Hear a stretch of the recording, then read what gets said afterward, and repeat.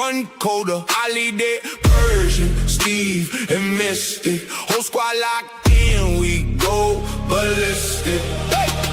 Game time grind, it's a takeover. Whistle get blown, we break the quota. From the first hot take to the closer. This our season now. Move over. Clock hit zero, that's pre-show pressure. 3 deep crew, that full court measure. I lead a Persian, flame on the mic, breaking down plays like he called that hike. Steve with the stats, the ice in the vein. Sees every route, every yard, every lane. Mystic calling future, seeing through smoke. Predictions hit hard like a safety stroke. Game time grind, it's a takeover. Run, let's go up, lights run colder. I lead the Persian, Steve, and Mystic. Whole squad locked in, we go ballistic. Game time grind, it's a takeover. Whistle get blown, we break the quota. From the first hot take to the closer. This our season now. Move over. Line 'em up. Who on heat? Who on heat? Saturday legends on the midweek scene. Who on heat? Kick off, talk till the sun goes down. New kings here, that's a title bout. Game time grind, it's a takeover. Run, let's go up, lights run colder. I lead the Persian, Steve, and Mystic. Whole squad locked in, we go ballistic. Game time grind, it's a takeover. Whistle get blown, we break the quota. Game time grind, say the name louder. This our season now. Full power.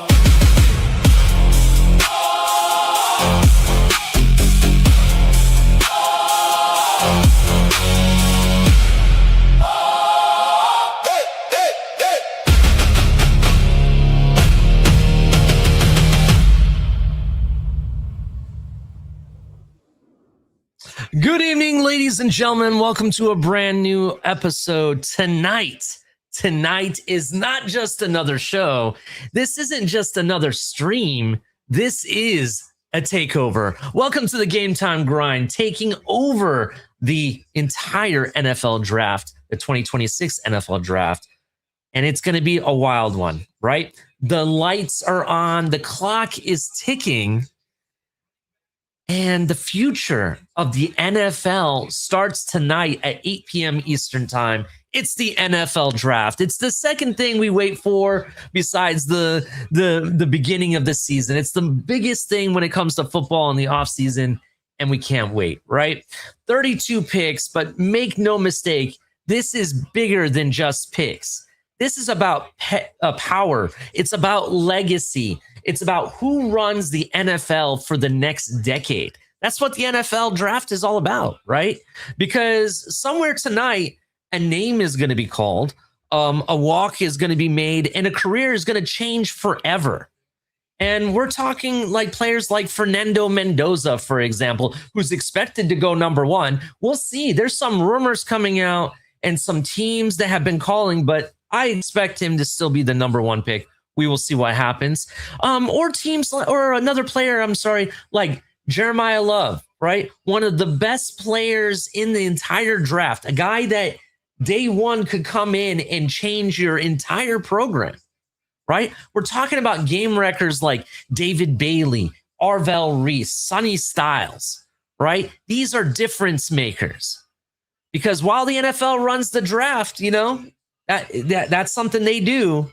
We run the conversation here at Game Time Grind. There's no filters tonight, no boring analysis, no safe takes or trying to walk the tightrope. We're going to give you the raw, real energy and reaction tonight. And I will be dropping the link for everybody in the comments section. You guys can come on up, right? After we make our first pick, right? I'm going to drop the link for everybody to come up and we'll get this conversation going. It's going to be a lot of fun. We're going to be doing a lot of different stuff this entire week. I cannot wait. But, let's let's get into this draft because tonight it's going to be chaos. The draft class is different. Quarterback depth is thinner than usual, which means other positions are about to take over the top of this draft board. There's a lot of rumors on what's going to happen. A lot of trades could happen tonight. So you got to keep your ears wide open, your eyes wide open, and we're going to get into it because you never know what's going to happen. And one thing I know for sure, names are going to be called and dreams are going to come true. And that's something we're going to be talking about tonight. So lock in, stay with us because it isn't just coverage. This is the Game Time Grind takeover. Let's everybody hit the like button, subscribe if you're brand new. And if you didn't know, we are on the road to 100 subscribers. Once we get to 100 at 4th and 10U, we will have giveaways. Some people that have been watching, you may have seen some of the sports card memorabilia that we're going to be giving out. Some very good stuff, let me tell you. And that is brought to you by, and let me bring up his information. That's brought to you by Magic Mike. So check out Magic Mike's cards. Check him out on Whatnot or Instagram or TikTok. You can definitely check him out, and he can put good deals for you. He has live pack openings and stuff. It's going to be good stuff. But while we're waiting for my crew, who I have in the backstage, I'm about to bring them up. Let's take a commercial break. Brought to you. New seasons, new gear. Show the world what it means to be a fan in 100% authentic gear. Fanatics, officially licensed everything.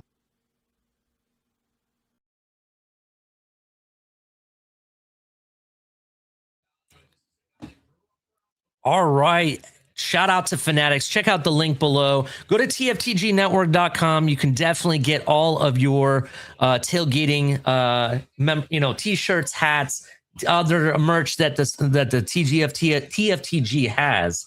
Definitely check it out there. I think it's time to get some music started and get my crew up here. Give it up for Steve. Turn it up. Tampa in the building. Steve walking like what? New week, new smoke, college crowd on go. Steve talking that talk, make a mascot fold. Green drip on the fit, gold shine on the wrist. If you're lining up wrong, he gon' put you on the list. Steve what it takes, that Bulls talk, watch him run it. What up, Steve? It is draft night. Are you excited? Let's fucking go. I'm so excited. I can't wait. It's been way too long. Thank you. I cannot wait. I'm excited, bro, because now we get to put all that arguing, that back and forth debate. Who should we pick? Who we don't pick? What we go with? We finally get to find out tonight, right? Tonight we get to see who we finally end up picking at 11 or at 30. But that 30 pick, watch out. That could be a trade up or a trade down scenario. So just watch out on that 30 pick. But thank you for being here. Everybody hit the like button. Follow Steve on Twitter if you don't already. But for the next guy, this guy is always late or he forgets about the show. I'm just kidding. It's my man, Mystic.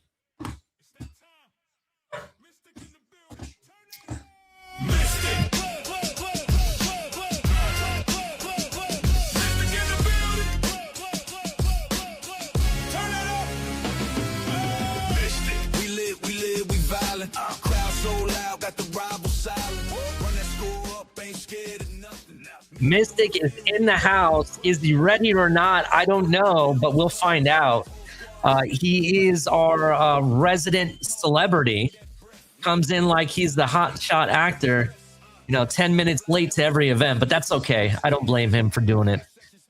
Hey, man's got to eat, that's all I know. That's how that shit works in life. Happy to be here. Happy to see how the dominoes fall. I think it's going to be a juicy night. I think we are going to see some teams move up and down. And the question is, will it be the Miami Dolphins, folks?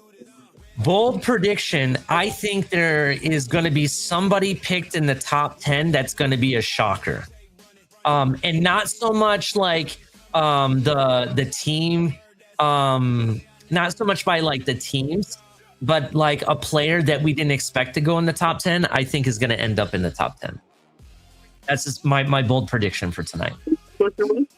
So, But I got two more folks in the back that I'm gonna bring up. I got my TFTG crew. Don't worry, ladies and gentlemen. We got 42 people watching across all boards. We will be dropping the link. If you're on the X side or Facebook or several X side sites that we're being broadcasted on, come over to YouTube. Come on to @4th and 10U. Join the show. Hang out in the channel and talk with people in the comments. I will be dropping the link after we make our first pick. After the Dolphins pick 11, we will drop the link for everybody to come up and speak their piece. It's going to be a fun night. I cannot wait. But since I got people in the back, TFTG crew, I'm always going to bring you up. I do have music for you. So I'm going to play some music for TFTG. And this is brand new music being premiered right now. Fins in the frame. Logo glowing aqua. Hear him chant the name.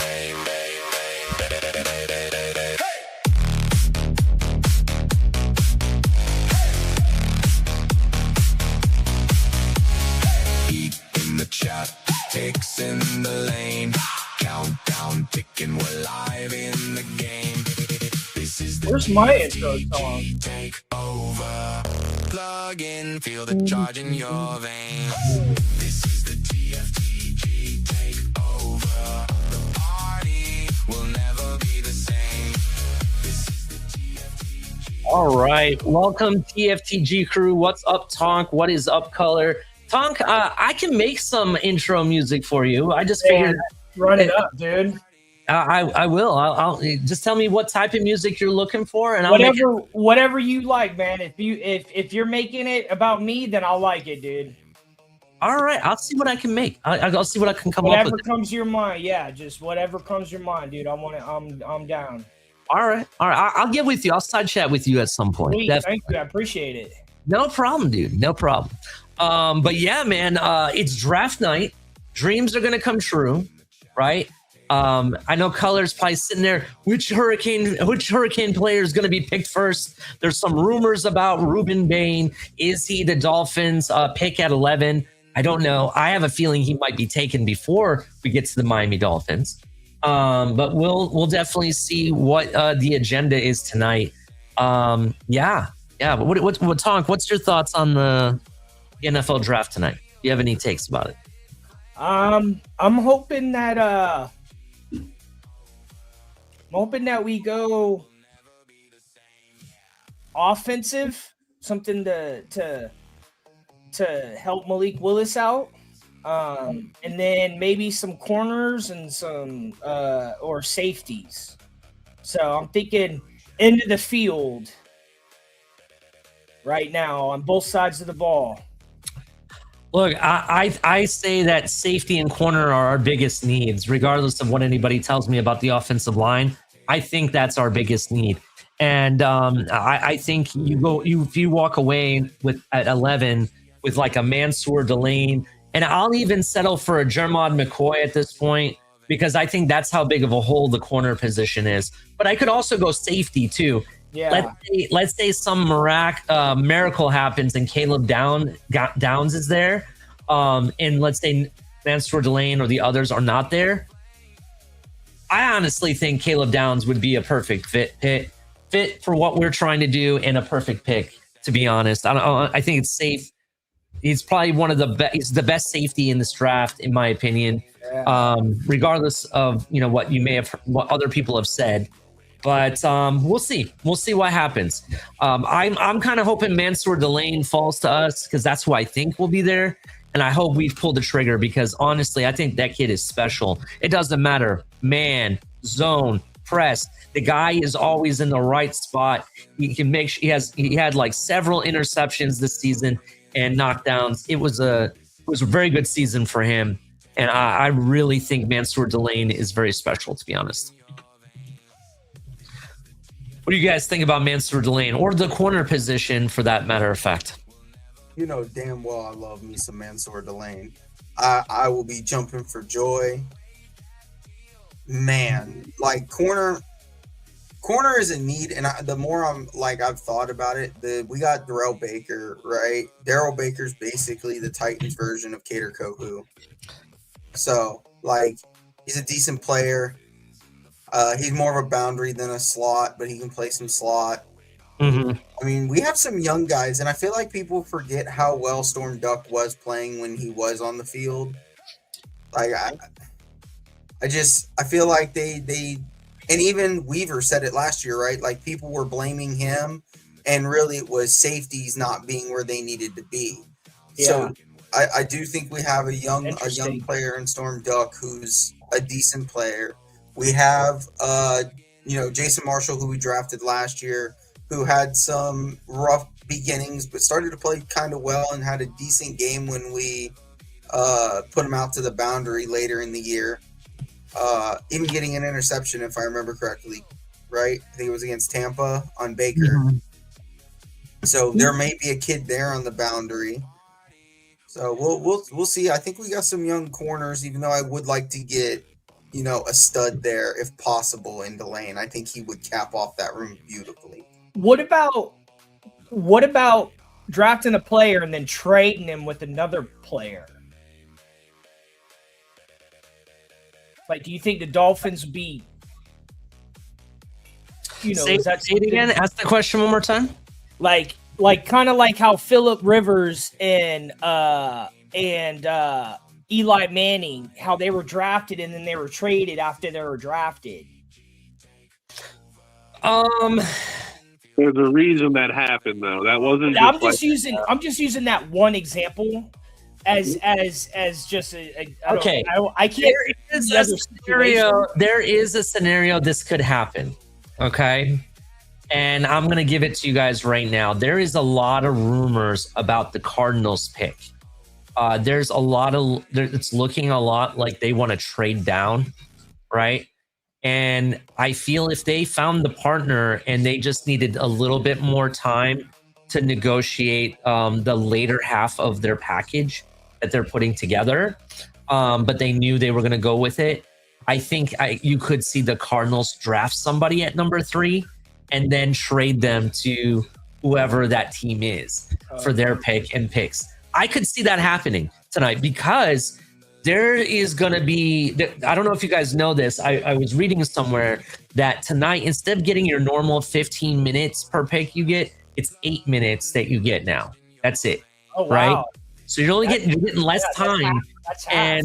And less time, it's a lot harder to negotiate that quickly or figure things out, if you have someone calling.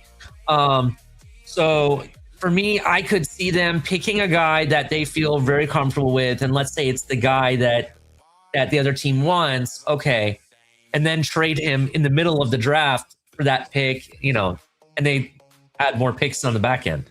You know what I mean? I could see something like that happening.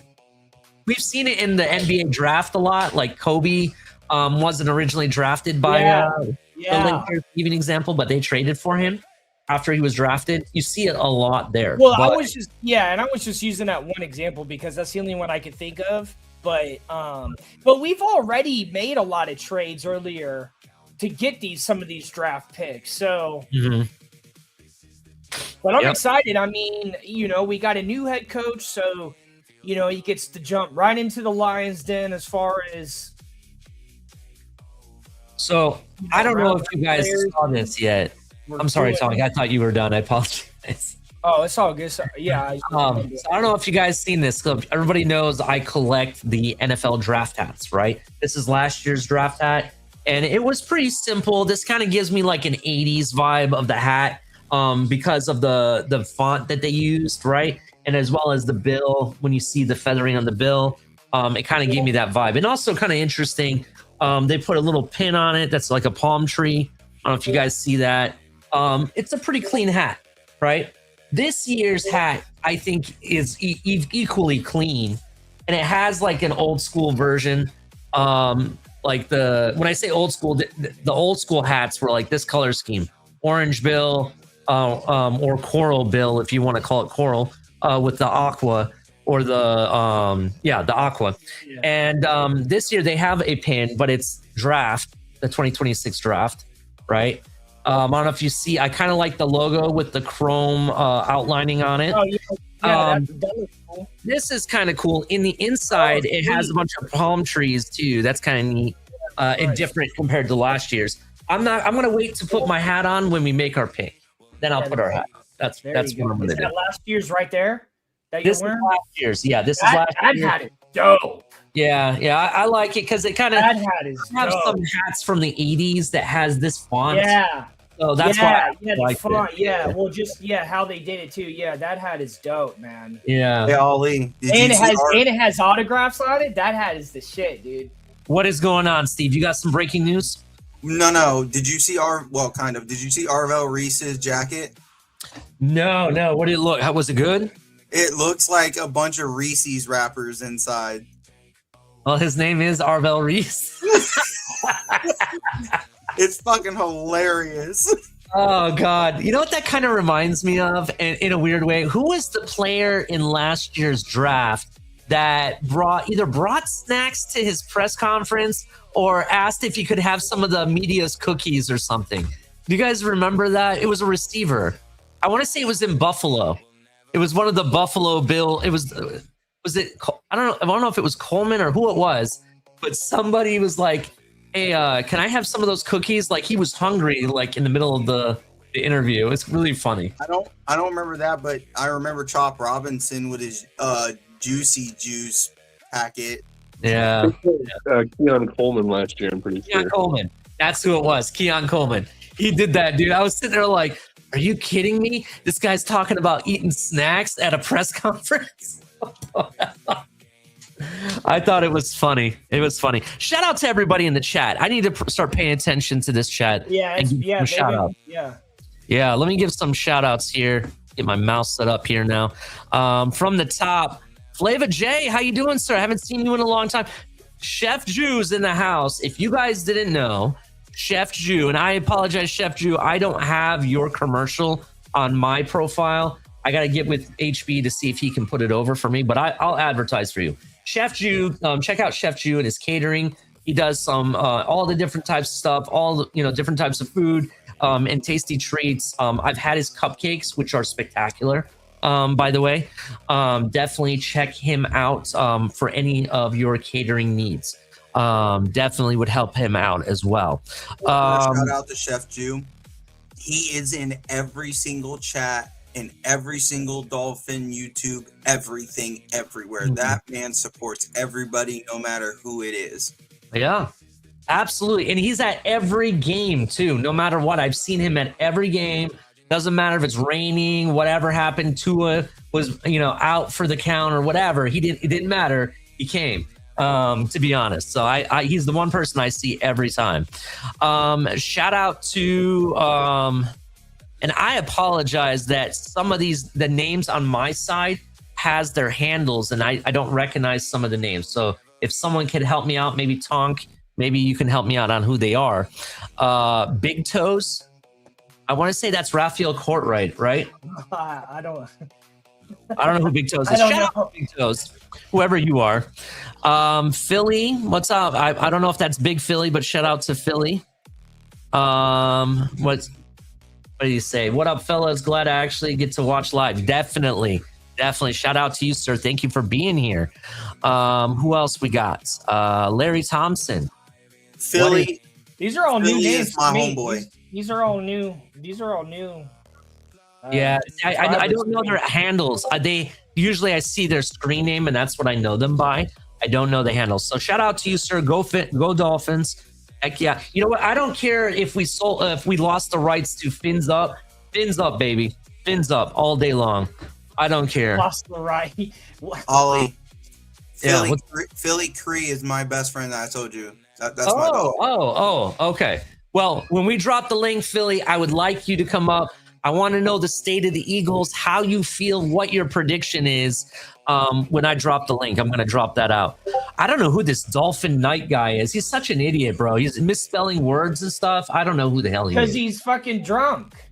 Yeah, I don't know. I am not yet. I'm messing with you, Steve. I'm messing with you. No, it's all good, dude. I mean... shout Get out it how to you live. Medina. This is not the Lewis we all know, but Lewis Medina. How you doing, sir?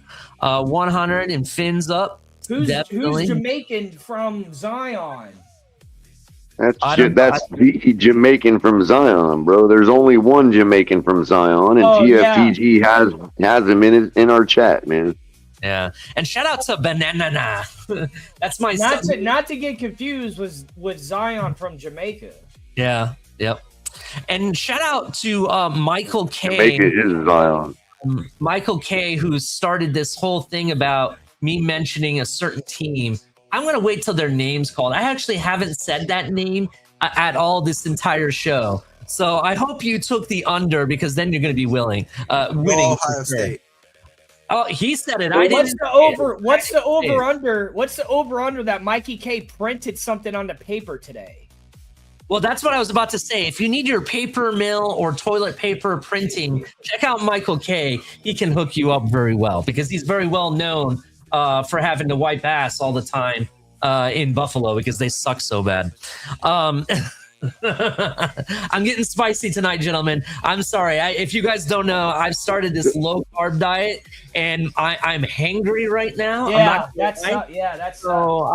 I'm 50 carbs. It works, bro. It works, man. My mom went on that diet. It does work. It's a good way to lose weight. Today is day I don't 5. even recognize it. Yeah, today is day 5.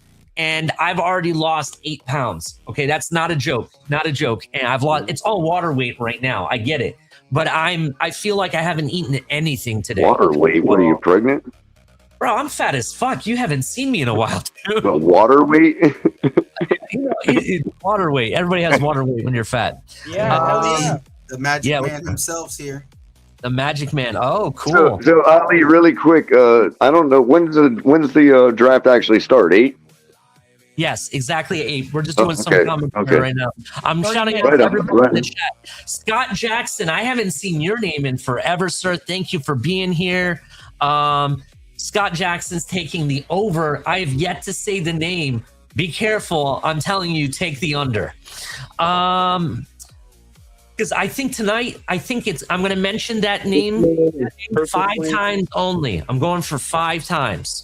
That's what I'm going for. I'm saying, folks. Just remember that. In spite of y'all, he's not going to say the name. Ohio State. Again, he said it. I didn't say it. Shout out to Joe Levesque. I haven't seen you in a while, sir. It's really nice seeing you. How you doing, sir? Who else we got up in here? Jermaine, how you doing, sir? How you been? Shout out to the Fins Tailgate. And the Realist, who I think is actually at the draft. The Realist is at the draft, which is awesome. Yeah, that's cool. Where is it this year? It's in Pittsburgh. I actually wanted to go. I have family and friends in Pittsburgh. I actually wanted to go, but it's okay. I couldn't make it this year, but I'm doing this, and that's what matters to me the most. Did you guys hear the big news coming out of Pittsburgh at the draft? No. You might like this, Mystic, because this is some hockey news. So the Penguin fans, which are dominating at the draft right now, are chanting FUCK Flyers. And it could be here. It could be heard from the. Because they're both in Pennsylvania. Yeah, well, yeah, they're saying fuck the Flyers. So, yeah, so just wanted to say that. And I could have said fuck. I don't know why I said FUCK. I guess you're like the Flyers. Go yourself, Flyers. I'm hoping my kids aren't watching the show because they sometimes watch. So you're like, Dad, you said the word. Ali, there's some other news coming out of Pittsburgh. Well, sort of. Go ahead. Sort of. I shouldn't say out of Pittsburgh, but I'm sure they reported it in Pittsburgh today. Mike Tomlin is going to be joining the Football Night in America crew Sunday nights for Sunday Night Football. Yeah, I'm excited to hear. I did see that. You're right. Mm-hmm. And the biggest news of that whole thing is no more Chris Collinsworth. Thank God. Is he gone finally? He's finally gone? Well, he's not listed as the crew. You know, like they go through and list the whole crew. I guess Florio had enough with him. If that is the true and Chris Collinsworth is gone, I am happy. And I will tell you why. Why? No offense to Chris Collinsworth, but that guy is just annoying as all hell. His takes He's just are. a twerp. He just sits. He's kind of reminds me of the guy from Good Morning Football that loves what's his name, the quarterback of the Buffalo Bills, right?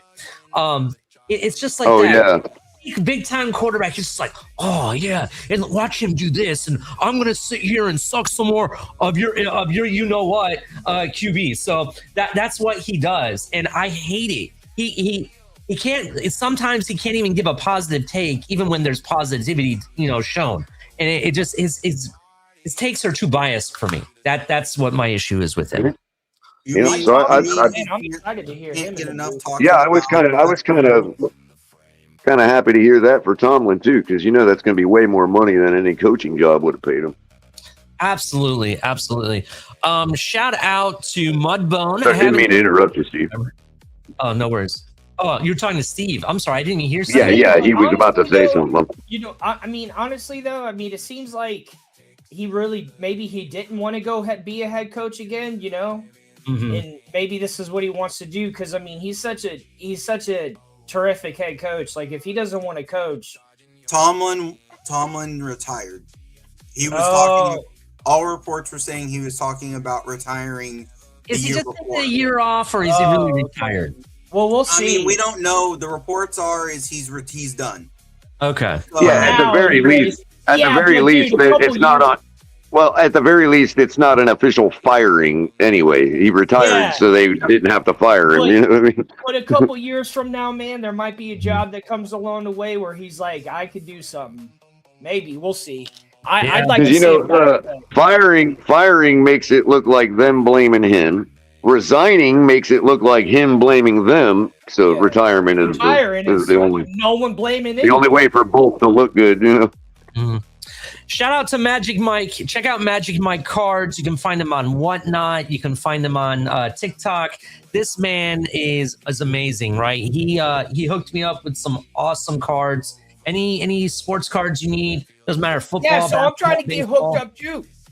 Hey, well, reach out to at Magic Mike. We had the original TMI Mike and I. So Yeah.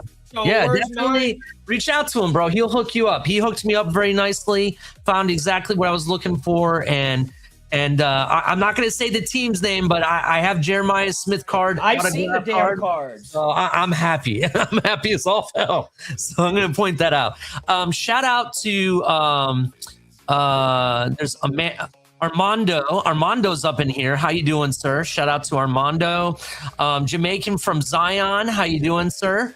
And this other person, I'm not familiar with his handle. Someone will have to tell me who he is. It's I'm gonna say it. What the fucky? That's what it says.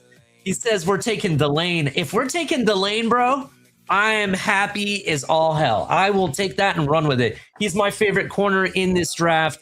There's only one person I might question the pick if it's at 11, if he's there. But if he's the guy, I'm 100% behind it. Let's see here. Who else we got? Marino's go. How you doing, sir? It's been a while.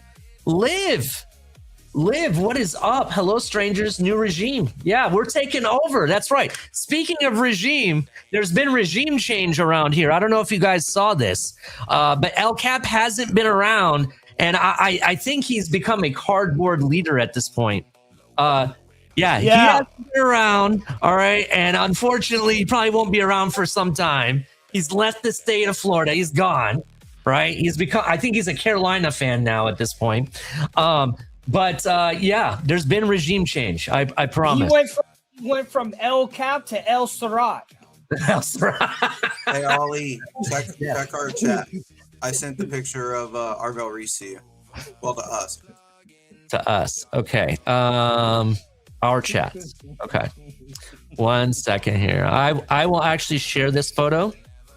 Let me share real quick. Let us see win entire screen. Here we go. Share. Arvel Reese with the Reese's in the jacket. I'm not gonna lie. I'm a huge Reese's peanut butter cup guy. That's my go-to candy when I'm not allowed to have it right now, but if I was able to, Reese's peanut butter cups. I like Reese's Pieces too, in ice cream specifically. So I ain't gonna hate it. It could have been worse. The best, bro. There is only Reese's. If he opened his jacket and it said Twix, I was gonna be pissed. I'm not gonna lie. No, it's Mounds Bar. Well, Ali, does that mean he's gonna? Does that mean that he is gonna? Is he gonna steal Angel's cereal endorsement? No, you gonna move in on that? I don't know, bro. I don't know. Imagine it. Here's the worst one. And since I've already dropped the F-bomb, this is a mature rated show now. Imagine someone opens up their jacket and it says Twinkies. I think twice about that. Hey, just gonna say. Yeah, but you've seen the like they have a bunch of cereal mixes too. There's one guy that does one where he mixes all like 5 different cereals together, and it's like his mix. I forget which basketball player, but yeah, I don't know. You've seen the boxes of Reese's cereal with Angel on them? Oh no, Angel Reese? No, I haven't. Yeah, she has I was serious. She has a cereal endorsement with Reese's. General Mills. That would be Mystic's alley. He has stock in Angel Reese, actually. Right, so I'm wondering if this guy's going to steal her endorsement since he's, with the real NBA. I'm waiting for Mystic to come up here and start yelling at me because everybody knows he's a Caitlin Clark fan. So I thought it was funny. All right. I'm not going to lie. I enjoy Reese's with Caitlin Clark. Oh, hold on. When the question came up, Angel, as far as who would you rather date, I mean, I'm not gonna lie, bro. I'd roll with Angel, bro. I'm not gonna lie, man. Hold on, Color, real quick. Mystic was talking. I couldn't even hear him. What were you saying, Mystic? I said no rage bait for me today. Nice try, though. No rage bait. I was waiting for it. No, I like it. I like WNBA. I don't have a favorite player yet, so hold off on that. Let's be real. Most men would bend over for Caitlin Clark's money. The other chick I like for her money, but I don't want to date Jerry Seinfeld, dude. I'm sorry, that's just not my style. Yeah. The other chick that I think is kind of cute, WNBA, for looks and everything.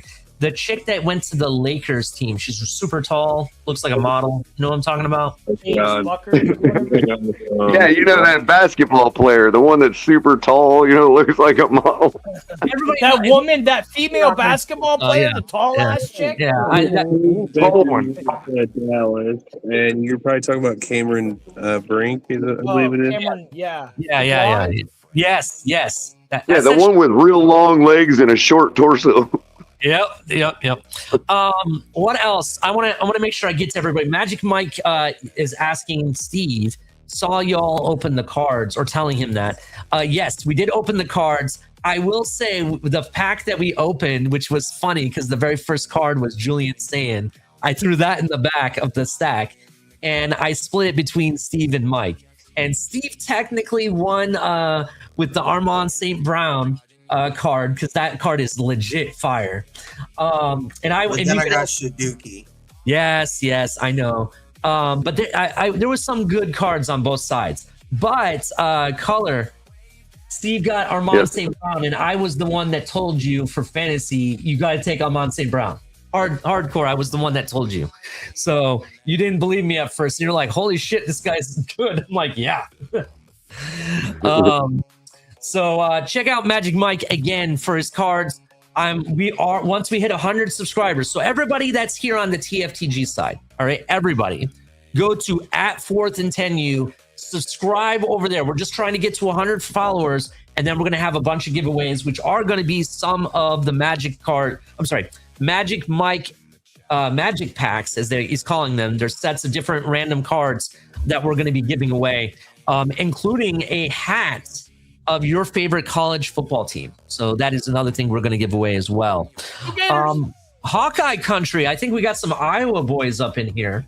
He waiting to go to Miami next year. Maybe. I like that car, by the way. That color of that car is sick. So Ali, remind me before the show starts, the draft starts. I want to give my draft update. We have to get the word from my source, you know. Got 19 minutes. All right, we got 19 minutes before it starts, but I want to give these shout outs real quick. Cap for Life is in here. How you doing, sir? Christian Leap, what is up, sir? That's Mr. Polk, I believe. What's up, Mr. Polk? I think that is Powerhouse TJ. What is up, sir?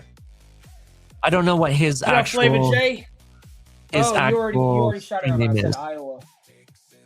Yeah, that's everybody. That's his Twitter name too. Man, I like that wrench. You have his Twitter name? That's his Twitter name too. Okay. All right. That's the homie. Man, that is a packed crowd at the draft for sure. That draft looks packed. We got like 3 Midwest people in here. Mystic's about to start feeling really at home. I will too, because the fact is that I was originally born in the Midwest. I'll always be a Midwest boy, to be honest. Well, them trench plays, we know where the trenches are, Next thing we know, I'm an honorary Cardinals fan, if that helps at all. Oh, St. Louis Cardinals, not the Arizona Cardinals. Yes, the only Cardinals. The Arizona Cardinals. The one that matters. Right, the one that matters, right. They don't really matter, though.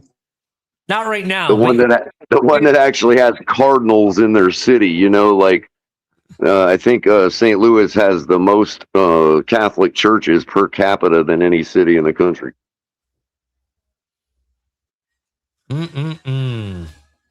So it does actually have a dual meaning, the St. Louis Cardinals. Shout out to Mr. Paul. How you doing, sir? Hey, how's everybody doing? Ollie, Tonk, Steve, Color, Mystic.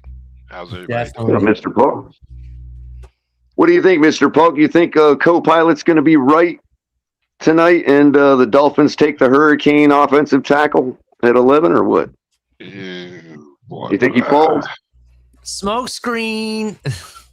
Man, tell you the truth, I'm hoping that we go O-line and I'm going to say it's going to sound crazy, or safety, because there's not that many good safeties in the draft, and that's one of the spots that we have more of a glaring hole than most people think.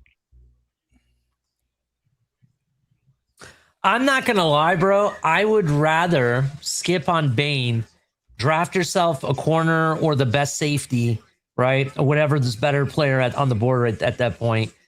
And then at 30, you have a chance at getting Mesidor. And I'd rather have Mesidor because that's actually a need for us. We need edge. We don't necessarily need defensive line right this moment.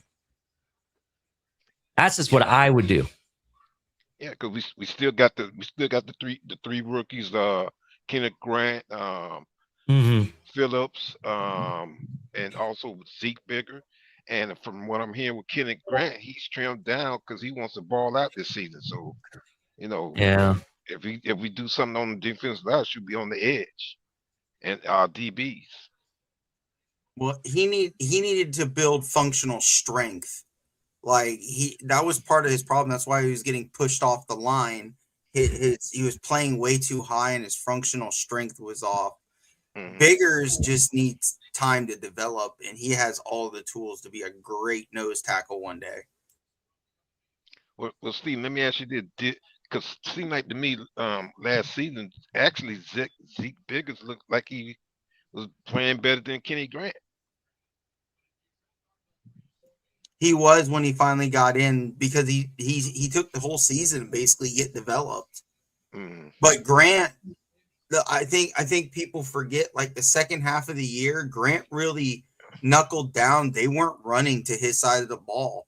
They were running towards Matthew Butler and Benito Jones when they were in. They weren't really running at Kenneth Grant at the end of the year.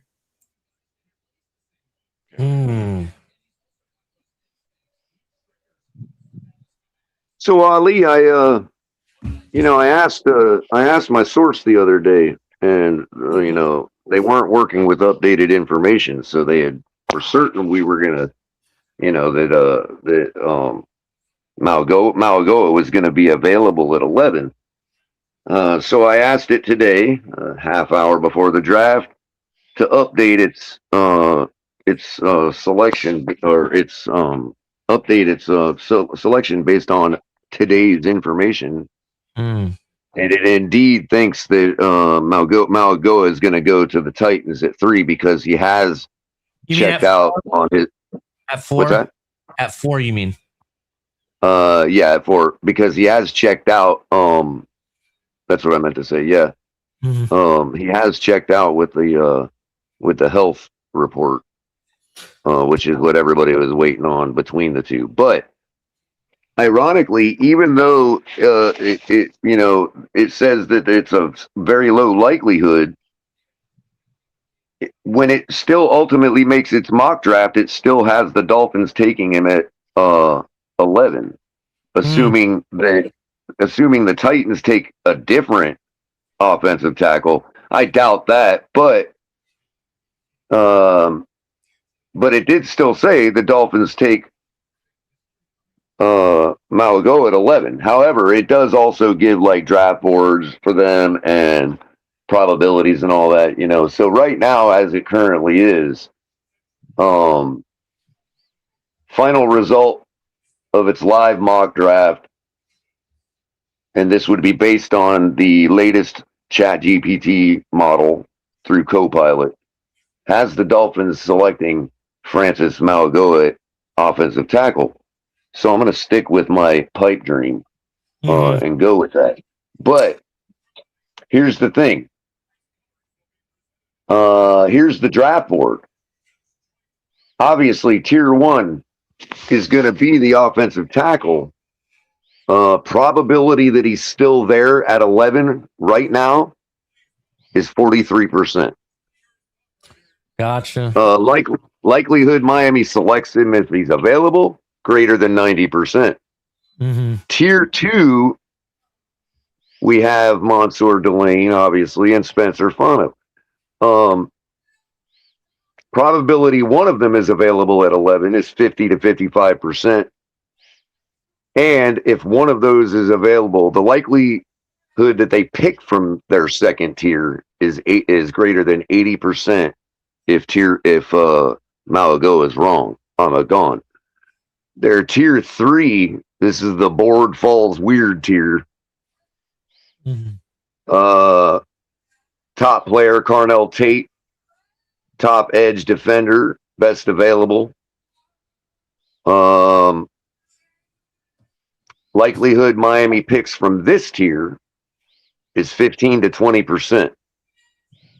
That's at pick 11. The tier 4 is the trade down trigger, and that means that none of the talent currently still available aligns with our value at 11, which is interior O-line, safety, tight end. They're looking at if no running back is off the board entirely for round 1. If this is the top of the board, so if all that's left on the top of the board is an interior O-line, a safety, a tight end, or a running back, then Miami will explore a trade down. Real quick, some news. Real quick. Number 1, the national anthem is being played. That's why I'm holding my hat off. Just right on. So whoever that singer is, she's really cute. But I have some news. Real quick.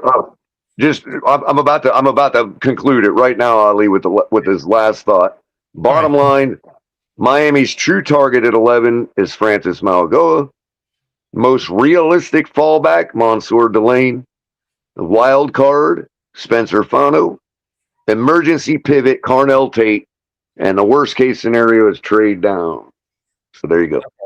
All right. Well, if Carnell Tate's there, and I don't think I would take him at 11. To be honest, I would trade down after that, just to be fair. But some news: teams have been really calling the Texans about Nico Collins' availability for trade. Just so you know, this a team that could be calling because he's been linked. This team has been linked specifically trying to find a receiver. The Browns, they've actually been linked with talks with the Cardinals for Marvin Harrison. I heard some rumors about Nico Collins. I don't know if they're true, but just confirmed that teams have been calling. So just wanted to point that out. Also, some other news: Mike Vrabel had a press conference. In the first 3 minutes, he addressed all the allegations and everything that has been put out about him. And the other person that's part of that allegation, she has completely deleted her X account, from what I understand. None of her posts are showing whatsoever. Everything has been deleted. So very, very interesting. I think it's about to get wild. Just to Color's point about the Tennessee Titans, I understand that you think they might go after Francis Mayagoa. Before I say Mayagoa, someone needs to find out the actual pronunciation, because today someone was telling me the G is not pronounced. It's pronounced as an N, and it's actually Mayanoa. So please tell me if someone can find out what the pronunciation is. That would be great, because I don't want to disrespect the man. But I think that they skip on offensive tackle, because I really think whoever gets to that third pick, they're going to take They're going to take Arvel Reese, or if it's not Arvel Reese, I truly think Sonny Styles in a situation where where Dallas trades up with the Cardinals happens. That could happen. But I think Tennessee ends up landing with Jeremiah Love, the running back. They have a history of having running backs, and why not bring a guy that can change the whole dynamics of the team? Even with your young QB being there, I think he would love to have Jeremiah Love in the backfield, to be honest. Yeah. Speaking of Arville, the co-pilot has him as our top pick at 30. I mean, not 30, but where is it? Hold on a second. Let me get 11? back there. No. Where is it? Right here. It says. Hold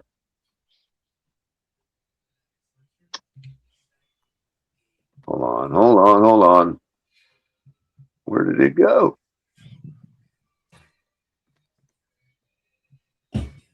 Don't worry about it, caller. Come back to it. Let me know when you got it.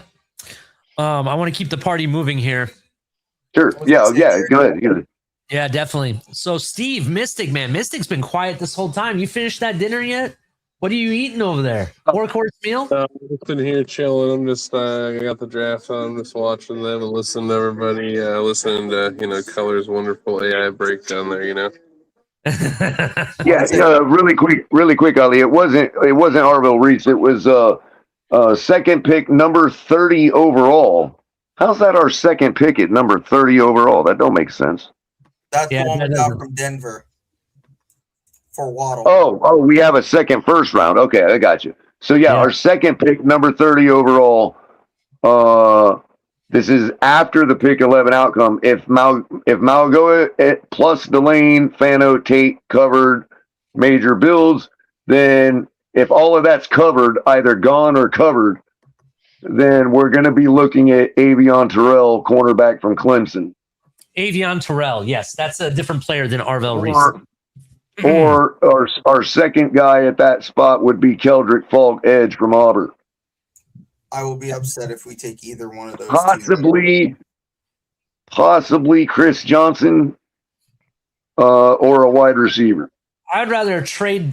I don't want to trade down, but I would rather get a wide receiver, maybe a Denzel Boston or an Omar Cooper if he falls. But I think you can get Chris Johnson in the second, to be honest.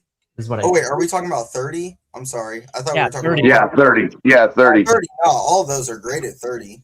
Yeah, okay. All right, well, that's what my thoughts are. It also has the Raiders pairing up Carnell Tate with their young new quarterback at their seventh pick. Also, just a little bit of news, whether it matters or not. There are 3 teams being linked heavily with trading up. It's been being passed around according to reports. The Eagles, the Browns, and I believe it was the Titans or the Cardinals. I think it was the Cardinals all trying to come up to get a pick in the late rounds of the first round, late in the first round. Be prepared. We might only end up with 1 pick tonight. Just be prepared. So that could very well happen. You talking about us, Ali? Yes, at 30, because teams are trying to jump back into the first round of the at the tail end of it. That's why. It really depends on if all the guys that we've been talking about for the last month, all the guys you guys talked about last night, all of the guys you're talking about right now, if all of those guys are gone, then we're likely to trade back. Definitely. So Mystic, I want your take, Mystic. Tell me what's your thoughts about what we're gonna do here? What bold prediction you have? At 30? Is that what Not we're just talking at about? 30, just in general. Like, what's for tonight for the draft? What is your bold take? I'm gonna go around the whole room, starting with you. I really think their priority is going to be an offensive lineman and or a defensive lineman. I think they find a way to continue to build in the trenches. I think that's just kind of what we're going to see what these guys are about, which is totally fine with me. The second pick, he said he's more likely to move back than up. But I think there's so many holes within this team and so many things that we need to fill. I think we take that pick at 30. And I think if obviously we're going trenches in the first half, I think that's when you see maybe we see a safety or an edge rusher. Maybe we see a linebacker like Jacob Rodriguez at 30. Mm-hmm. Okay, all right. Steve, what are your Or thoughts? maybe a tweener linebacker edge rusher. Yeah, Steve, what's bold prediction for tonight? Doesn't have to be Dolphins related. Any bold predictions? I think Miami trades pick 30 back to no. Ty Simpson goes number 2 overall to the Jets and ruins everything for the entire draft. Okay, Tonk, what's your bold prediction?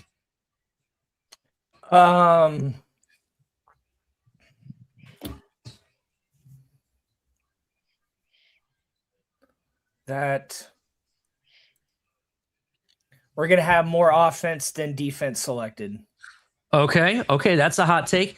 Mr. Falk, what's your bold take for tonight? Bold prediction. Doesn't have to be Dolphins related, just overall. I think somebody's gonna make a crazy move that's similar to the I think what was that Steve said, that's gonna really throw the draft into a turmoil. Caller, what do you think? Bold take for tonight. I think that Miami's going to be shafted out of both offensive tackles, Fano and Malgoa. But my bold take is that that somehow Francis falls. But if you want a more realistic bold take, I say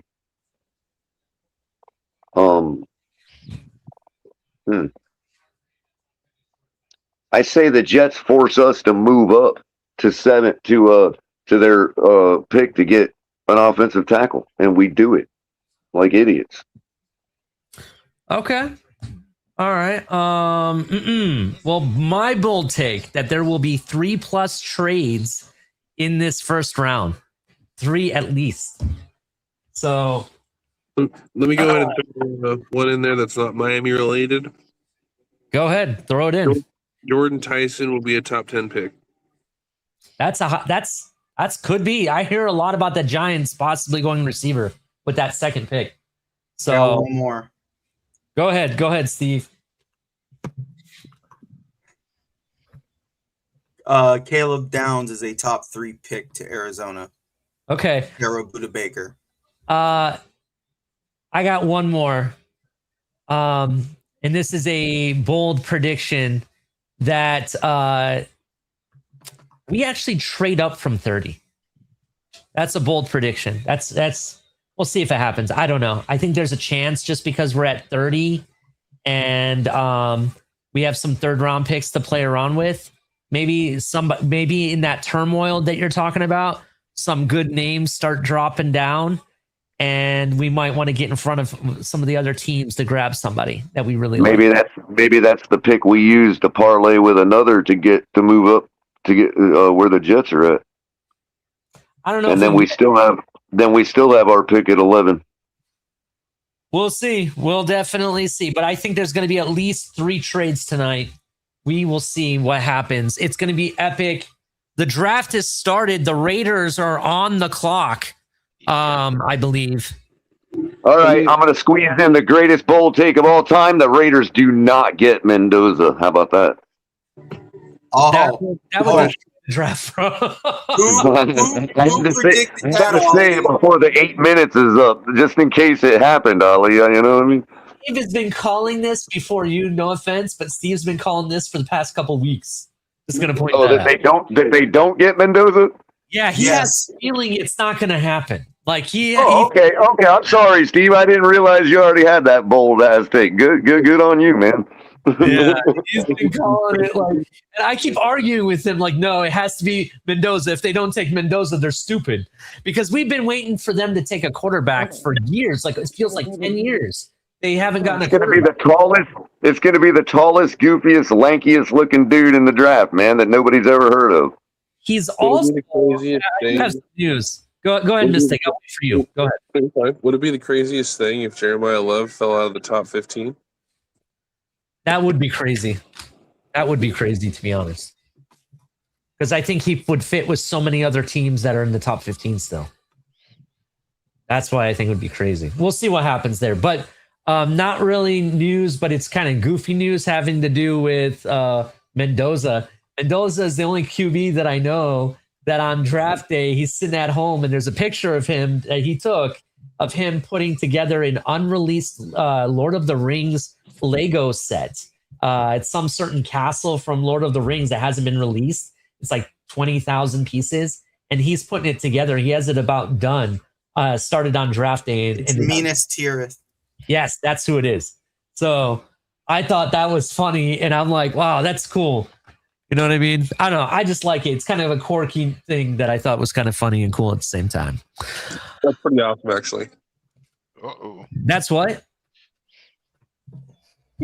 That's pretty awesome. Yeah, it is actually. All right, we might have some news. It's about to start. Shout out to Niner87 showing up in the chat.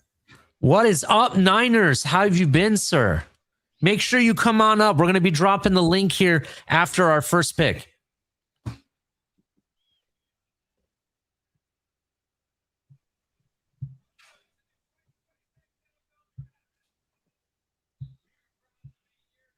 Man, that's really cool. Shout out to Carnell Tate, wide receiver from Wide Receiver U. He said he in his jacket he had the name of his sister and mom's names imprinted. I don't know if you guys know his story. He lost his mom, and I want to say he lost his sister too. Don't quote me on that part of it, but I know he lost his mom, and it was a tough time for him.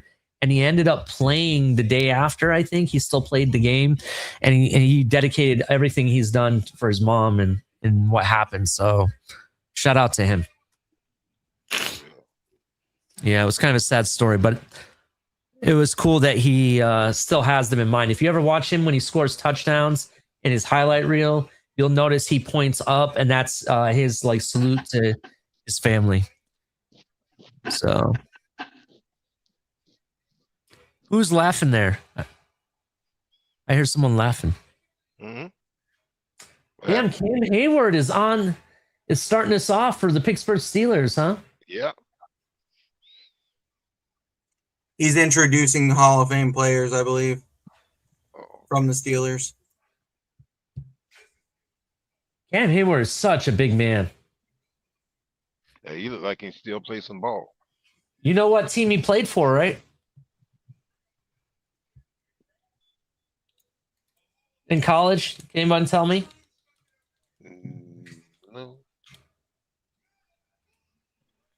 Is it the Ohio State?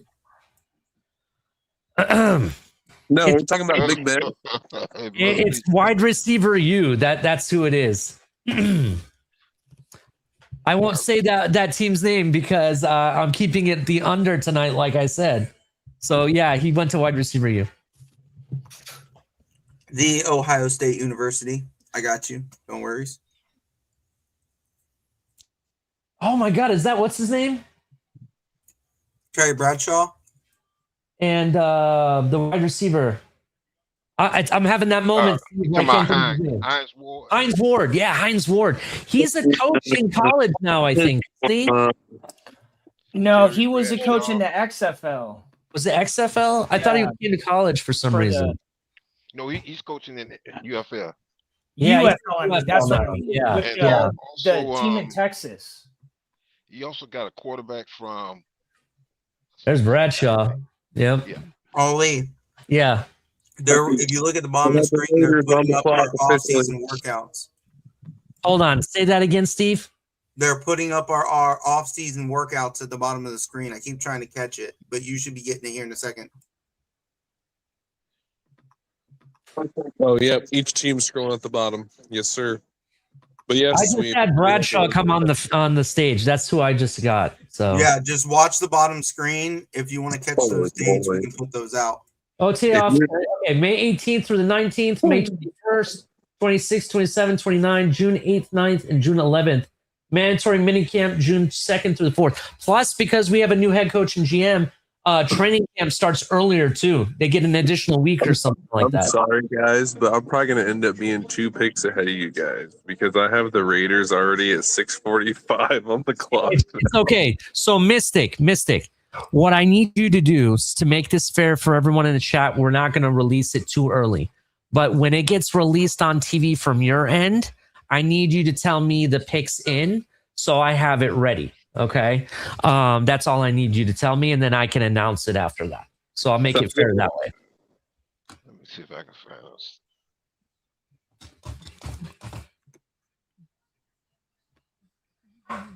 The Raiders technically has been on the clock all off season long, though, just to be fair. Giveaways. They just showed Fernando Mendoza and their family sitting there with a bunch of smirks on their faces. Like, get out of here. Stupid question. What does Miami do if Mendoza somehow falls? You pull the trigger. Yeah. Yeah, you take him. That's a no-brainer. Every single team in the top 10 has got that on there. Yeah, they're going to take him if he's available. It don't matter what their board says. Past Arizona. He wouldn't fall past Arizona. Yeah, if you don't take him, you're an idiot. I guess the question is, what do you do if he falls to 7? Does Miami send? Well, the thing of it is, Steve, if he falls, that's likely because the Raiders are ready to trade for a haul for him. You know what I mean? Like, they're not just gonna not pick him. You know what I mean? Like, if he falls, it's gonna be because they've already traded their pick to somebody else. Likely.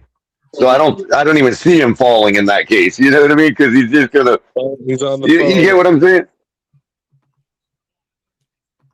Oh, I finally got to the smirk on his face. Mendoza's on the phone? No, not Mendoza. John Spytek, the GM.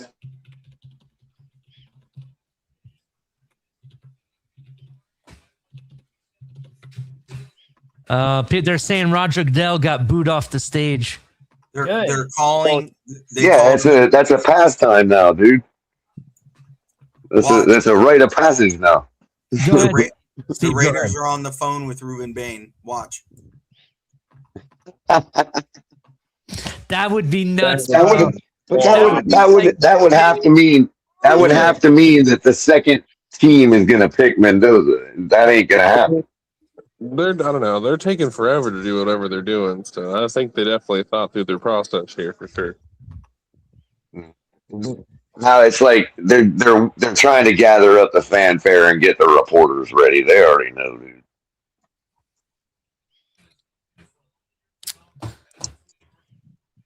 Either that or they're trying to wait for a last second phone call from another team with a haul. Yeah, that's what they're waiting on. They're waiting just in case. In the Raiders war room. All right, the pick is in. Yeah. The pick is in. Has it been announced yet on your TV yet, Mystic? No, sir. Okay, the moment it has, let me know. Or if they're coming up. Too quick. It's too quick not to be Mendoza, man. Well, we all know who it's going to be, bro. I've been predicting this forever. I told you the Raiders were going to be dumb if they didn't take him. So they did this thing all the way down to like 3 minutes. They finally wanted to see if somebody came up and offered them 4 first-round picks. They're all clapping in the Raiders room. Mm-hmm. I'll clap that for means him. franchise quarterback. Right, because it just nobody claps for nobody else. Come on. They just drafted. It hadn't been announced. I'm just saying if they did. They just drafted Kirk Cousins. I got the music ready too because we got music for it. Come on, they're showing the stage, but no one's walking up yet. What the hell? Come on, Roger. I need to go on another channel. I need everyone's silence when we make the announcement too. It's funny. It's 5:00 in Las Vegas right now. It's so weird time. Yeah, it's 5:12. Oh, that's right. I can get Las Vegas. And here he comes, being announced right now. All right, I'm gonna go ahead and hit the music.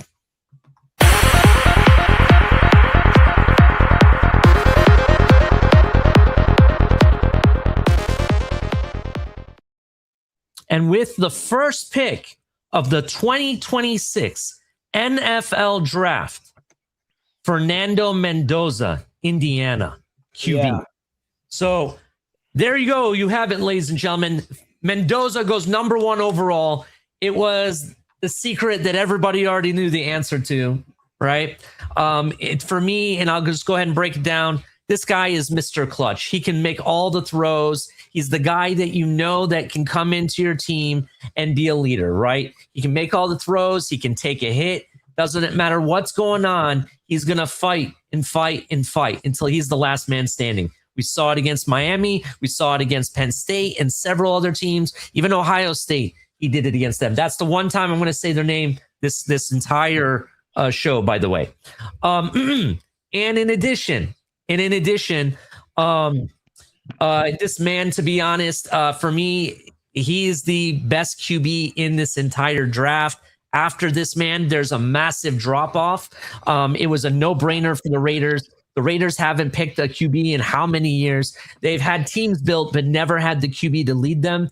Now the new regime comes. This is it. And with their first pick, it's Mendoza, and it's the best pick they could have made. Shout out to the Raiders. Steve, what do you think? I think the Raiders went and got who they think is their future. They spent the entire offseason building that team for a quarterback, from getting the center to revamping their entire offensive line, trying to get extra picks for Max Crosby, and then that getting rescinded to where their defense just kind of kept one of the better pass rushers in the league. I think they worked out for them both ways. They now have their franchise guy. Now let's see if he sticks. Yeah, definitely. I agree 100%. What are your thoughts on the pick, Mystic? You know, it's what we all thought all along. I don't think there was much to really say this wasn't what the Raiders were going to do. Super smart pick. I don't know if anyone else saw, but there was a nice metric that they put out the last 20 seasons. They somehow compiled a metric that showed basically, I think it was like 30 plus starts at the college level, what the stats should be for a Super Bowl quarterback. And he is literally all right there pretty much in every metric. So people believe this guy to be the next big thing. I have a hot take. I think Fernando Mendoza sits next season for the entire season behind Kirk Cousins and plays the year after and starts the trend of what it should be and starts out red hot in year 2 for the Raiders. Absolutely, I agree with you. Tom, do you have any thoughts on this pick? I mean, any team who wouldn't take Mendoza is stupid. I don't care who their quarterback is. Mm-hmm. So yeah, and I'm excited for the Raiders. I think that this is a good. I don't know if it's a good spot for him, but they definitely did well getting him in, and I hope they do exactly what was that Mystic that was talking. Yeah. Said bench him. I don't want to see him out there as a rookie. I want to see him on the bench for a season. Let him chill, because you have a franchise QB, so you don't need to throw him out there right away. Have a season of him sitting and let him get warmed up, and then let him take over. Unless there's like an injury or something where that's different. Like if Kirk Cousins goes down, well, okay, you got to step up, next man up. But as far as selecting who's going to be the starter, I would bench him for now. Definitely. Color. I'm sorry. Go ahead. Did you hear Mystic? No, what did he cut out? I'm sorry. Jets pick is in. I heard you. Color, go ahead with your take real quick. Make it quick. Mendoza is going to be the biggest bust since Rick Ankiel. Gotcha. I'm going to go ahead and hit the music. Is Roger Goodell at the podium yet? No. All right. When he comes to the podium, let me know. That's what I need to know. I have the pick. I know who it is too. So after this second pick, just so you know, that's when the craziness is going to happen, because there's a lot of rumors about the third pick. But Mr. Paulk, what are your thoughts on Mendoza real quick before the next pick? Great pick, a quarterback who's you can say in a way is NFL ready, but just like most people been saying on the panel, let him sit and get seasoned up like piece of meat, and then when you're ready to throw him in. Absolutely. I think every quarterback, regardless if you're number one, you should sit one season behind somebody and then come in year two. Mahomes did it, and look at him, right? So just to point that out. Is Roger at the podium yet? Not quite yet. He just announced to go ahead. All right, go ahead. We're going to go hit this music.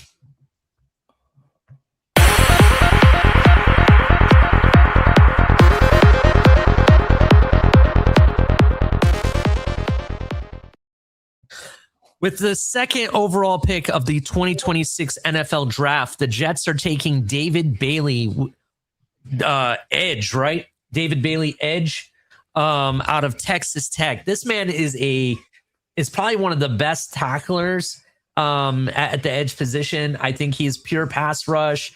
The way he bends, moves, he can get to the quarterback, disruption. For me, it was either David Bailey or it was going to be Arvel Reese. Take your pick. It was going to be one or the two, right? And I think overall this is a good pick for the Jets. It kind of tells me what they're doing. They're going to rebuild that defense. They had some holes there, and when you have potentially you have Drake May, and you have Josh Allen. And now you have a new QB in Miami. You really want to make sure that defense is up and running. What do you think, Steve? I think we've been trying to tell people this was going to happen for weeks. From get-go, there was a lot of smoke screen about them wanting Arvel Reese, and Arvel Reese going second overall. This is pure and a doubt the best pass rusher in this class. I wonder if his run stopping ability will kick in, but he is a pass rush demon. This is absolutely what the Jets have been planning for since they traded away their edges earlier in the season. Absolutely. Go ahead, Mystic. Go ahead. Shout out to 4th and 10U so far, 2 for 2. I think it's a great pick. It's exactly what we talked about. This is exactly what the Jets needed. Yeah, and I knew this was going to happen. I really thought they were going to miss on Arvel Reese and go for Bailey, and they did. So, 2 for 2. Thank you for the shout out real quick. Speaking of which, before we get to everyone else's take, make sure you hit the like button. I see over 70 people watching on all fronts. Please come over to the @4th and 10U on YouTube. Come to the YouTube side. Follow us, subscribe, turn on the notification bell. Make sure you hit the like button. Join the chat. There's a lot of stuff going on in the chat. And we'll be dropping the link once Miami takes their pick at 11. We'll be dropping the link after our analysis. So it's going to be a good show. Can't wait. Who do we have here next? Tonk, what's your take on David Bailey? Any thoughts? I don't know who that is. Texas Tech, man. They had one of the best rosters in all of football. What position? Edge. Sweet. To who? The Jets. Okay. 14 sacks last year. Okay. Yeah, he had 14 sacks last year. That's something else to tell you about him. Color, what do you got? What are your thoughts on David Bailey? There you go, Jets. Biggest bust since Jalen Phillips. Biggest bust. Color's on the bus today. Everybody's going to be a bust, man. Stop. Everybody's going to be a bust tonight. To be fair to Color, he is a Jet now. So yeah, everybody that goes to the Jets end up being bust. So yeah, I agree. No, he's not a Jet. He's just high. I do have one hot take, and y'all can take this for what it is. I don't think he'll be better than what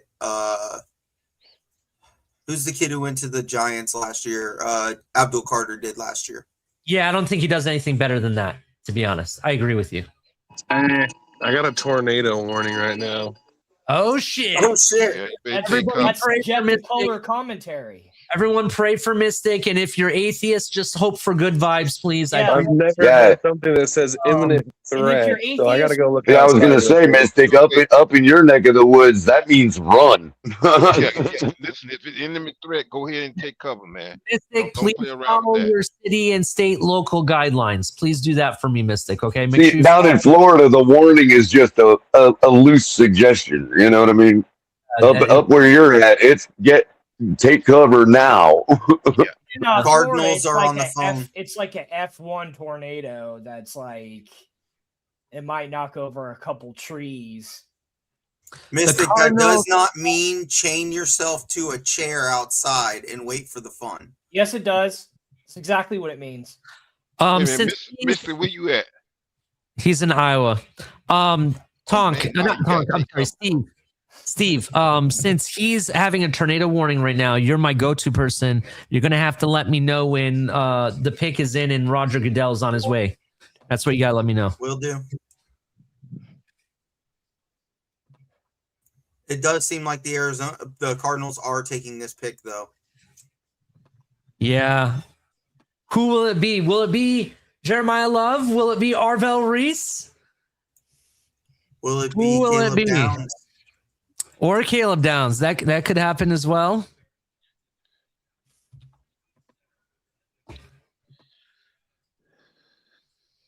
Dell's taking his sweet ass time. Did they make the trade? No, it's just saying the pick is in and Goodell's taking his sweet ass time. All right, I got it. And it is a blockbuster move. Uh-oh.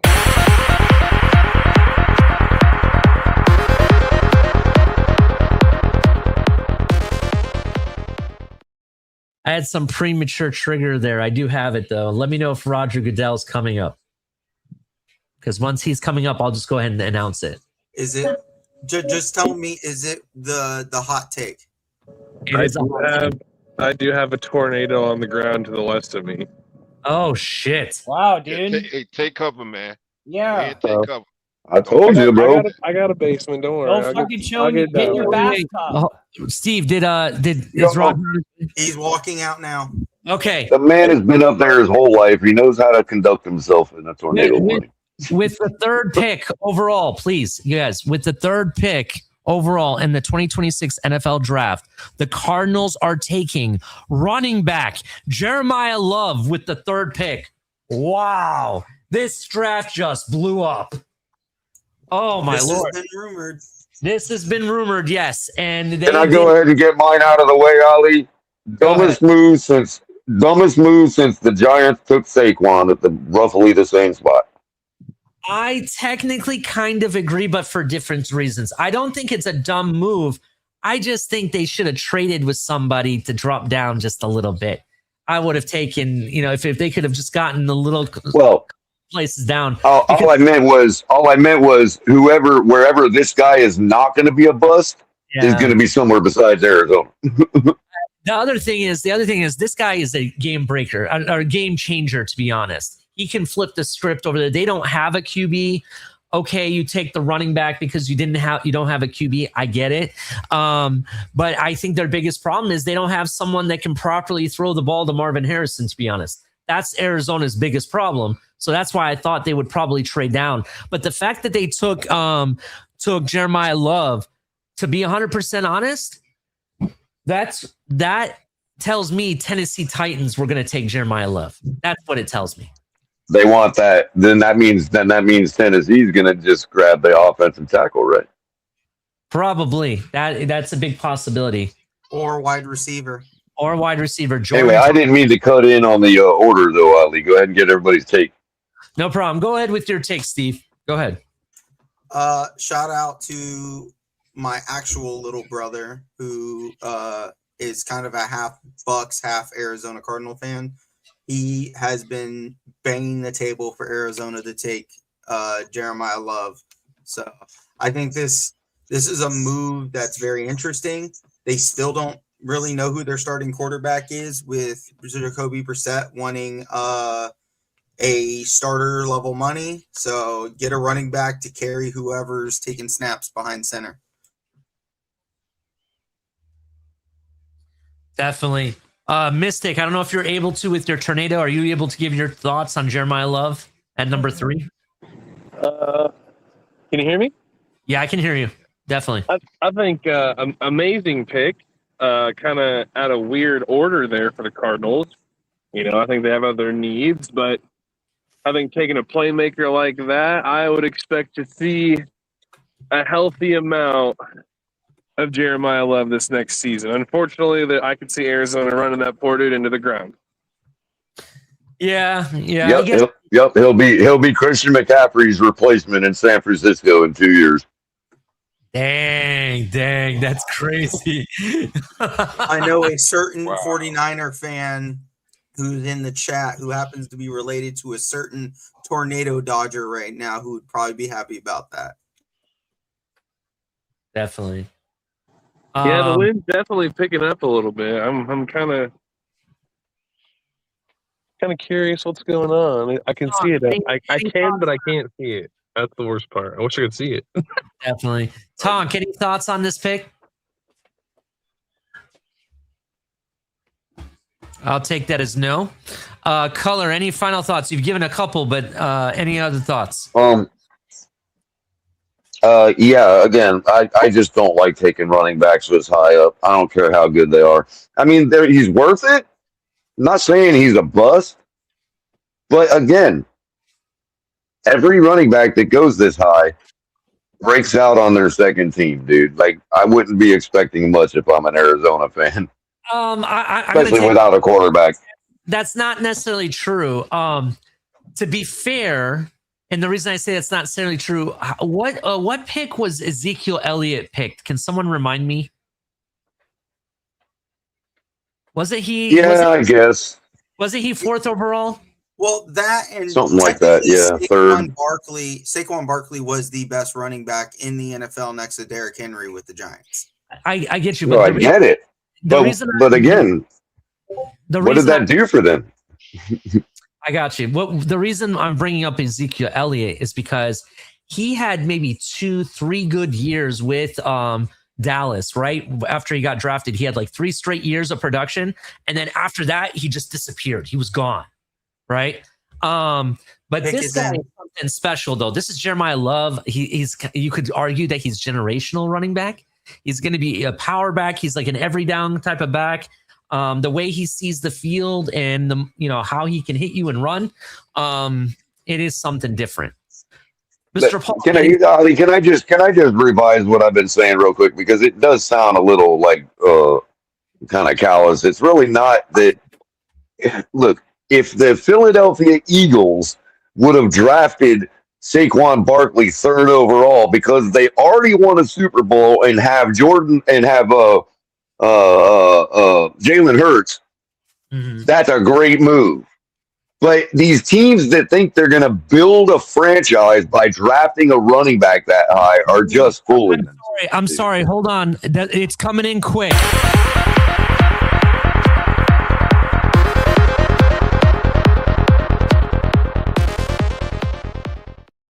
Roger Goodell is not, but this is too big. I have to mention this.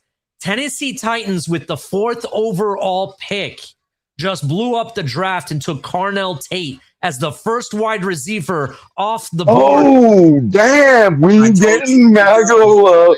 We're getting Malagoa. Holy shit. They just blew up the Commanders or Browns plans because I think Commanders or Browns were waiting for that man, to be honest. Holy Let's crap. get our last take on real quick on the pick 2, and then we can go into this. Yeah, or the 3rd pick. Go ahead with Mr. Paulk. Did you have any thoughts? Go ahead. From what I'm seeing with that pick, Yeah. he's a to me he's sort of a big version of A-Chain because he's good. He's a good runner.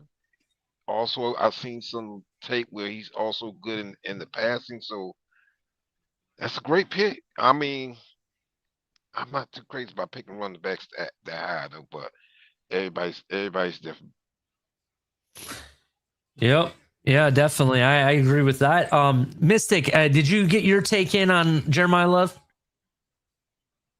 Yes, sir, I did. All right. Look, we are what? Actually, we're 2-2 now, to be honest. Yes. We're 50-50. Okay. All right. We'll see what happens the rest of this draft. But Carnell Tate at number 4 is massive.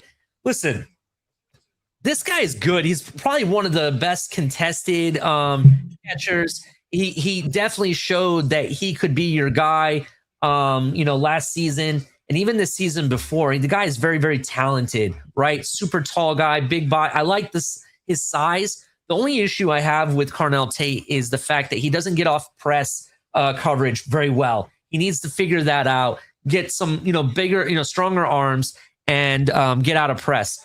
And if he can, then he's going to definitely be a good weapon for Tennessee. But to be 100% honest, I don't think this is the guy that Tennessee should have taken. And just not really a hot take, but Tennessee's quarterback was actually trying to get Miami's Ruben Bain. He actually said, "We're going to come get you." So that didn't happen. So I'm very surprised by this pick, to be honest. I think Tennessee should have tried to trade down and then pick Carnell Tate, if anything. What do you think, Steve? Go ahead. We talked about this quite a few times about Tate being overly hyped by the league itself. Yeah. I've spoken in enough about how overhyped I think he is. What they did get was somebody who can be a reliable pass catcher for a guy who had nobody. So we'll see where they go with the rest of their draft. But this definitely, we thought weapon, we thought wrong position at weapon. We were thinking running back. Running back didn't make it to him, so they take who the league viewed as the wide receiver 1 for this class. Yeah, which, to be honest, it's not my wide receiver 1. That would be Jordan Tyson. Jordan Tyson, to me, is the best overall wide receiver in this class. There's other guys I like. Carnell Tate's good. He's definitely deserving of a first-round pick, and I'll argue that he's definitely I would say he's borderline top 10, more of a top 15 pick. Whoa. Don't tell me. Is it already on the board? The trade? Oh, shit. Kansas City just traded up to 6. But there is the 5th overall pick is already in. Not even hot take. Malago is gone at 6. Yes, I agreed. Let's go ahead and put this in.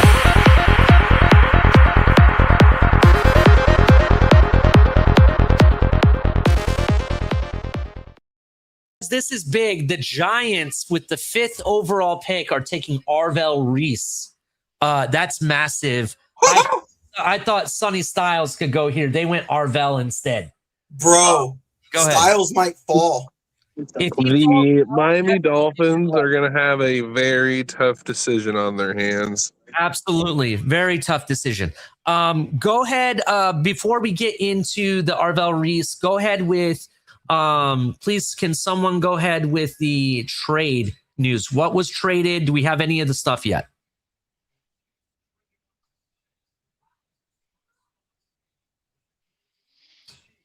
Bro, I wonder if Carnell Tate was All the right. Browns pick because they traded with the Chiefs. I wonder if that's what The happened. trade package is not out yet. Hold on, I'm searching. Okay, but let's go with Arvel Reese. Arvel Reese, super athlete, like freak athlete kind of guy. He's good all around. There's question is he a true edge? Is he really a guy that you can put out in coverage? What is he, off the ball, on the ball? Those are some questions about him. But arguably, the guy definitely brings pressure. He wraps up, goes after the quarterback. Inside, outside, doesn't matter. You can use him. He does a lot of things that can confuse defenses. That's why I really like Arvel Reese at edge. What do you think of Arvel Reese, Steve? Here you go. Browns trade pick 6 for Chiefs 9, 74, and 148. Shout out to my little brother. Okay, all right, thank you. Go ahead, Steve, with your thoughts on Arvel Reese to the Giants. We talked about Arvel Reese a lot. What are you going to do with him? Are you going to play him as a true interior linebacker? Or are you going to play him as an edge? I saw a lot of talk of teams who are looking at him as a Sam, which I think fits what he does very well. Gives him the ability to blitz off the edge, but also playing coverage with his 4.37 speed. Whatever. He's fast, big, and a very raw prospect from both middle or edge. He is going to be a very good player for somebody, and it's obviously for the Giants. Yeah, definitely. Some people thought safety here could be an option. I would say not even that, not even corner, because corner, I think they're pretty set. I won't be surprised if the first offensive lineman taken off the board is taken by the Giants, by the way. Francis Maianoa might go there because I have them taking the other offensive lineman at 10. With this news, this is all big, if not what I expected.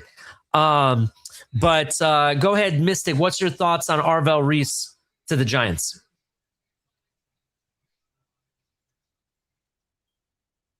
We might have lost Mystic because of the storm. I heard what he said. I was gonna actually echo his sentiment about this could actually forget Francis following.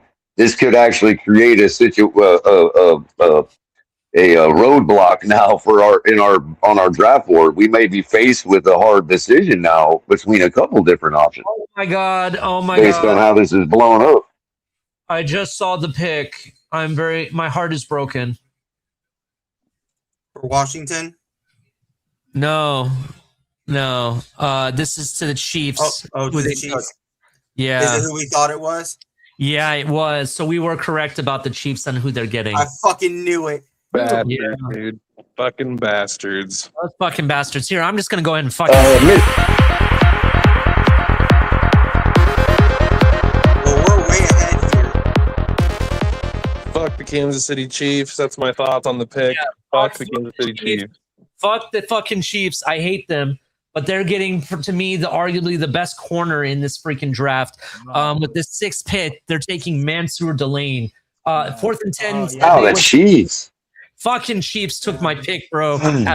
Oh, God, I'm so mad.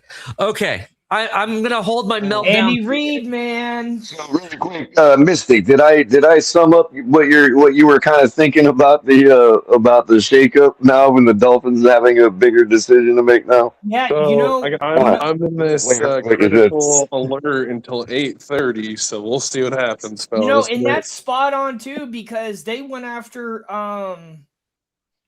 Tyrann Mathieu. Didn't they have him on a Super Bowl team? Yes, they did. You talking about the honey badger? Mateo, Tyler, yeah. So Ali, what you were saying, you were about to say about the offensive lineman for the Giants.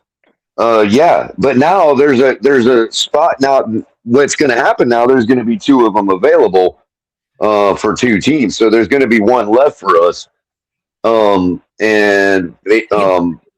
reason I say that is because our second pick our fallback pick was supposed to be Delane, or Fano. So it really is a matter of whoever the Giants don't take is who's going to be left for us to get. But hold Interesting on. nugget, real quick. Go ahead, Steve. Go ahead, because I have They announced him as an edge, does this mean that there's a trade for Kayvon Thibodeau in the works? Yeah, that's what I was about to say, because that makes sense. That was a need for them. I thought they needed a Mike more, but now that you mentioned that, I think Thibodeau does get traded.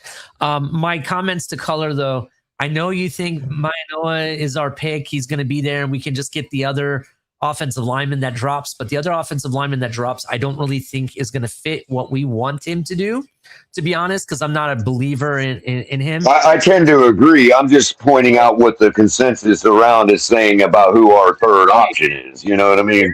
Second option is still on the board, and how funny it will. I will save it to when it happens, but how funny would it be if that man drops to us and he gets picked, and then I'm gonna look. I know a certain space that's gonna have a meltdown when Mystic starts it up. I know it's gonna be straight meltdown, to be honest, if that happens. Anyways, there's one other team that has offensive linemen on their draft need board, Ali, in the first round, and that's I thought it was the Jets, or the Raiders. No, I'm sorry, the Jets. There's one other team that's got that is showing that's who they're looking at Washington in the first round. Need an offensive lineman bad. Washington and the they need Giants. a receiver. Washington, Washington. That's who I was thinking of. Yeah, or I'm sorry, was it Cleveland? Yeah. No, it was Tennessee, and they've already picked. It was Tennessee. They've already picked. Yeah. But remember, Color, the consensus has been the run on offensive line will start at 10. So which is being confirmed by the fact that Tennessee, took Tate. Washington is picking now, or what? Or have they picked yet? I got breaking news. Breaking news, and this is being reported by Ari. You guys know who Ari is? Ari Marov, or however you say his name. Yes. Yeah. Cardinals running back. The new Cardinals running back Jeremiah Love will make $50.5 million fully guaranteed on his rookie contract, the most fully guaranteed money ever to a running back in NFL history. That's disgusting, man. That's absolutely disgusting. Well, that's the Good for rookie him. contract.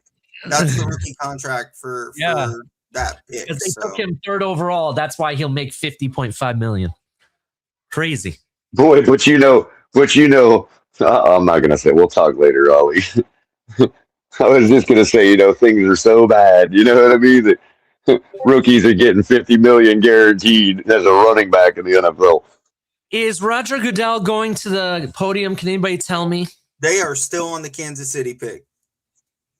How much time left on the clock, or is the pick in? No, they just now announced the trade from the Browns to the Kansas City Chiefs on mine.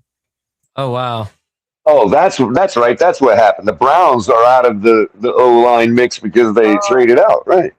Be prepared for more surprises. That's all I'm going to tell you. They moved back, so they are now in 3 picks, Color. Okay. They are picked 9. Which means they obviously thought they could still get one of the offensive line, one of them at that, before 10. I have the pick. Let me know if you guys want me to announce Not the to commander. give you guys another weather update, but it probably dropped 15 degrees here. It's cold outside, and this rain is freezing, and now it's cold. That's your signal to run right there, Mystic. Is that temperature? I got a tornado to the north of me and a tornado to the south of me on the ground right now, so we'll see. You in it tonight? You're in a proper outbreak, huh? Color, hold on. I need to be able to hear Steve. Go ahead, Steve. No, I was going to say they just announced the pick to Kansas City. We really didn't talk about Mansour Delane that much. Oh, yeah. They did. While we're waiting for the next pick. I just wanted to say, this kid can play man. He can play zone. His eyes are always on the quarterback. He understands route concepts from a wide receiver standpoint. This kid was the best corner in this class for a reason, though Jerron McCoy is right up there for me with him. Yeah. He doesn't have the injury concern that Jerron McCoy has with the knee and the ACL. So this kid is everything you want. Do not be surprised if they are talking about him like they did Tariq Woolen after his rookie year. Hey, Mystic, is Roger Goodell on walking up to the podium for you? He already announced Mansoor. Okay, he already. Well, I'm talking about for the next pick, for the next one. No, I'm watching Mansoor walk up and talk and do all that stuff. Okay, all right, because I have the next pick, and it was not who I thought they would take. So, because he was Hey, already Mystic, dead. if that shit keeps you up all night, man, let me know. I can run point for you on radar later if you need. Well, I guess the neighbor. My mom was telling me the neighbor was talking to us, and his brother's a meteorologist down the road, and that's how I figured out there was another tornado down south of us. Oh, well, yeah, he's sitting there looking at the screen, picking them out on the radar. Look, there's one, Mom. We got this crazy critical line that's getting ready. It's starting to hit us now, but it's some crazy stuff for sure. It's been a while since I felt a temperature change like that. Shout out I to figured there'd be a big red line on the map. Shout out to Shake Money.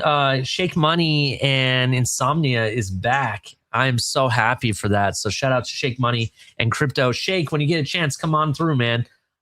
Make sure if someone could share the link with Shake, you can definitely come through. Who else is in here? Daniel Taylor, what's up, sir?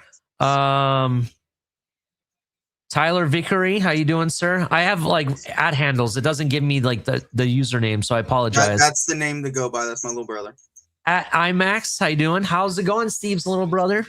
How you doing? IMAX is your little brother? No, not IMAX. No. Tyler Vickery. Oh, okay. I was going to say, IMAX has been around a while. There's 70 people watching. Make sure you hit the like button. If you're watching on X or somewhere else, or even on YouTube, come to the @4th and 10U YouTube channel. Follow us there. When we get to 100 followers, we are going to randomly pick 1 or 2 people, and we're going to have some good giveaways. One will be a hat of a college team of your choice, and the second is going to be one of Magic Mike's magic packs that are loaded with good cards. So, do I want one of Magic Mike's magic packs, bro? Like, I don't know. There was some good cards. We opened one live here on 4th and 10U on Game Time Grind, and it was really good cards. All right. As long as we define magic first, you know. Well, because he has something special, man. He's running a business, so I don't hate. That's what I was afraid of. I was precisely afraid of this something special. Definitely. So I looked over at the chat and I remember why I stopped looking at the chat. I'm sorry if I'm jumping ahead. I can't wait any longer. I have to announce these picks. The pick is in.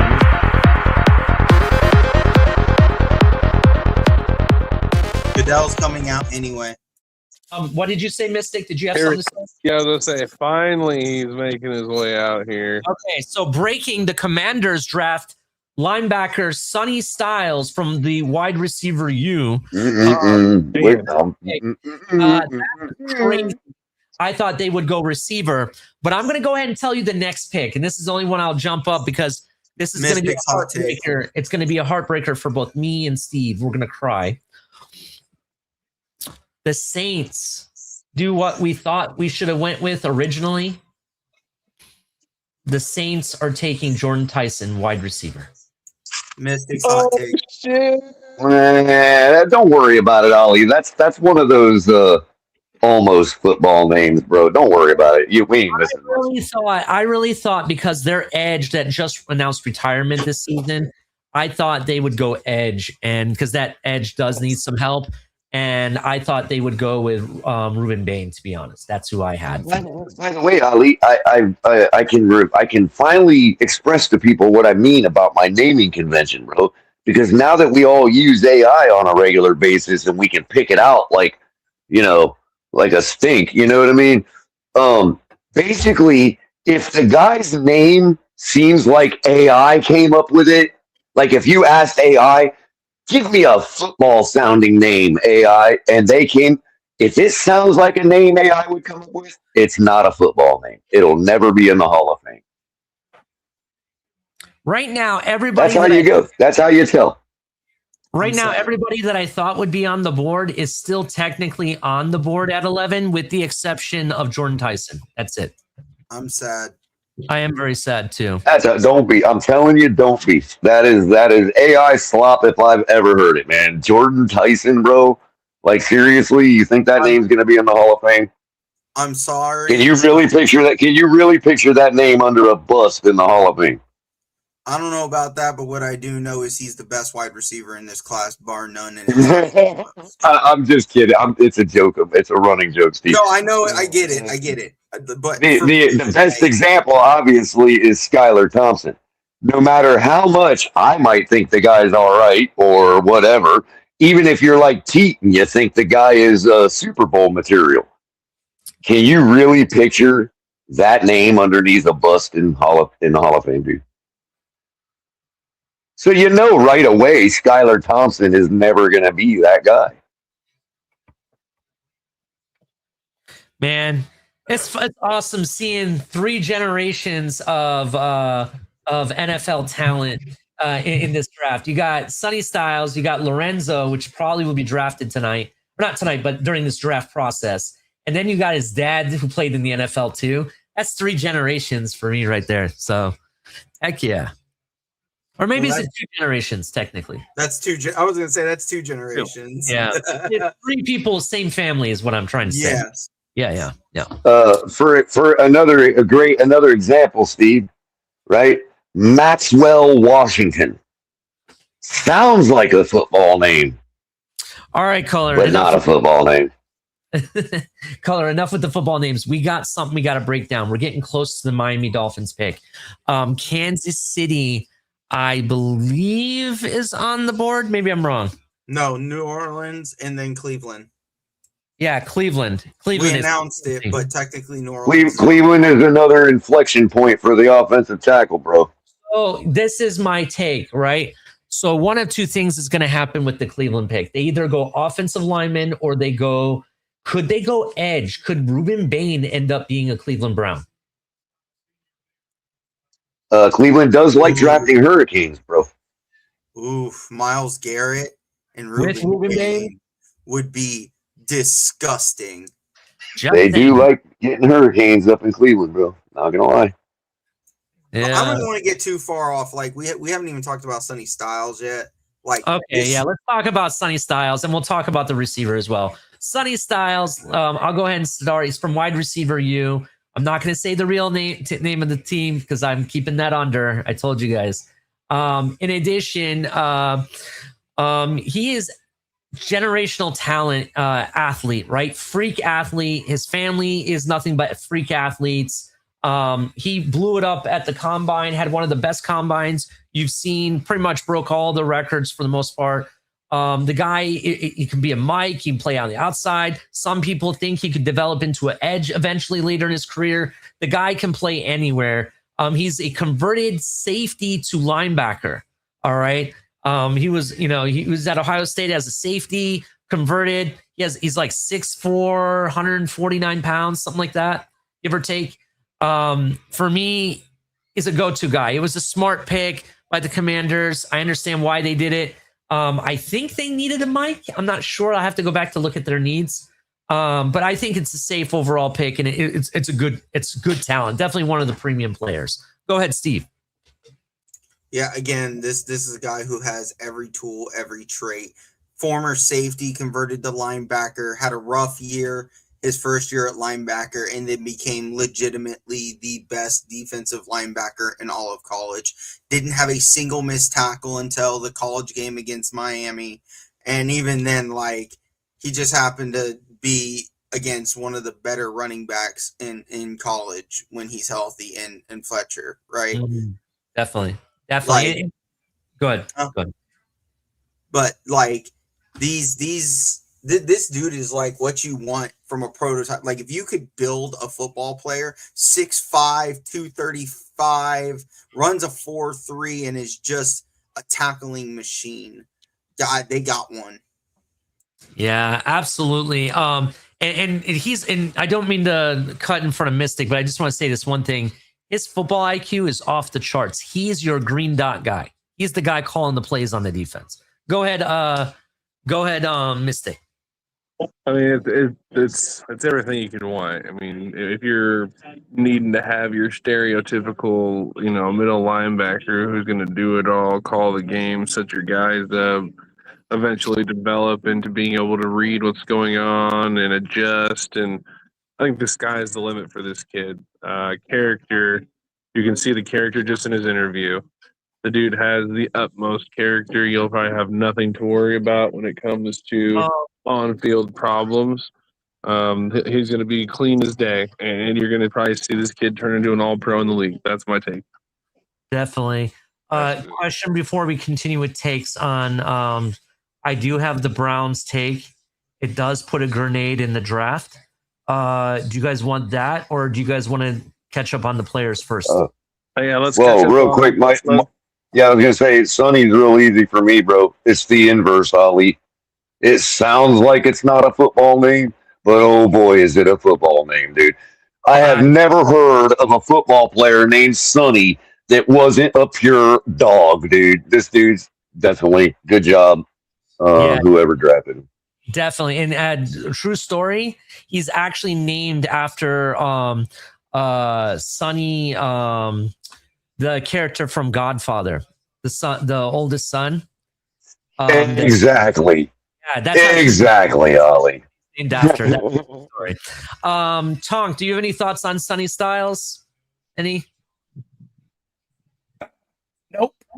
Okay. Mr. Paul, any thoughts on Sonny Styles? Man, with that speed that he has, he could probably drop back into pass coverages. Definitely he can. Definitely he can. Former safety, he absolutely can. He knows the what to do on safety too. So I really like the pick. Hold on, what position? Yeah, in wide receiver terms, Mr. Polk, he knows the route tree. He's linebacker for the Commanders. He's linebacker. What position did he used to play? Oh, my goodness. I used to play safety. He was a strong safety who switched to linebacker because he's 6'5", 235. And linebacker is a defensive position? Yes, it's in the middle of the defense. Yeah, it's pretty much safety and linebacker, especially strong safety. They're almost interchangeable these days.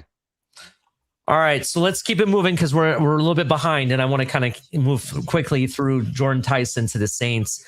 This makes sense. Chris Olave can't stay healthy. They needed another weapon. I get it. I thought they would address the edge position because I don't think they have their quarterback yet. Tyler Sugar, I'm not a believer of him. I think they're playing for next year's draft to get their quarterback. But if you think about it, next year's draft, if they can get their quarterback, they'll already have the best receiver they possibly could have gotten. Jordan Tyson, I think he's going to blow it up as a Saint. He's the best receiver in this entire draft. It makes sense. The guy, best contested catch, he's breakaway speed. And as Color says, the best hands in the game in college football when it comes to this draft. What do you think, Steve? Jordan Tyson. Well, just to be clear, we're not really behind like Roger Goodell just walked up to the podium. We're just behind Twitter. Oh, I got you. I thought we're behind like the picks. Sorry. No. He just announced Jordan Tyson. Yeah, he just announced it, but before the break, they announced that they're actually behind themselves because the Saints pick was in. They already know Cleveland's pick, and the Giants were on the clock or something. All right, go ahead with your thoughts, Steve. Go ahead. Jordan Tyson is the best wide receiver in this class if it wasn't for the catastrophic leg injuries, which I think they're completely linked. So once he gets healthy, I think he'll be just fine. I don't care about the stupid videos of people who don't like how he cuts. He's the best route runner. He's got the hands. He's faster than what anybody thinks he is. He's faster than he's a 4.4 guy. He's not a 4.5 guy. I don't care what anybody says. This dude reminds me so much of if Jamar Chase was a 4.4 runner. He's got the size, he's got the speed, he's got the route running, he's got the separation. He's consistent as you can get. The best receiver in this class. Definitely. Mystic, your thoughts. Jordan Tyson. My hot take was correct. I called Jordan Tyson being a top 10 pick, and here we are. It made a lot of sense. He's a top 10 talent. It was just, can he stay healthy? I think if the Saints are smart, they continue to let the kid go through the process and make sure he stays right, and they have a guy who will absolutely be the playmaker they need. Yeah. And let's say this year is really not their year. They can go into next year's draft that's loaded with QBs, and they have their star receivers already. You know what I mean? They don't have to worry about looking for weapons. They already you know what I was just thinking? Go ahead. I mean, I think regardless if Tom Brady was on the team or not, the Raiders as a owner, they would have picked Mendoza. But I can imagine Tom Brady is a little excited right now having Mendoza on the team and being able to work with him, and vice versa. So, Okay. About that. All right. Real quick, color thoughts on Jordan Tyson to the Saints. A little bit more of a football name than the last Tyson. But I think are we going to be, I mean, we're getting a little long in the tooth here with 2 Hurricanes still left on the board, bro. Yeah. Go ahead, Mr. Falk. What are your thoughts on Jordan Tyson? Prototype wide receiver at 6'2", and what have you. Yeah, I mean, and also too, I'm watching him on here before he came out. He actually broke down and cried, so I'm very happy for him. Mm-hmm. All right. I agree. I'm sad to see this guy go. I was kind of hoping he would be our fallback at 11-2, depending on what happens, but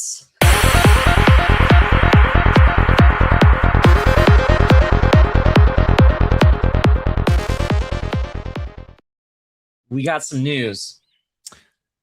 The Browns have drafted an offensive lineman. Wait a minute, was that a Bible he's holding?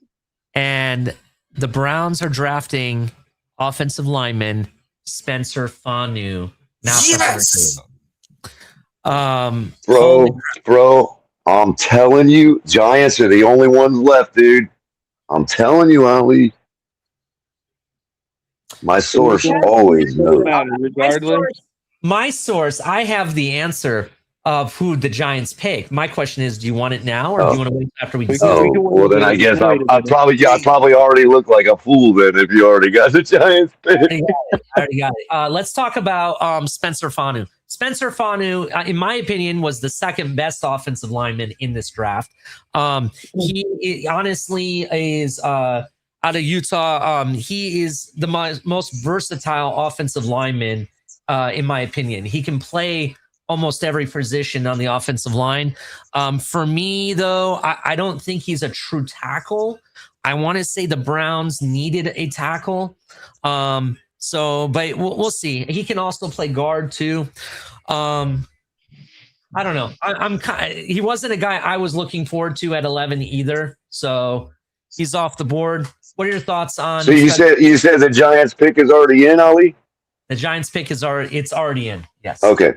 Never mind. All right. Go ahead. Next person. I just wanted to know that information from my team. Yeah, Roger Goodell's walking out now to call the Cleveland pick. So by the time we're done, it'll be ready for the Giants. Cleveland's being picked now. So, yeah, go ahead, Steve. Go ahead. So all the Browns fans can clip this. They took the 4th offensive lineman of all the offensive linemen in the first round. They could have went Vega. They could have went Francis. They could have went with his partner, Lemieux. They could have went with Dunkers, and they probably would have got a better player. This dude has inconsistent anchor. I don't know what the hell he's going to be. Is he going to be a guard? Is he going to be a tackle? I don't know. I love this pick because, God, I don't have to worry anymore about Miami taking this kid and fucking up their draft. Can I carry right off that? Thank the Lord that we don't have another damn Hawaiian guy all in his outfits and giving us PTSD watching him with his family and all this crap with his whatever. I'm sorry. Call me a hater. Call me whatever you want. Thanks for getting this guy off the board. This gives Miami an absolute steal of a pick at 11. Oh, Absolutely. So real quick, let's go through Tonk. What's your thoughts on Spencer Fanu to the Browns?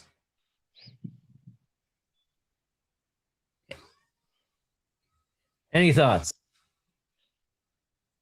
Before I bring this gentleman up who's in the back, don't come up yet, sir. I will announce you here in one moment. Just right after these takes. We're going to skip Tonk. Go ahead, Mr. Polk. Any thoughts on Spencer Fanu? Well, from what you guys are saying, I'm glad that he went to the Browns instead of us because, like I said, we want to get the best player for our team that fit our scheme. So Definitely. I wasn't a fan of this guy, so I'm glad he's off the board. Color, what are your thoughts? I kind of agree, not just because of all that, although with the whole what we've been through, I agree there too. But the guy was the second best, and the first best hasn't been taken yet. That's huge. That is huge. I agree. I think the Browns made a mistake. I think they made a mistake there. They should have taken the best. Announced their pick. The Giants announced it. And if the Giants don't do it right now, it's on. I'll make the pick first, and then we'll bring the person in the back up. I'll go ahead and do that right now.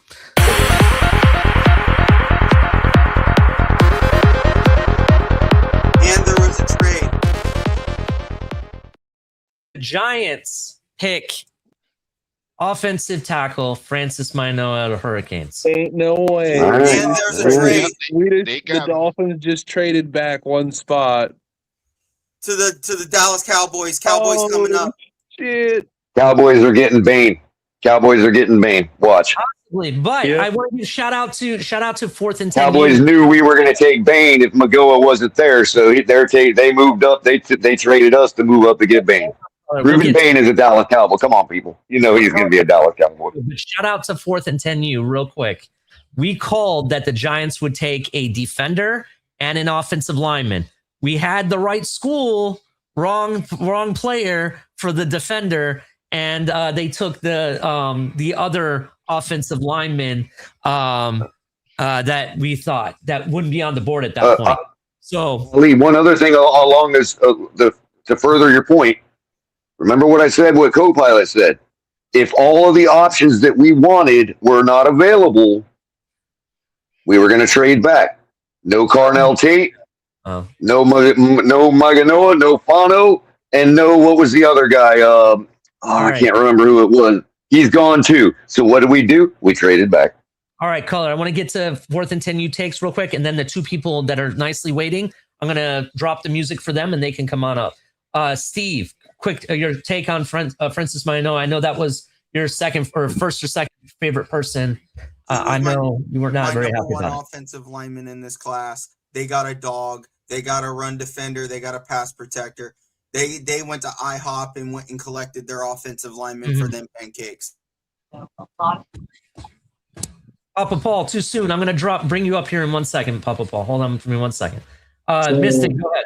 So John Harbaugh doing what John Harbaugh does. We talked about it. I thought it might have been Vega, but it was the tackle position. He felt that needed addressed on that offensive line, and he's going to take care. He just basically showed you he's going to take care of that franchise quarterback in Jackson Dart.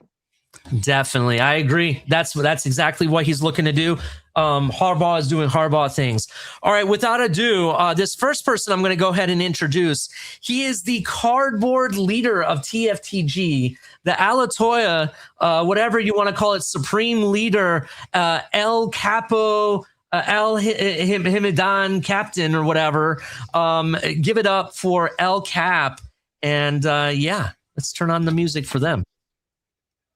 Miami got two fifth round picks. Sorry.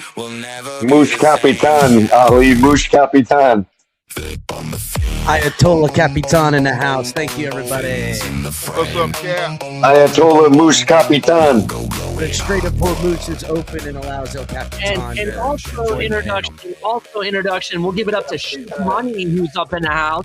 What else, Shake? Money to stage 2. Shake Money to stage 2. And then in addition, we got Papa Paul up in here. What is up from West Coast? What is up? What is going on? So we are on the clock, from what I understand. No, we're not. We traded. No, we traded. Cowboys tickets in. I'm waiting for Goodell to hit the damn stage. We might trade out again. Why do I feel like Miami just got fleeced to move up a spot? We got 2 fifths like that. Oh my God! I have the pick, and I'm gonna cry. Who is it? Just tell me. They took Caleb Downs. They took Caleb Downs. Yes, they did. Ooh, are we getting Ruben Bain, bro? Are we really going for edge? going to get Ruben Bain, picked up 2/5. Holy shit. Boy. Yo. We're gonna get T-Rex. Y'all can say what. 12. Oh man. Y'all can say whatever you want. He's a hurricane. If we get him, I don't give a damn what y'all say. I'm an instant fan. So fuck y'all. Vega. Go get me Vega right now. I want Vega podium. I'll be honest. Please. I'll be honest. I don't know if they go edge. Look at how much edge we have right now. Yeah. On the roster. Yeah, but we don't have edge. We don't look. The guy's from the guy is Green Bay. The guy has Green Bay pedigree, bro. What is Green Bay has used guys like Reggie White and guys like that at edge, bro. Yeah, but let's not compare Ruben Bain to Reggie White now. Let's not fucking do that. Yeah, they. I'm not. What I'm saying is they're going to go for the best on board at edge if they're going to get an edge. Yeah, that's all I'm saying. But they also took Lucas Van Ness. Okay, let's talk about Caleb Downs real quick, and then I want to break down the trade with Miami because I want to see if you guys think this was a good deal or not. Caleb Downs, in my opinion, generational athlete when it comes to his position. I think he is a game wrecker. He can, play at man, zone, strong safety, in the box, outside the box. I think he does it all. I think Dallas got a hell of a one. I honestly think Dallas originally wanted corner, but their corner flew off the board, and they took and then they maybe thought Sonny Styles, right? And they were like, okay, I want to get the other wide receiver because I'm not saying that team's name as much to prove Michael K wrong. But I honestly think that's why Dallas went and got this guy. To me, this guy was the best safety in the game in the draft. Overall, I would have taken him at 11. I'm sad. I get what you think it's the right move to trade back, but I don't know. I would still like this pick. In addition, I kind of wish we could have had an option of him being on the board, to be honest. Just having the option to see what happens. Go ahead, Steve. I'm gonna go down the rows here. I want 4th and 10 you to go first, and then we're gonna go to El Cap, and then we're gonna go through each row here. So go ahead, Steve. What do you think about Caleb Downs? Well, I love Caleb Downs. I think we will be talking about him 5 years from now as one of the best safeties in the entire league. I think people just have prospect fatigue, and that's why they don't like him. They have this idea that he's not a producer. He doesn't create turnovers. The dude was an impact player. He was voted the impact player of the entire college sports in 2025. This dude is going to be really good in the NFL. Dallas, man, I did not think safety for them, but it makes sense, I guess. Good for them. Just on the trade, we fell back one spot. I think I think Dallas underpaid for that spot, but for us and what we need, 2 more 5th round picks is very good for the amount of spots we need to fill. Definitely. Mystic, go ahead with your take. I'm sorry, I'm listening to Tornado Sirens right now. Where are we? Are we at the Caleb Downs situation, right? Go ahead and give me your take on Caleb Downs, please. He's a great prospect. He's a great player, but he's a Dallas Cowboy, so he can fuck off. Damn. Go ahead, El Cap. You're next. Yeah, I did not want Caleb Downs. I know there's a lot of people that wanted him. I'm glad he fell to us. I literally said earlier today in a space that if he's there, we should trade back, and that's exactly what we did. Obviously, when they talked to the Cowboys, they made them aware of who they were taking, and whoever the Dolphins wanted at 11 is there at 12, and that's why they were able to make that trade. I get it, 2 5ths, If you really wanted Caleb Downs, you're upset. But I didn't, and I think it's a smart play. Gather up them picks. Definitely. I think it's a good deal, too. When we're talking about the deal, I agree with you. Color, what are your thoughts on Caleb Downs to Dallas? I think that the fact that they didn't take that they took Caleb Downs, I mean, his position, right? He's the best, at his position. So, I mean, they, you know how Dallas is with their secondary and their defense. I honestly thought they would take Ruben Bain for the same reason. I gotta. You know what I mean? Because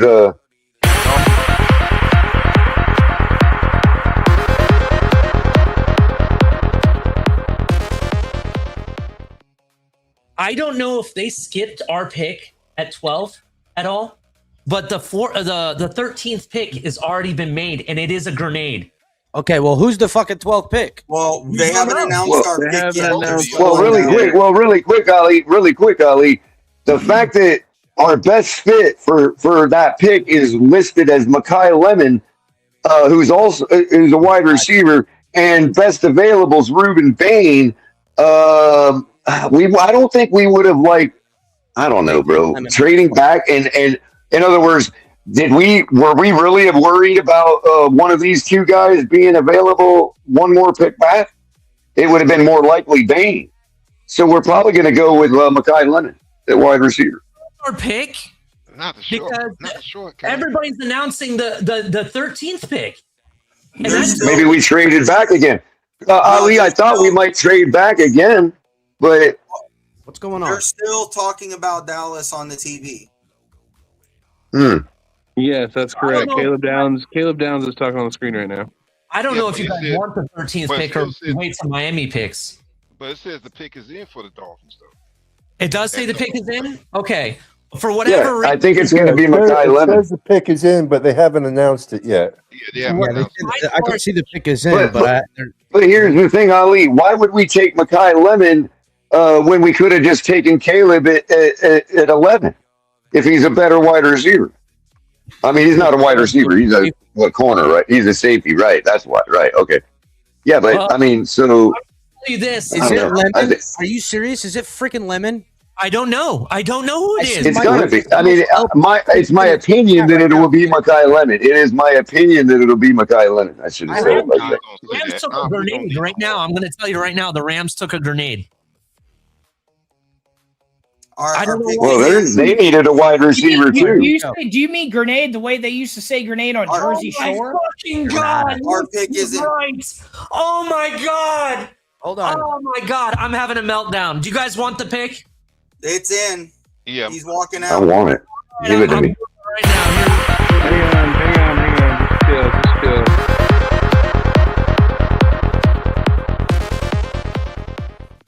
You fucking kidding me? The Dolphins took offensive lineman from Alabama, Caden Proctor. What the fuck? Wow. What are you doing?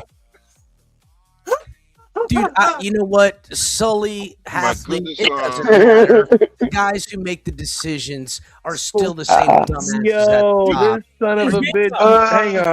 Hang on. Why don't you guys like that? Hang on. I'm on the phone talking to Niner at the same time, and this motherfucker 7 minutes ago says, watch Caden Proctor to South Beach, and then it's fucking announced. Yeah. He cursed us. Yeah, This is your fault, Mystic. This You is your guys need to player. understand. Here, let me just break it down for you. I don't give a fuck how amazing this guy looks. I don't care how amazing and a mountain of a man and an athlete he is. He has fucking mental problems. If he is not, let's see, busy and has his nose into football, he gets bored and he needs things to do, and I don't like football all the time. This is a guy that they just fucking reached. This fucking organization has not changed at all. Not changed at all. This, to be honest, was a reach because, to be honest, he's not even the best offensive lineman on the board right now. It's Vega. No. If Vega should have been the pick. Vega would have been a better pick. You're absolutely 100%. Right. Vega's I'm sorry. I need to crash out right now. Bro, I'll call you back. Go ahead. I'll be back. I'll be back. Crash out right now. I'm sorry. Everybody understands who I am, and I'm an Iowa football guy. Hang on. I'm an Iowa football guy through and through.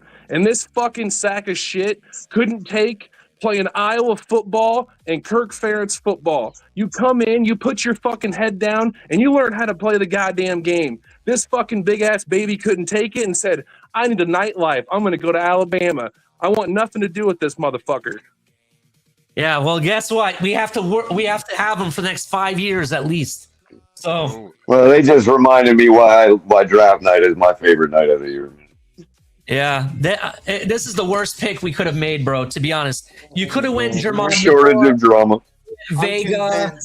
I'm convinced we're taking fucking the edge. What's his fucking face? Mesidor? Keldrick Falk. We're taking Keldrick Falk at 30. Mesidor won't be there for us, Ali. They're gonna fuck this whole draft up. They're gonna fuck the whole thing up. Yeah, Our next pick's gonna be Kenyon Sadiq, dude. Watch. Tight end. I'm changing my name to Fire Soul. No, you know what they're gonna take? They're gonna take with their second first rounder, Ty fucking Simpson, to be just as dumb as fucking ever. That's what they're gonna do. No. It's gonna be Monroe Freeling, offensive tackle from Georgia. That's who it's gonna be. Dude, Pair him up with the Alabama guy. We're so cooked. Yeah, we are. Just talk about the Rams pick. Everybody. What about this guy? Hold on. What about this guy they got on the board? His name is another player. Let me guess. Vega went to the Rams. Hold on, color. First of all, from West Coast Dolphin fans, welcome Russell. Russell, welcome to the show. Number one, I want to know, how do you feel about Proctor? I was like shocked. I thought maybe at 11 when probably was going to end up with Ruben Bain or Downs, but you know. At least I would have rather taken Ruben Bain than Proctor, to be honest. Yep. I mean, Proctor's good, but man, I don't know. Vega was on the board, though. Ali, real quick, if I may, this is an obvious panic pick by the Miami Dolphins. Rookie GM, rookie head coach in the NFL. The two tackles got taken off the board that they with wanted. Stars in his eyes. Rather than taking the third tackle in a row, they call up the fucking Cowboys, let them come up and take Downs out of their because everyone would have been pounding the table for Downs, and they're gonna go, well, we got the third maybe. So this is a obvious panic pick. Oh no, we're not gonna get a good tackle now. Like we fucking need a tackle. We need everything, and you didn't take BPA. The Dolphins made a pansy pick like they always do. All right, I'm going to go ahead and give you the grenade. Austin Jackson 2.0. Book it. Real quick before we go too far, Ollie, remember we talked about it on the show. As much as we did not like him for our personal reasons, Caden Proctor was being talked about as a top 10 pick for a lot of the league. A lot of people did actually have that. I just didn't. He wasn't one of my top. This is the grenade in the draft. This just blew up Jets world. The Rams draft quarterback Ty Simpson. Oh, that is thank God, because I could have seen the Dolphins taking him with their second first rounder. That blows up the Jets' plan at QB. I even had Ty Simpson maybe going to the Steelers if he doesn't go at pick 16. So, look, Ty Simpson is talented, but I think under more developed defenses that can go after him very easily, they're going to be able to eat him alive. That's the thing. I think he beats the teams he should beat, but the bigger and badder teams, he just can't play with them. That's my thoughts. Well, I'd much rather have his offensive lineman than him. So I guess we're not doing too bad. I mean, we needed tackle. We did need tackle, to be fair. Hey, I don't mean to interrupt you guys. I honestly think, I think one of the guys on the panel said, we did a panic pick. I mean, I would have preferred Downs. Obviously, he was there. Bain was there. We didn't get either one of them. And then we take Proctor. I would have rather had the guy from Penn State, the God.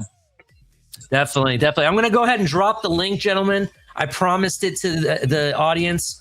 So I'm going to drop the link. They can come up and speak their piece. I am going to be throwing people back in the back.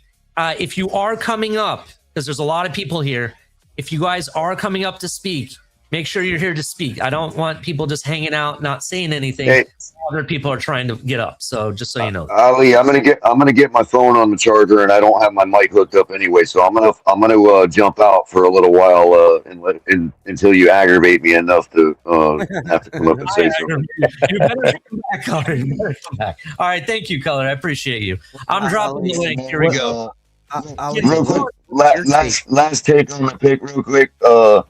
We just look. It is what it is. We do this every single time. And somebody has said, oh, it was Steve, I think, that said, we are, let's look at the bright side. So and so, a bunch of people had him at top 10 pick.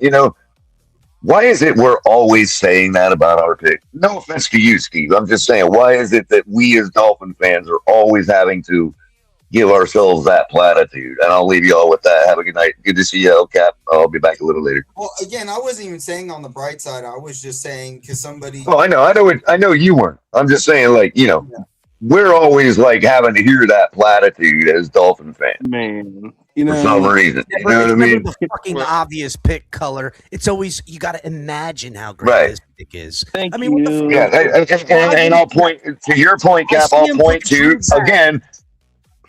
Tyreek Stevenson, bro, is exactly who you're talking about. I'm out. Oh my god. Yes. I can't. Dolphins outthink themselves. They see back-to-back tackles get drafted, and they fucking panic. My thing is if that's who they had as the number one on their board, talent evaluation wise, or at that point, we're fucked. Vega was clearly the better option there. No doubt. No wonder they traded back because they knew they're still gonna have Proctor. You fools. Well, can I ask this question? Is there any way he can be coached up to being a better player? Since everybody can be coached up to play better, but the Rams pick was officially announced. The first round, especially on the Dolphins currently, how they sit roster-wise, you swing for the fences, boy. You swing for it all. You got nothing to lose. It's a mulligan here. The Dolphins had Vega. I'm going to keep going and saying it. Vega. Even if they picked Vega, I wouldn't have been as pissed as I am now, Ali. But even Vega is not the right freaking pick. You take the BPA. All right, I got to say this real quick. 4th and 10, you had called it. Vega to the Ravens. It happened. All right. He's a Baltimore Raven. Well, Ali, I tried to tell you a couple days ago on your draft show what was going to happen.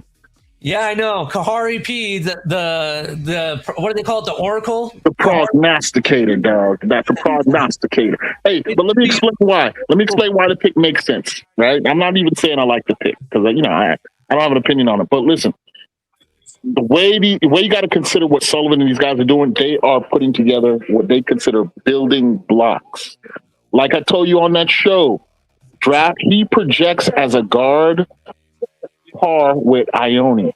As a guard, he hasn't played that position, granted. I get it, right?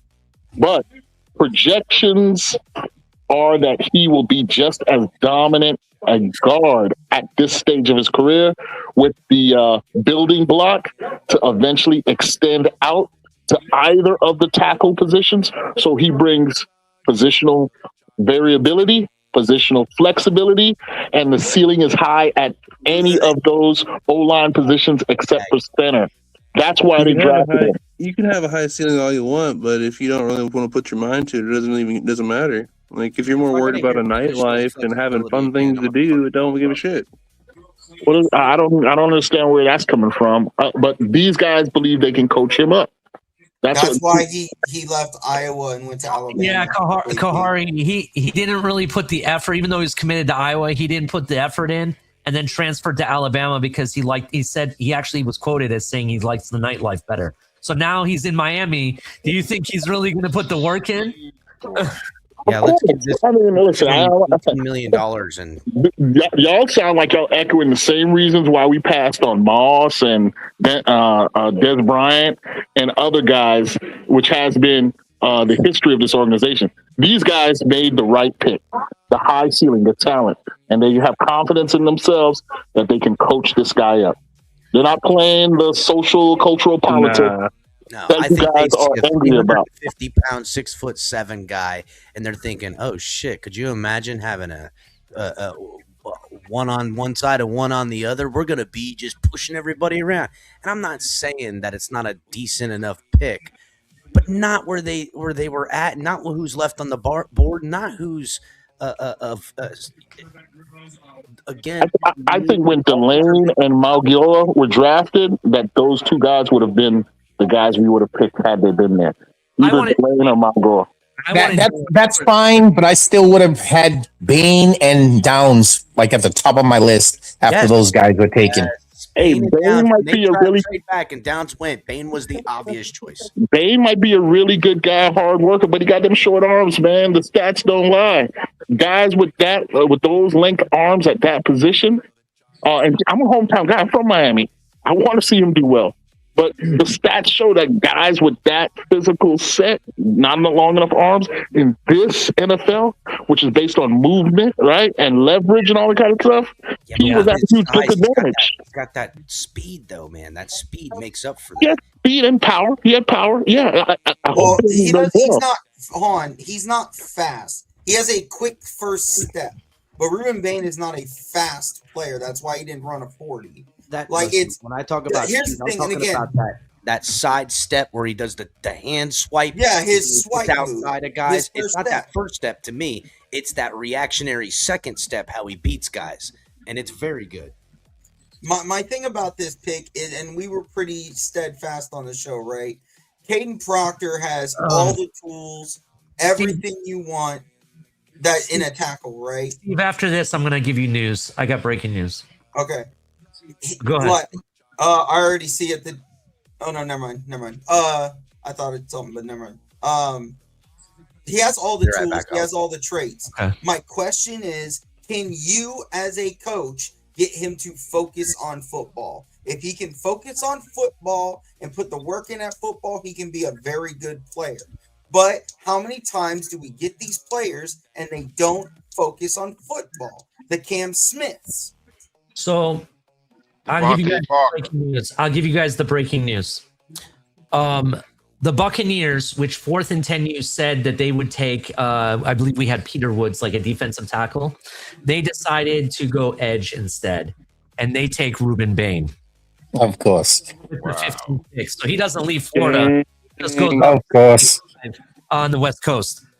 Just so you know that. Yeah, we have to see Ruben Bain in the same state now when we play the Buccaneers. My little brother just called that too. Yeah. I'm actually kind of surprised, to be honest. But look, I would like I said before, Vega obviously would be my choice for the Miami Dolphins, right? At that point. I thought that's who we were going with. Caden Proctor, I have him a project going later in this draft, first round. Yes. But Ruben Bain was still on the board. We do kind of need an edge. I would have rather had Ruben Bain than Caden Proctor. I know what you're saying, Kahari. Like, we're building blocks. I get that. I respect it. I just think there was better talent on the board still before you take a Caden Proctor. I would have found someone else to trade down with. Well, again, Ali, I'm focusing on that word you just used, talent. I don't think Ione's talent is superior than Proctor. Proctor has the talent. I think Steve just said it best. There are questions, right? Like you guys said about his attitude and hard work ethic, right? Those are legit, right? But this is a pick from a coaching staff, again, that is confident that they can get that out of him. Plus, he's got his talent profile is actually superior to Ione. I agree with you. Ione would have been more ready to play a guard position right now, right? But the ceiling is higher for this guy. That's just what it is, man. You know, too, that we're forgetting. Austin Jackson can play God, so they can bump him to right tackle. And he's a monster. He's a monster. I hate to even say anything good about the guy because it's just I have such a question about his mental aspect of things. But I mean, again, this guy does come from fucking a city that's 20 minutes from me. He comes from Pleasant Hill, Iowa. He was I believe one of the first 5-star recruits by Iowa here in probably the last so many years. Like, the dude's upside was supposed to be everything in that, everything and more. Like, he's a mountain of a man. He has that crazy first, from what I remember, a crazy first punch if he gets close to you. Like, he has the capability of being everything you want. Just, again, can you get him to focus on doing that? Like, people need to understand where I'm coming from. I'm not giving you oh my goodness, it's Iowa football. It's some of the best trench play in the National Football League comes from the Iowa Hawkeyes and Kirk Ferentz. And if you can't put yourself through that and you need more something, I have questions. Hey, Alabama also has that legacy. And this guy, this is the last thing I'm going to say, but this guy, if you look at that guy in San Francisco, that sure first ballot Hall of Fame guy, I think those two guys are very comparable. And that guy is actually a couple inches shorter than this guy. So a lot of people wanted that guy to land over there to learn from that guy. So, you know. What I want to tell you guys. That guy in Frisco is not the nicest guy either. You know what I'm saying? So, no, Trent Williams is not. So let me guys ask you this quick question. Just joking aside, Steve or Mystic, because we had Caleb Downs at 11, were we right or were we wrong? I would have taken Caleb Downs at 11. I mean, we were right. We predicted him to go at 11. We didn't have trades, right? Yeah, we didn't have trades, to be honest. Listen, I get what you're saying about the potential, Kahari. I don't disagree, but I'm in a position that we have a brand new organization. You have Sully and a rookie head coach, rookie GMs. They don't have the capital to play off of potential. They need safe, sure thing. And for me, that's Vega. And if you think that Vega is not a baller or a dog, I'm sorry. Go watch the tape. That man is a mauler in the middle. We have the biggest question mark because we decided to trade up to get Jonas Savanaya and give him a freaking all-guaranteed contract. And he was the worst, not just a mid-tier guard in the league last year, the worst rated guard ever in the NFL was Jonas Savanaya, or however you say his fucking last name, right? Because that is the biggest need we had. If you weren't going to go secondary, you go O-line, and it wasn't tackle, because if you really look at the tape, when freaking, hold on, let me finish.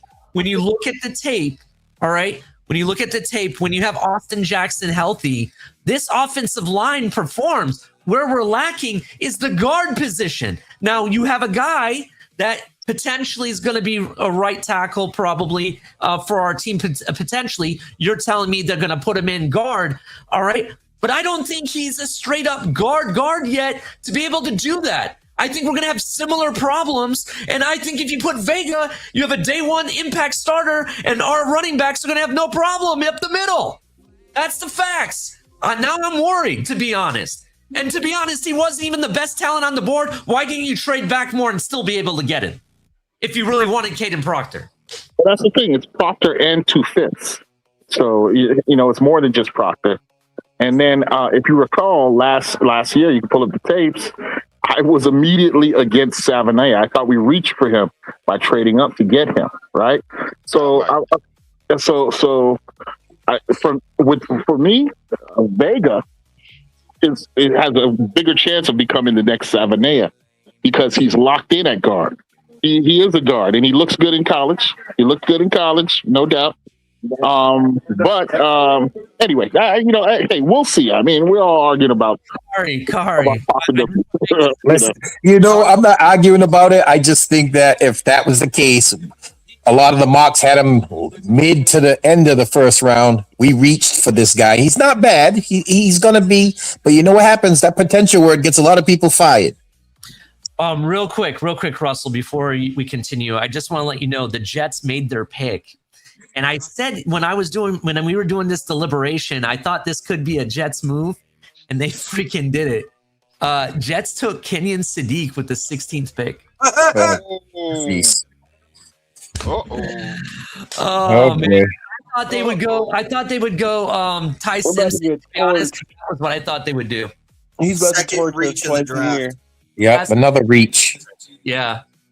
No, that man's gonna torch us twice a year. That's all I know. Yeah, guys, first round is where year after year, teams reach for talent with the belief that they can coach up the talent. And you're right, that can get guys fired. That often does get coaches and GMs removed.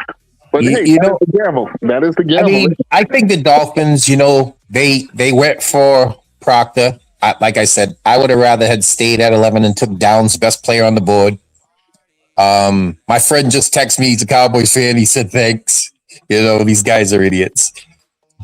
Real. Proctor's a mountain of a man. Yeah. But for him, where we're lacking is at guard, and he's a tackle.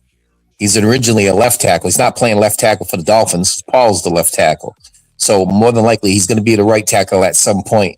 If they're going to put him at guard, left guard, right guard, wherever, he's going to have a learning curve. Now, this is a wash season anyway, but I still think it was a reach.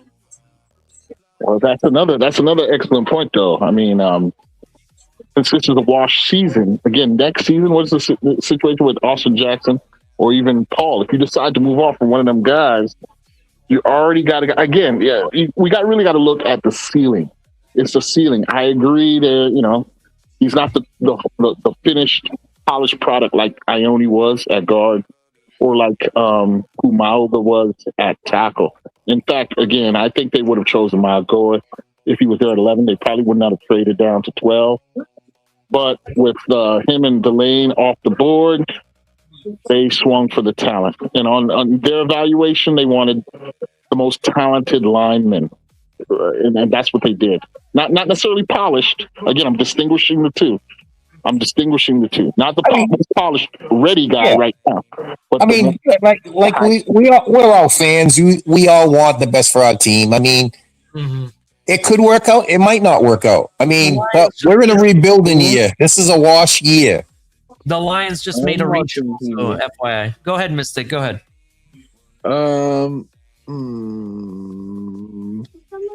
I actually lost my thought process because my kid just got. I'm sorry, brother. I didn't mean to cut you off. No, it wasn't you. My kid came up and sidetracked me.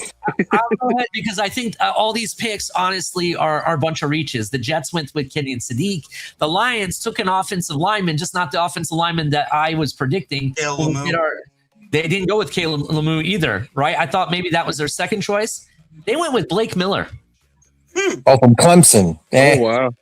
He does have a lot of. I mean, that right tackle position for him. That dude, he was an absolute stud at right tackle. We're talking about an Iron Man probably in the league.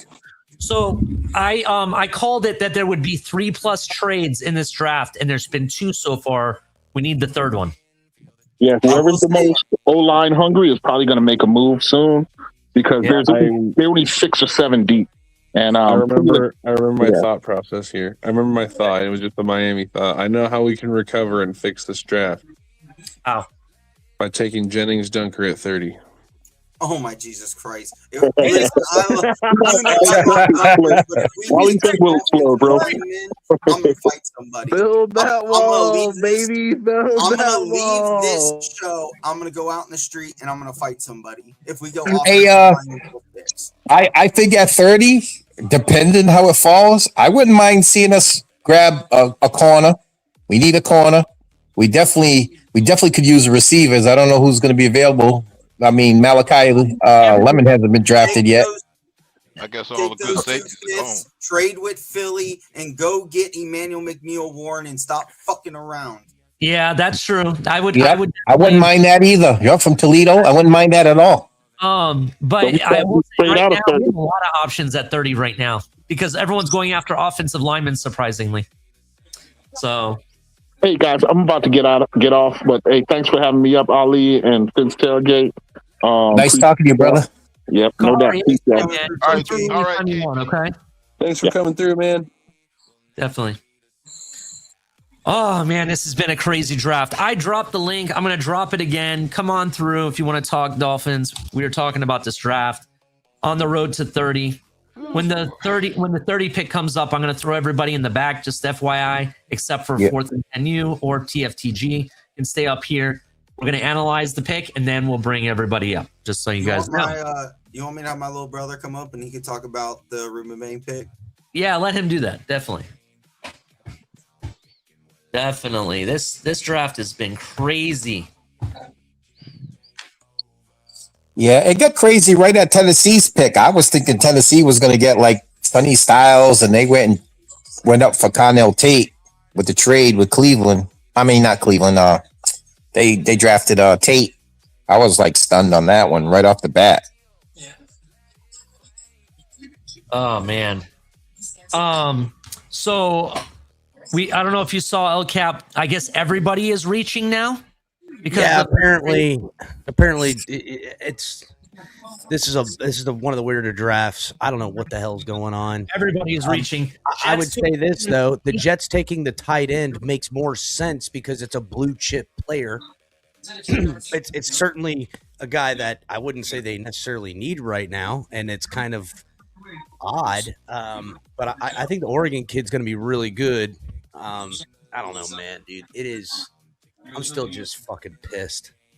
Yeah, if you want to hear the heartbreaking thing about this, and you kind of said it earlier, tell me this wasn't a Chris Greer pick. I literally just said, I don't understand why we got a new GM. Like, what were we doing? This is that is Chris Greer's pick. That is Chris Greer's pick. Did you guys hear what Mel Kiper said about this pick? He said you're getting enormous talent, right? And this guy should be a Pro Bowler with all the talent that he has. It's an abundance of talent. He should be a Pro Bowler. However, you're basically getting a guy with a bunch of talent, but has been an underachiever. Who was that tackle that had a lot of talent? I want to say he was from Alabama, and he got drafted and decided he wanted to be a rapper instead. It was just like 2 years ago. Yeah, he was with. He got drafted by Tennessee. Yeah, and he's out the league already.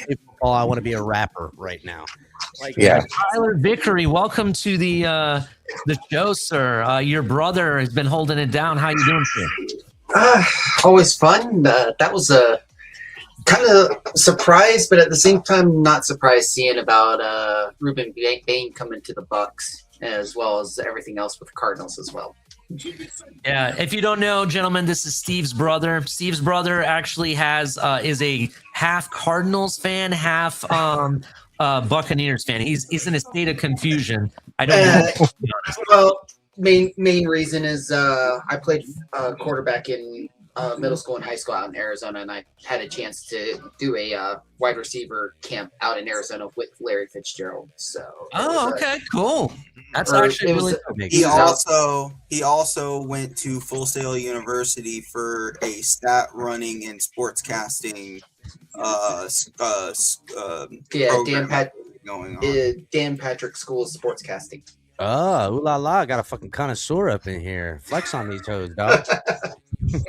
Why didn't you invite him to the show before, Steve? I said we were. No, I remember I did bring it up, but we had talked about maybe something little bit later once we got settled on the show. I did bring him up. I expect him every Tuesday. Be prepared. All right. Well, good to Yo, know. what up, Cap? Long time no see. What up? Yeah, honestly though, with Ruben Bain, it was before they announced it. I was thinking at first, Bucks is kind of going through. I feel like a midlife crisis because we've lost Mike Evans, which is understandable because Mike Evans has not been happy with the coach that we have out there. There was a lot of stuff behind the scenes. Yeah. I don't know how long we've got with Godwin either. I feel like right now we're kind of in a midlife crisis where Bucks need to find younger players, find people they can develop, and try to get a run. Because I don't even think Baker Mayfield's going to be around for another 2 years. And we got rid of Trask. We don't really have. I'm trying to look up at our depth chart, but we don't have anyone to really save ourselves. Yeah, Jake Browning is our backup behind Baker. I like Jake Browning, though. I like him as a backup, to be honest. So he's okay, but you don't have the next guy coming. I get you. I honestly think people underrate Baker Mayfield and what he does. I think your biggest issue on your team is just staying healthy. That's the biggest issue. You need your receivers specifically, because at one point, all you had was Emeka Egbuka, who I love, but at the same time, he's just not – he can't do everything all by himself, is basically what I'm trying to say. real quick, I have to give 4th and 10 credit where we can, right? The Vikings just took their pick. I was correct. It was not a safety, as I called. Nope. It was a defensive lineman, a defensive tackle, Caleb Banks out of Florida. And that's not a the one we thought it was. And in my opinion, that's an early pickup by Caleb. I was expecting Caleb to go. I know Steve's going to be following me. I was thinking Eagles. I know Eagles are looking at possibly trying to get another offensive lineman because of their O-line is getting up there in age. Mm-hmm. I was expecting Eagles to pick up. We had Chicago's who we had Caleb Banks going to. And that's a big decision there, kind of a reach for me. But speaking of 30, gentlemen, for the Dolphin fans, that means that both Peter Woods and Lee Hunter are still on the board. Do you pick up a defensive tackle at 30? No, they just got Kenneth Grant last year, though. I will literally fly to Mystic and fight Mystic. Like, I will fight Mystic if we take a defensive tackle. We will screen it, and we will get more out of that than taking another defensive tackle. They just no, you mean offensive lineman? Because I said guard. Go for the full sweep and take D tackle. Fuck Yeah. it, go full Miami Dolphins. Yo, go Cap. full Chris Greer right now. Fuck him. Yo, I finished reading the Bible, dude. Oh, word. I read the whole Bible, and dude, I'm on chapter. I think I'm on chapter 40 of the Quran. The Quran is interesting. Why the hell are you reading the Quran? Whatever. I've read the. Why I've read a lot not? of the Quran. I'm Muslim. Why not read the Quran? I'm telling you what, it's a good follow up to the Bible. I think it's a really good follow up to the Bible. very to know where you interesting stand. read. Where you Listen, stand. I'll explain something to you guys because a lot of you are misinformed with the Quran. The Quran is the last in the seal of prophets. It's not, right. It's not saying that Jesus didn't exist. His name is Esa in the Holy Quran. Everybody that's in the Holy Bible is in the Holy Quran. Just their names are different. Their contributions are still the same. You got Moses, his name is Musa. Mary's Miriam, Jacob, all of the same people. Musa is Moses. The only difference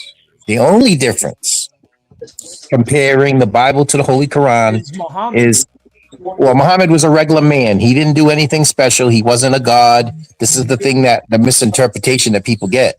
The Prophet Muhammad did nothing special. He didn't do anything that Jesus did. All he said was there was one true and living God. He never said, follow this one, that one. So you don't believe he ascended to heaven from the Dome of the Rock? No. This is you got to remember. I'm not going to get into a religious battle because we're talking football. I'll say this: in Islam, it's the submission to one God. Doesn't mean Christians are wrong. Doesn't mean Hindus are wrong. Everybody's interpretation may be wrong. Yeah, that's all I'm saying. All right, I respect all of you brothers. On the religious talk, because I could really talk to you about. I would say this, Russell. Look at who they think their Talk about it Messiah at a would be. different time. Let's go to college football, please, or NFL draft, please. So what I want to say is that this draft has been probably one of the wildest drafts I've seen. Based on picks that I'm seeing maybe right positions that kind of predicted, but different players. People, it's really wild how people are reaching. So yeah, I haven't seen a draft like this since. Hey, I expect pick 30. The Dolphins draft the kicker. Just giving an update. I just seen a thing pop up on Twitter. Eagles have traded with the Cowboys to secure 20th pick. Well, we'll see once it becomes the official. Eagles are trading up with the Cowboys. Oh my God, they are. Also, Monroe feeling in a divisional rival like that with a trade is wild as fuck. Yeah, I'm keeping an eye just out for it. real quick, 4th and 10, you got it right again, except it was a different player, but the right position. The Panthers actually went ahead and drafted offensive lineman Monroe Feeling. We had when is our next pick? To the Panthers, to be honest. That's who we 30. We had pick 30. So just real quick, this was my number 2 tackle in the entire draft. I don't give a fuck about what everybody else was talking about. I've been talking about Monroe Freeling for months. This kid is better than who we got. And this is who I wanted us to take if Maligoa was not on the board if we were taking the tackle. Okay. Also, Schefter just posted about the trade. So Eagles are received 20th pick. Dallas receives the 23rd pick, the 114, which I believe is the 3rd round, and pick number 137, which I believe is the 4th round. Philly's coming up to get the safety. What? Do we get another pick in this round? Their biggest division rival. That. Yeah. Or is 30 in this current round? Yes, Yeah, 30 is the last round. Yes. And then we got 1 second. I think we got 1 second round. We got 4 third rounds. It's the third. Oh, we have 4 third. Okay. Yeah, we got 4 And we third have rounds. we have 4 fifth round picks now, I believe, too.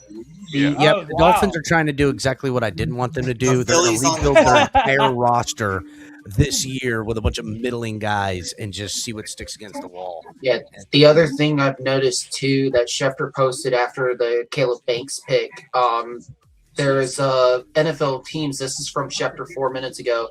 NFL teams received a letter this week stating that after a CT scan on Tuesday, Caleb Banks is on pace to be fully cleared for full football activities in early June as he recovers from that repaired bone that he had in his left foot.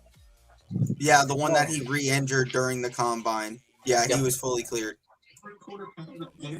What bone? He injured a bone? Yeah, so Yeah. this is the thing about Caleb Banks. Caleb Banks has all the talent of anybody in this draft. He could be the best defensive tackle in this class. He, unfortunately, is just like the defensive tackle we took last year. He's inconsistent at pass rushing, and he's had foot injury problems since It's his foot. 2024. Oh, okay. And he re-injured that same foot during the combine.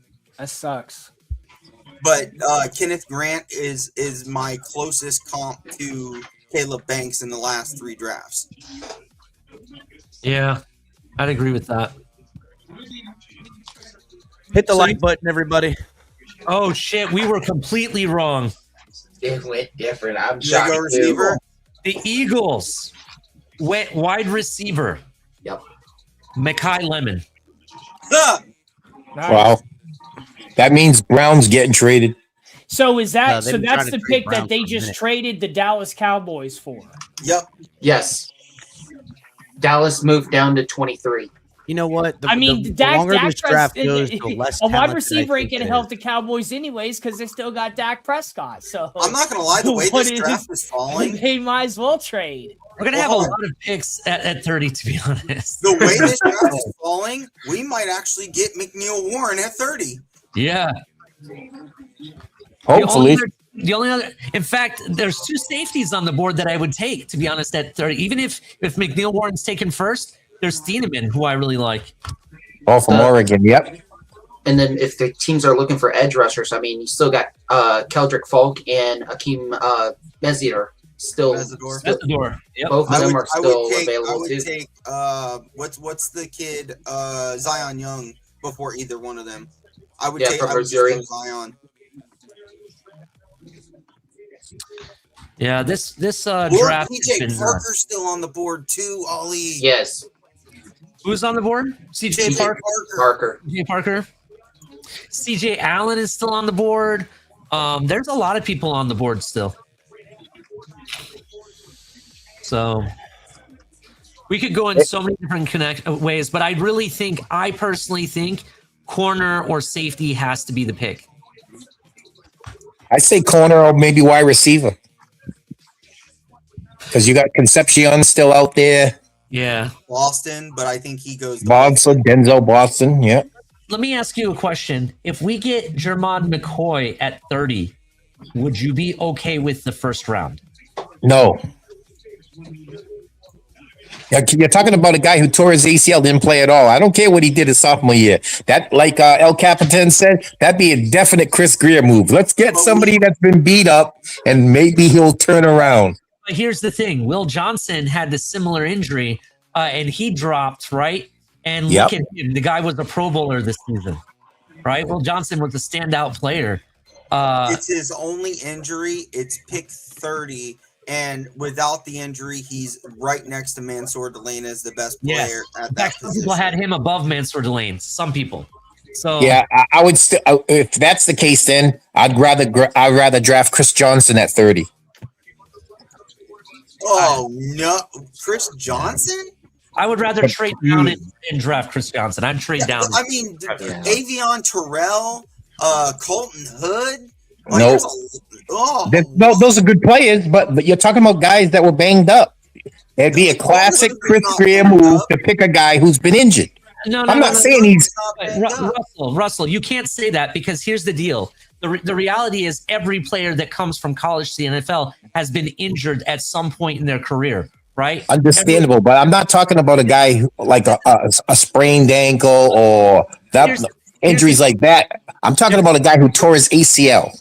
I get you, but ACL injuries are not so bad as they were in the past. Do you see what I'm saying? It's not like you're getting Tua, who had a broken hip, 2 broken ankles, and his pinky or hand was broken several Who's times. got broken ankles? Let's draft them. Well, that's what I'm saying. It's not like you're getting that. This is his first injury in his career. It's something that people come back in 5 months, no problem. I need a guy who has a This is the guy that ran four at his pro day. Injury. Hold on. Cap, this is the guy who ran a 4.38 at his pro day. Do you understand what I'm saying? He's already recovered from his injury. But he didn't. But the part you're leaving out is he didn't do any positional drills. He just ran the 40. That was it. If he couldn't run the 40 and limped out there, that's my guy. I need a guy. Does he have a pass? Caleb Downs just didn't do any of the positional drills either. And look at him. He's a top 11 we should have drafted him. Yeah, we should have drafted him if we're going to go that route. But you didn't do the drills, so that's what I'm saying. Is there anybody left in the draft with criminal pending charges? Go ahead, Steve. Go ahead. So they want to draft Caleb Downs, who has an injury, right? Caleb Downs didn't have an injury though. He just chose not to work out. What injury did he have? There's rumor that he did. He had a knee injury. A rumor. No. He had a knee injury at the end of the season. Okay, but you see, you just said the magic word at the end of the season. He played the whole season. What's his name? McCoy didn't play at all. He was still injured going into the draft. You're talking about injuries, and it's being talked about that he might have a degenerative knee disease. So why would I want him? Degenerative knee disease guy. So that's the guy you want, McCoy, at 30. Instead of Chris Johnson. Let's just look up doctors' records of Osgood Slaughter's disease and see how these guys are doing. Yeah. Give me a guy with MS or something. I mean, like that just seems. I'm just predicting what is the wrong move, and that's the move Miami's going to make. Yep. That sucks, man. We're still saying this, dude. Yeah. We just said we didn't want to go backwards, and then what we're saying is we'd take a chance on a guy who missed the whole season at 30. So you're going backwards. I'm just going to start wanting to go backwards. And maybe if we all collectively want to be bad, like we take pride and joy in it, maybe then something good would happen. So you would have drafted Joe Burrow? Is that what we're saying? I would have drafted Joe Burrow. So you want to run down Joe Burrow's extensive injury history? No, Steve. We ended up getting the more degenerated health risk quarterback in that draft. But Cap, what I'm saying is we're talking about injuries as if injuries don't happen in the sport, right? And I get if it was like Jordan Tyson, right? Jordan Tyson, who had an MCL, PCL, ACL, and then had a hamstring and an ankle injury. God, we should have got him. Right, so I understand if that's what we're talking about, but we're talking about a single injury. Does anybody remember that the dude, Frank Gore, was legitimately injured every single year of his college career and never really had a major injury in the NFL?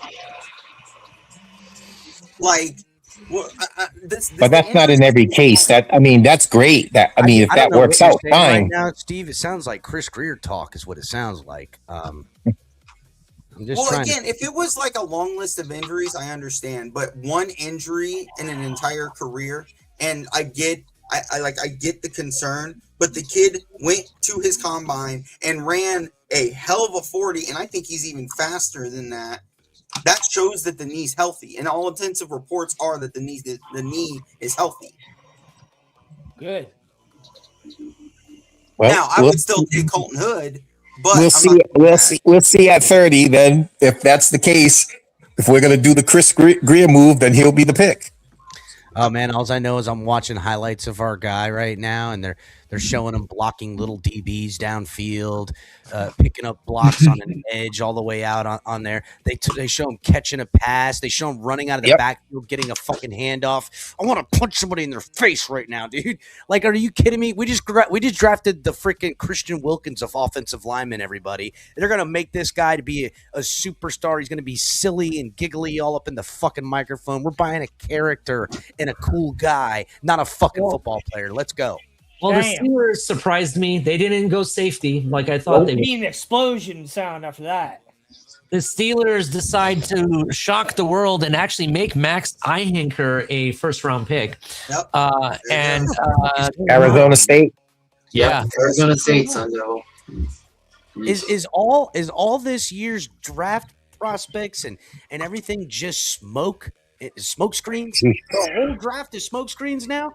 Well, no, this one wasn't a reach. They were talking about him being a first round pick. Do you remember, Cap? Did you see the video with him and Vrabel of them training? Now, the only video I've seen of Vrabel is with that chick in the bar he was cheating on his old lady with. Yeah. So, the only video I've seen of Vrabel. Hey, you know the funny thing is, hey, I live here in Massachusetts, and that's been on the news like every day. Oh yeah. And now he's taking the third day of the draft to get counseling. Where they have 1 day counseling for that. Oh yeah, that's what you did. Russell, you know what? What'd you do? Hold on, Tonk. You know what else is funny, Russell? What's that, sir? In Massachusetts, I looked this up because I was wondering what legal stuff did he break? Like, was there any breaking the law here? In Massachusetts, there is actually it's a felony. Adultery is a felony. Yeah. Oh shit! Really? Yes. And the last. Well, you know what it is. They don't actually. Laughable, bro. It's considered a felony because of the 1600s where they never changed the rule, but they're kind of lenient on it. But to be fair, they're obviously lenient on it. I know how they get down and Boston. Hold on. To be fair, though, the last time they actually charged somebody with a felony for that was 1985, I think I saw, or 1983, something like that. So that is true. They're lenient about it, though. I think it's a classic tale of parallels between Icarus and Vrabel. He just flew too close to the fucking sun. Couldn't handle it, bro. Yeah. But on the football thing, real quick though, there was a video came out. He spent. God, why did I look at my screen and there's some dude's ass all up in the fucking camera? Jesus Christ.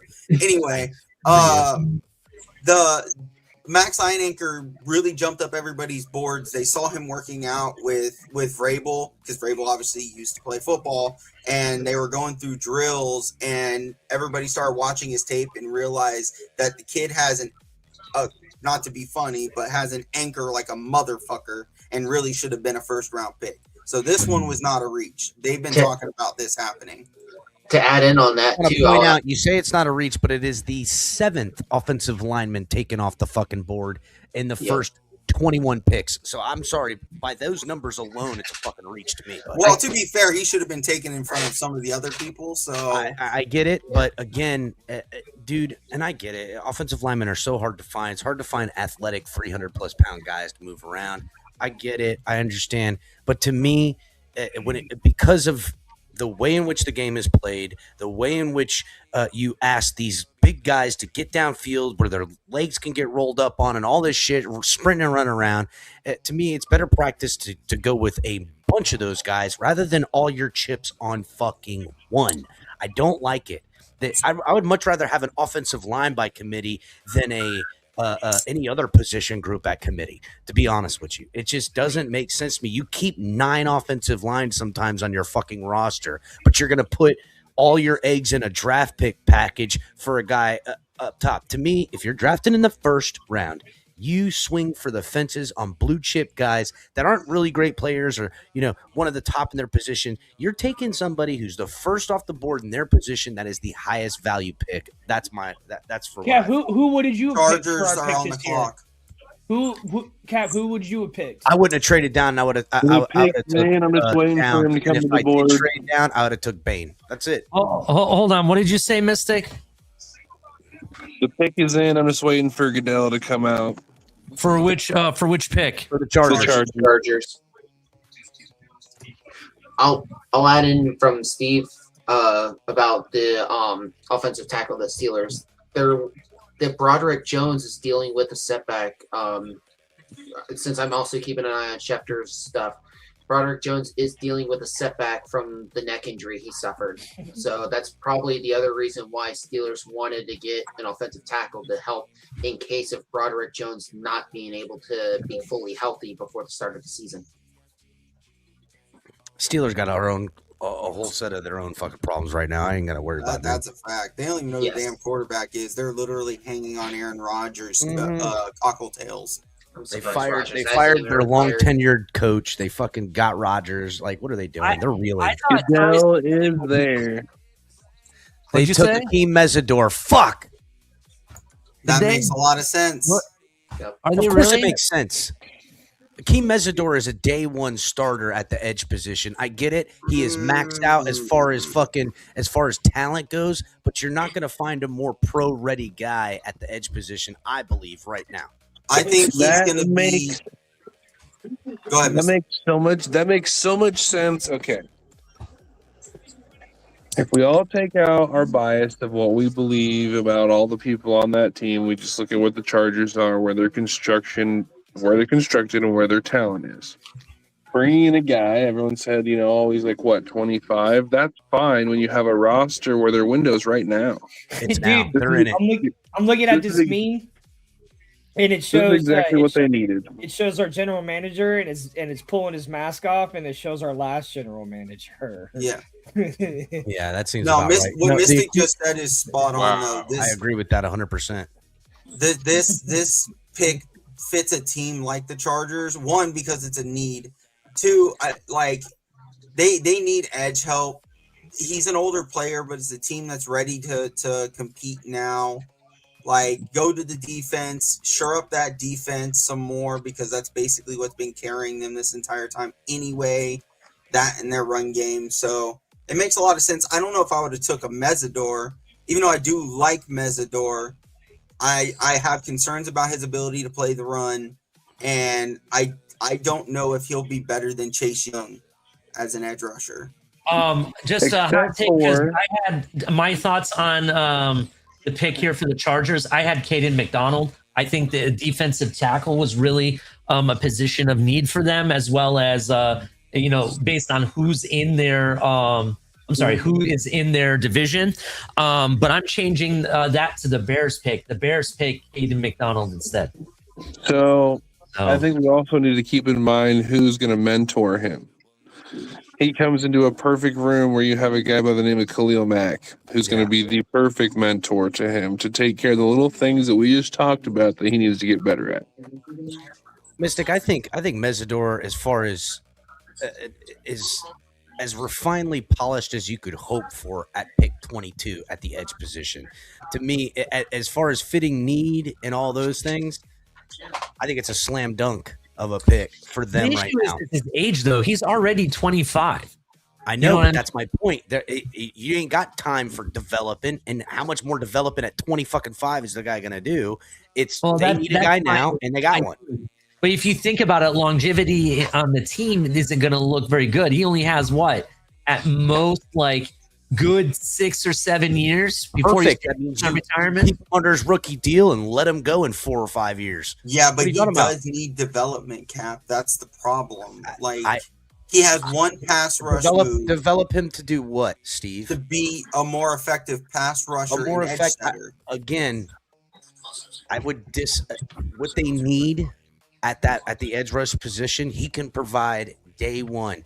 Now development can come, but what they need for him, that out of that position, he already possesses.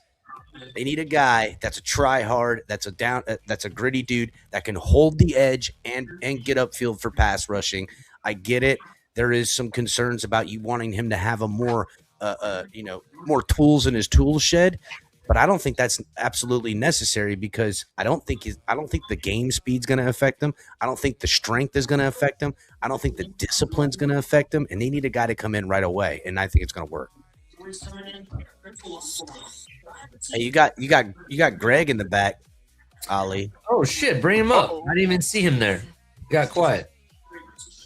Greg's about to go nuts. Hello, gentlemen. I just Go ahead, what? go off. Yeah.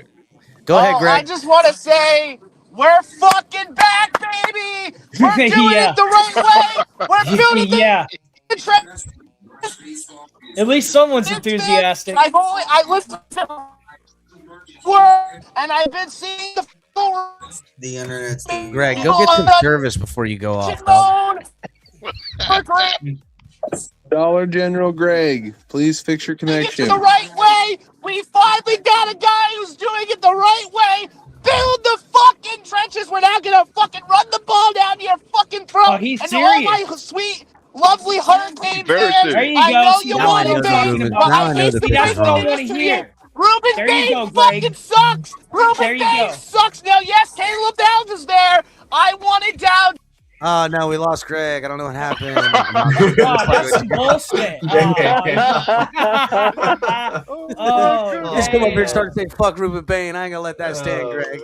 I know this Ali's showing on his shit. I'm sorry, Ali. I won't overstep my bounds again. It's But all we're right, doing man. it the right way. I think the best thing with the Dolphins draft, that's what I want to hear, honestly, so far, the best thing that's happened with the Dolphins draft is that this draft hat right here, right? With the classic That's the aqua best and thing that's orange, right? And the inside's pretty dope with the palm trees. I think that's pretty cool. Look at that. That's Hey, Yeah, when we- and it has the 2026 draft pin too. That's pretty dope. And I get them every year. It's a pretty nice hat. I like it, to be honest. Let me It has tell you like an old something. school feel to it a little bit. I have bookmarked all you Twitter people saying That's the fire best thing. John Eric Sullivan right now. Well, let me tell you, when we draft KC Concepcion at 30, you're all gonna celebrate, and I got the receipts. I'm coming back. I got receipts. That's what I'm talking about. The fact that this organization is allowing Greg. No. The fact that this organization is allowing Greg to go on a rant right now should tell you everything you need to know about this organization. No, all right? don't I be just want you to hating. know. No, Greg's on it. Let me announce this real quick, El Cap. So the Cowboys do select edge as we predicted here at the 4th and 10U. Just not the right player. They ended up with UCF's edge, Malachi Lawrence. Oh, I don't like that. Bro, he has 2 ankle ACL braces. They reached over what the Dolphins reached at their pick. I mean, I guess all I know is Denzel Boston at 30, baby. Give me No, Denzel KC Boston at 30. Concepcion. Denzel What, Boston. KC? I would rather have Denzel Boston. Denzel. I told y'all. It's I don't know James if it's Dunker, all Patriot right? Go get PSDD. McNeil Warren at this point. Give me McNeil Warren, please. Oh, I don't know about I don't know if it's Patriot PTSD because they've been talking about how Denzel Boston sucks. So I don't know if it's a Patriot PST. Denzel Boston don't suck. They're just trying to get a wide receiver down there. That's the issue. Okay, then sure, I'll take Boston or Concepcion. To be honest, we have a lot of different options now at 30. You could go safety. You have McNeil Warren and Thieneman still on the board, right? You have Omar Cooper, Denzel Boston, Casey Concepcion still on the board. What about Jacob Rodriguez at 30? I think that's a little bit reaching. We could get him at our next second round pick, to be honest. I heard a lot of good things about him. I like him, but just not at 30. I mean, I like him too, but I'm kind of scared he's not going to be. But we have fucking picks to trade up, guys. Whoop-de-doo, we got a GM, man. Woo! We're getting to work. So we're talking about this Dallas pick. Yeah, go ahead, Steve. What do you got? This people will call a reach, but there's been a lot of conversation about Malachi Lawrence coming up into the first round. Dallas goes and gets their edge since which is kind of weird because TJ Parker's still there. We took Falk here for Dallas, so we got the pick right technically. Dallas took edge with their second pick, which we knew they would. Yeah, just the wrong player. Once again, we get a lot of these positions right. We just get the wrong player in the position. So this fills their void for the loss of their edge to Green Bay. This was a good pick for them. This is a good player who's an ascending player on the board. If I was a Cowboys fan, I would rather have Micah Parsons over this Lawrence fella. Well, duh, but this Lawrence fella isn't costing you quarterback money. Yeah. Exactly. And plus his stats that he's done for UCF. Yeah, they started out in the American Conference and then went to Big 12, but he was still averaging over. All right. The Browns get their receiver. I'm sorry, Tyler. I interrupted you, but this is a guy we've been talking about at 30. So the Browns finally get their receiver. No, his name isn't Denzel Boston. They go with Casey Concepcion. Fuck you, Cleveland. Wow. What?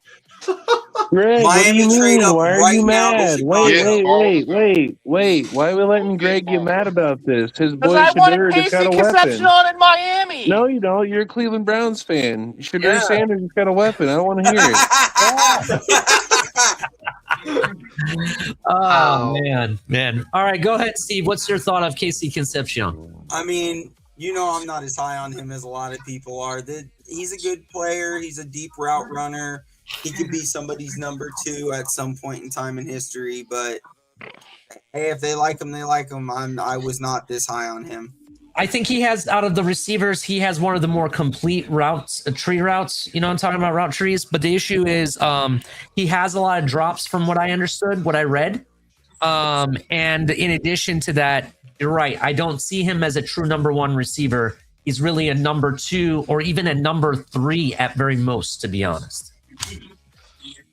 I'm going to chime in on this. I don't even see him as a 3. I mean, you got Jerry Jeudy as pretty much the solid number 1 there for Browns. I mean, Cedric Tillman has been decent. He is improving, but looking at the chart they got, I mean, you got Isaiah Bond right now on 3. All the other guys in the back, Malachi Corey, Jamari Thrash, you got Tylan Wallace. I see him as maybe like a 4.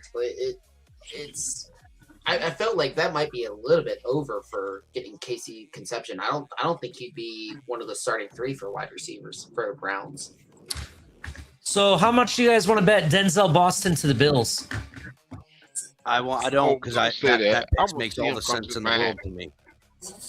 It makes all the sense in the world for him to end up there. I mean, they need a wide receiver. He's pretty much the best guy left. Well, Cooper. I hope it's Denzel. I wouldn't. I mean, of course, Cap, you have your board, right? Like everybody, and that's the thing about football, right? Everybody's board's different. I think Denzel Boston's a more consistent player, and I think Cooper, Omar Cooper, kind of. Yes, I think he's got more special to him as well. I would agree with that. You heard my comp for Omar Cooper, right? No. I almost said JJ. Jarvis Landry. Yeah, I could see Cooper's fucking tough as nails. I like him personally, but I still think those possession guys are just not valued as high, as you know. So I don't even think he'll probably drop out of the first round, honestly. I hope the Bills. I think you can get Cooper in the second. I think if you're taking the picks and if you're looking at how the board has fallen, I mean, really right now, you gotta go pass rusher. I think the Bears take pass rusher here right now, to be honest. If the Bears take pass rusher here, then what they take Falk, and I mean Falk's all right. I think he's pretty damn good actually, but I don't know if I would go Howell or Young here. I don't know if I'd take them at 30. What about Parker? I don't know, man. I mean, what's been taken off the board as far as DBs? 1? One Yeah. DB. Yep. I mean, Jamar that's McCoy's I would go DB. I would go Colton Hood or maybe the safety Warren at 30 if they're available. Give me Nick Neal Warren, second best safety in this class. Go Why get is me Nick Neal. everyone low on McCoy just because of his size? There's a rumor that came out recently. And let me just explain this. No, his size is perfect. He's tall. He's a ball a little hog. light for my than the loafers for me. Well, not light in the loafers. The guy ran a 4.38. The issue with McCoy is that he had an ACL injury, right?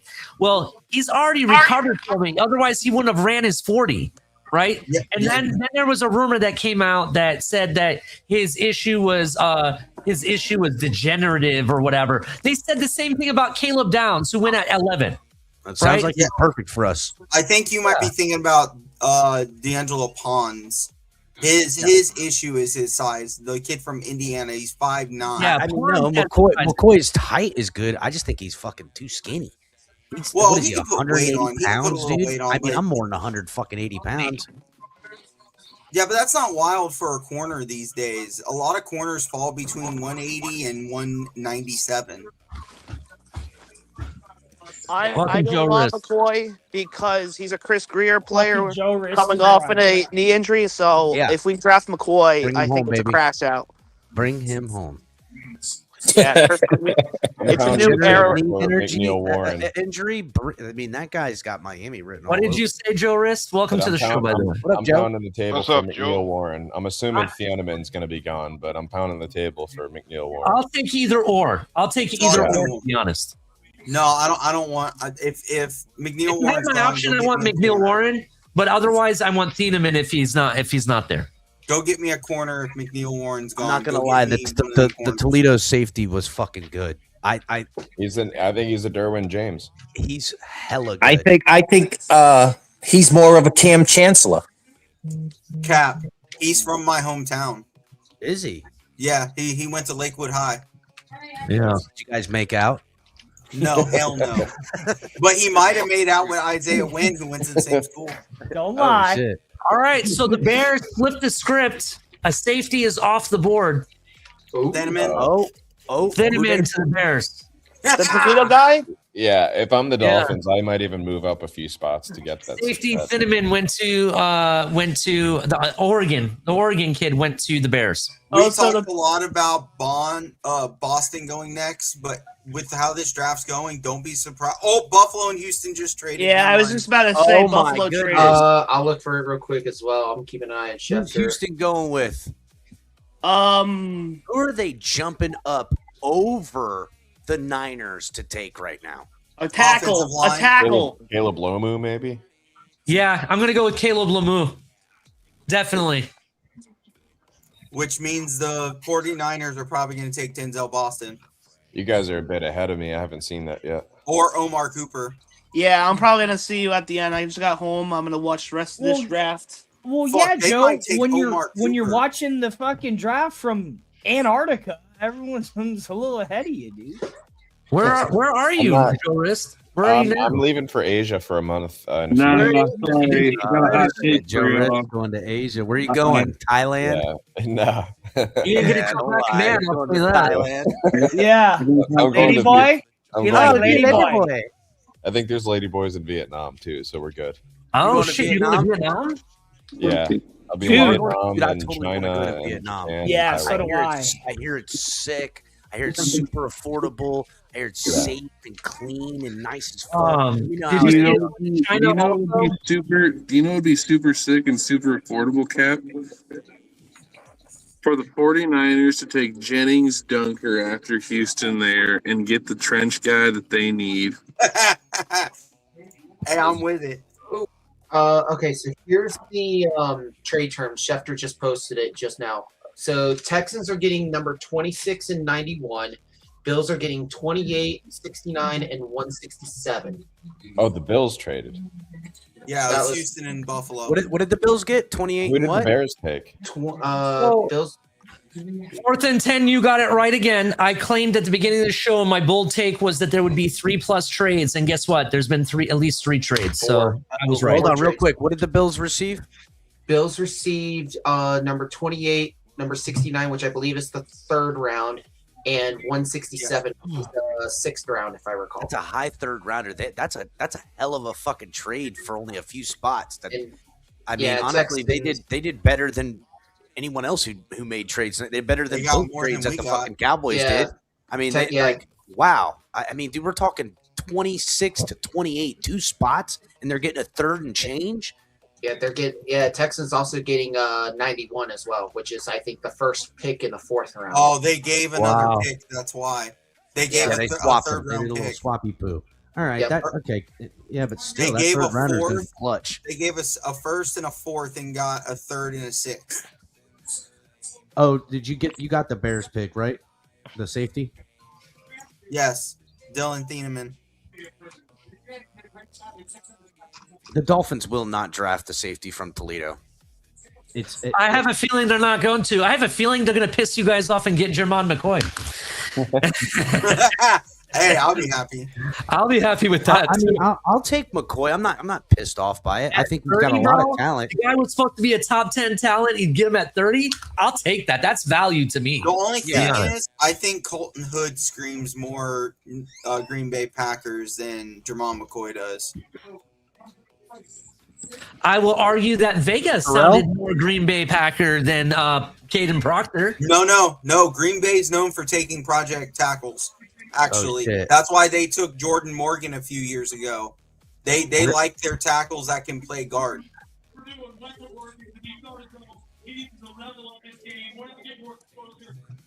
I say that's why we were worried about Fano. For the fences and take San Diego State cornerback Chris Johnson. That's who I said I would take at 30. I think it's a risk, but I see he's got talent. I will throw up right now, live on screen. I will make this the highest rated version of the tailgate ever. Gosh. Well, oh gosh. You know what they should do? They should just make right on their first miss and get Keontae Scott and just say, fuck it. We're freaking popping off shots in the air. This is the guy Mystic brought up. The Texans. The Texans have traded up with the pick 26 with the Bills. They're selecting offensive lineman Caitlin Rutledge, or however you say his name. Oh, wow. Yeah, Caitlin Rutledge. Dude, that's got to be the 9th offensive lineman taken in this draft. draft. That's what they said would happen. But Texans, we said it would be offensive lineman. I called it. Bro, I'm telling you right now, if I was a GM at any point in this, I would trade back and let everybody take all these fucking offensive linemen and I have my pick of any of these skill positions that are more important with more money and more riding on them. Personally, I get it.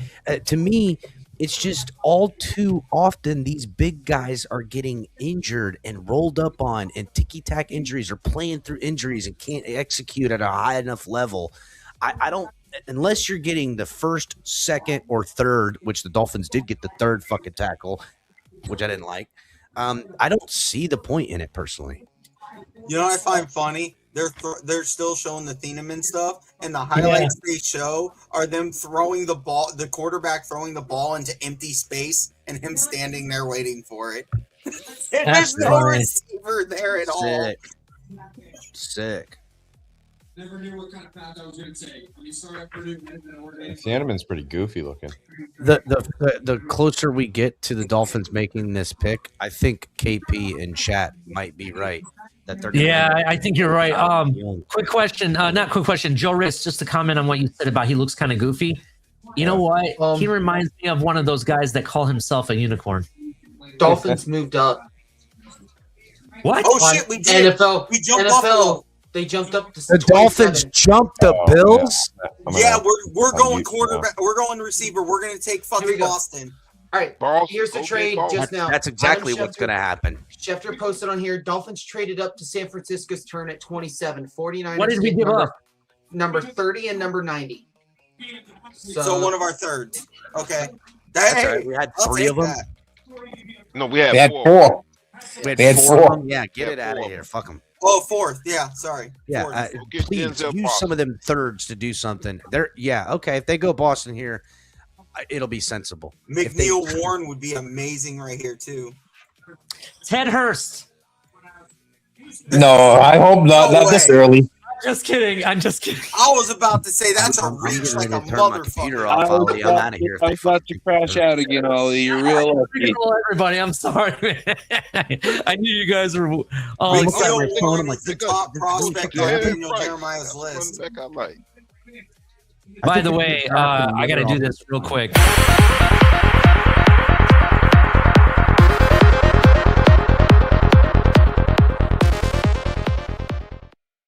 Breaking news: the Miami Dolphins trade up from the first round, from the 30th pick to the next pick, giving up number 90, one of the many 30 third round picks that we have. And they are going to be selecting someone soon. Be stay tuned for that. I love how we say it. Then Ollie hits the button just to say So, it. I love that. they announced Houston's pick. What? Yeah, Rutledge. Yeah, that's why I said. Didn't you hear me before, Mystic? I said you called this because you asked, could Rutledge go here? That's what you said to me. It's true. So shout out to Mystic. Yeah, I'll tell you what, 4th and 10U, we may not have gotten the teams and the names right, but we've gotten a lot of positions right going down the board. That's what's No, I was surprising. gonna say we got the teams right and what they were gonna pick. We just got the names of the players. I think wrong. Rutledge is a little bit of a reach, but it's certainly a real need for that team right now.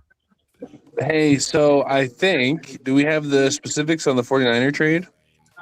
Yeah, it was Dolphins traded up for 27. 49ers are getting the 30th pick and the 90th pick, which is the first and the third. Yep. Yeah, I don't think they had a third pick, so that makes sense.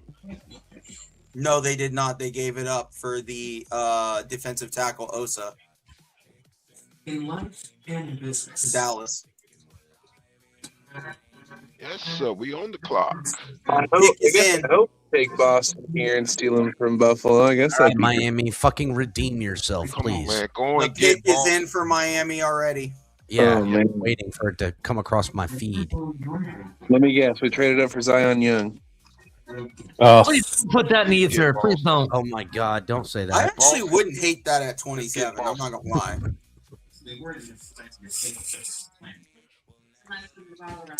I'd like it to be Denzel Boston, or a corner. Oh, I prefer that. I'm just saying I wouldn't hate Zion Young here. Come on now, don't go to commercial while we're about to do this. Oh, that's Please don't exactly do what that. they did. They say, "Hold up, we know you're panicking. Oh, We're gonna make you come on, panic some man. more." Y'all did this to us last year. They're showing Mel's best available. That shows Denzel Boston. They showed Kendrick Falk is 4th. Zion Young was 3. Lamu. Boston makes more sense if they were going to go him or Cooper personally, just because of the mold of Green Bay and how they like to get those big body guys stretch the field, one-on-one jump balls. I mean, to me, that would be a smarter pick if they are going to go wide receiver here. I agree with that. It's just Boston's not a burner, which kind of they do like their bigger body burners, guys who run like. Oh shit! Has the pick come in yet? No, not yet. No, the pick is in, but they're not. It's a commercial. It's just a commercial. Show when the pick is in, but they haven't mentioned it. Pick is in. I know who it is. I'm not saying it. Full of Dolphins fans when Proctor was picked. Nobody was cheering. I just seen. Of course not. Yeah, because nobody. I'm keeping myself silent. Because everybody, you got to kind of figure at that point, everybody thought we were going to get Bane. Hold up, Tyler. What did you say? I just seen up on Twitter who Dolphins picked. I'm not saying it yet. No, I at this point, just give it. Don't. No, not yet. Put it in private chat. Should I text it over to Steve or no? Just put it in private chat for me. How do I do that? Or I see it.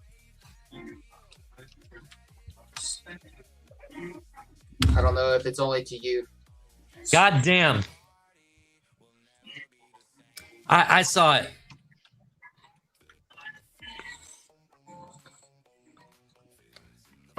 Good grief. Just saying, I called it. Hey, if we're trading up for Mr. 4-2, I'm okay with it. Saying I called it. Gerard McCoy. I told you. I said it also. Could you see us getting Jermon McCoy? Is that who it was? No, Oh boy. it's not.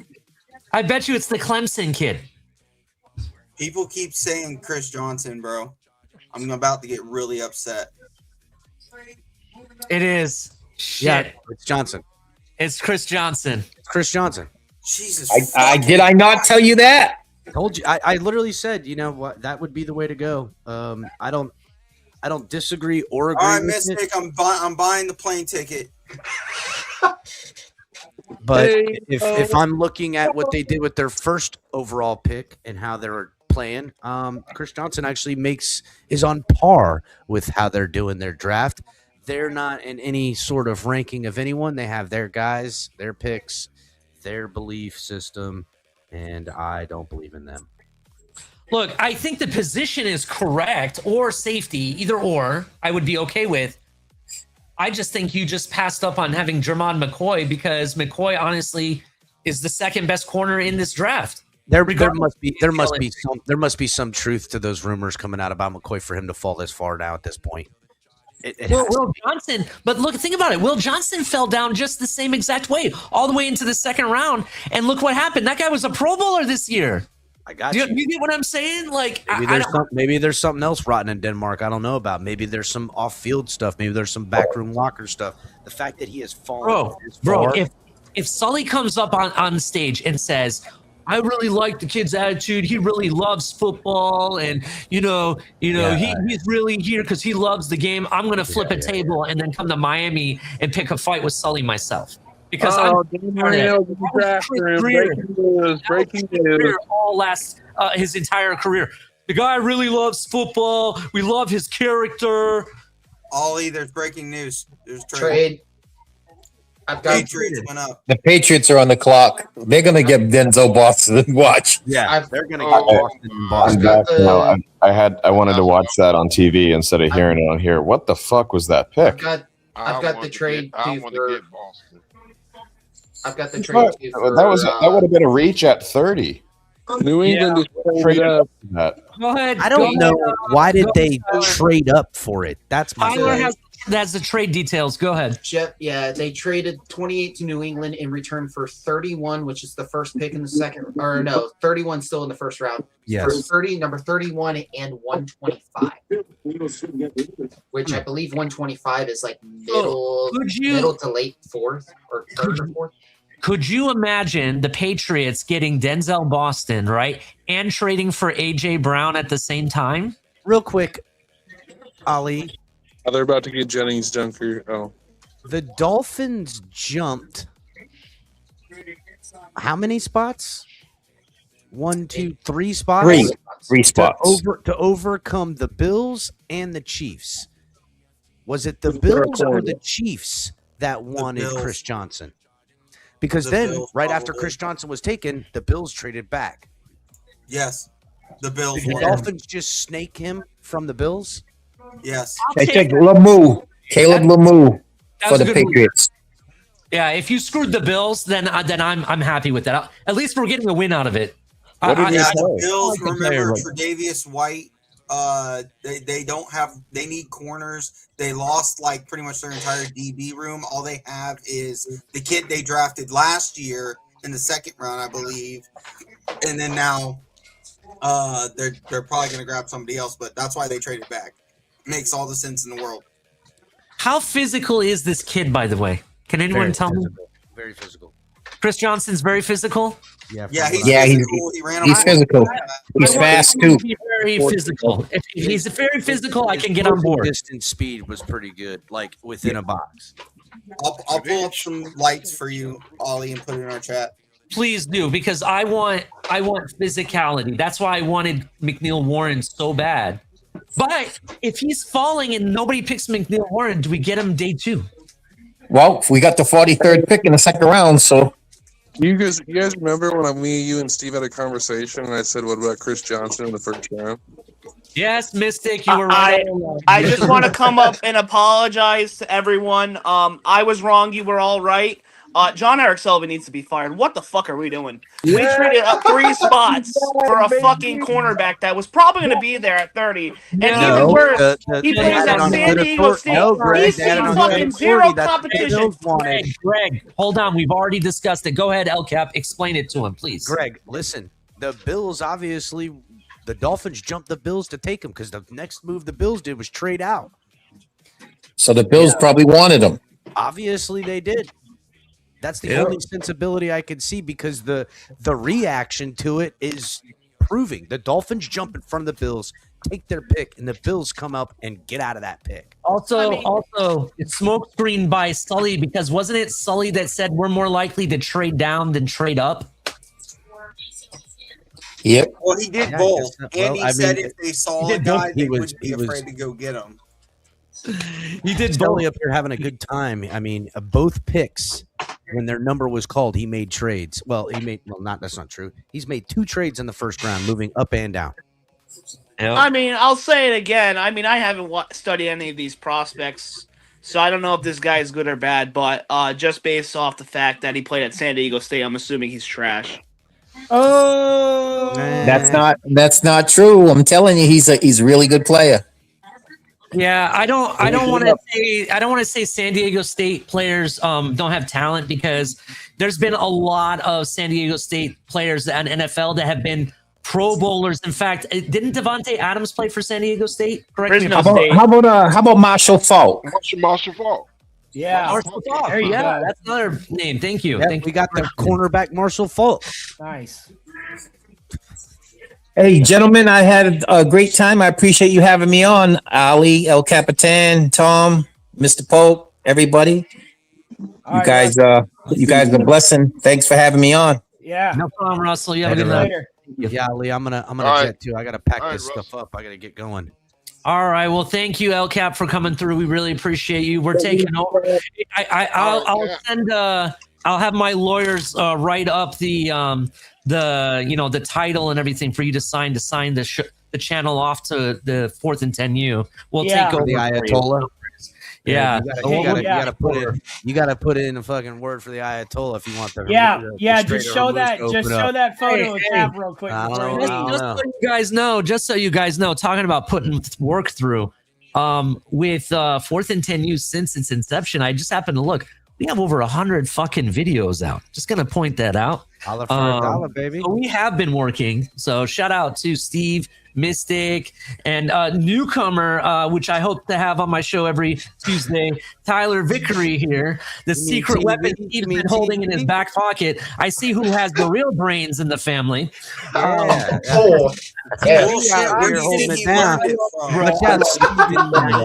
don't know who this night guy is. It's time to go night-night because TV is on, baby. Let's go. I see how it is. I'm raising my price on my contract. So wait, if we stole Buffalo's pick, do you think Buffalo's regretting trading down with the Texans now?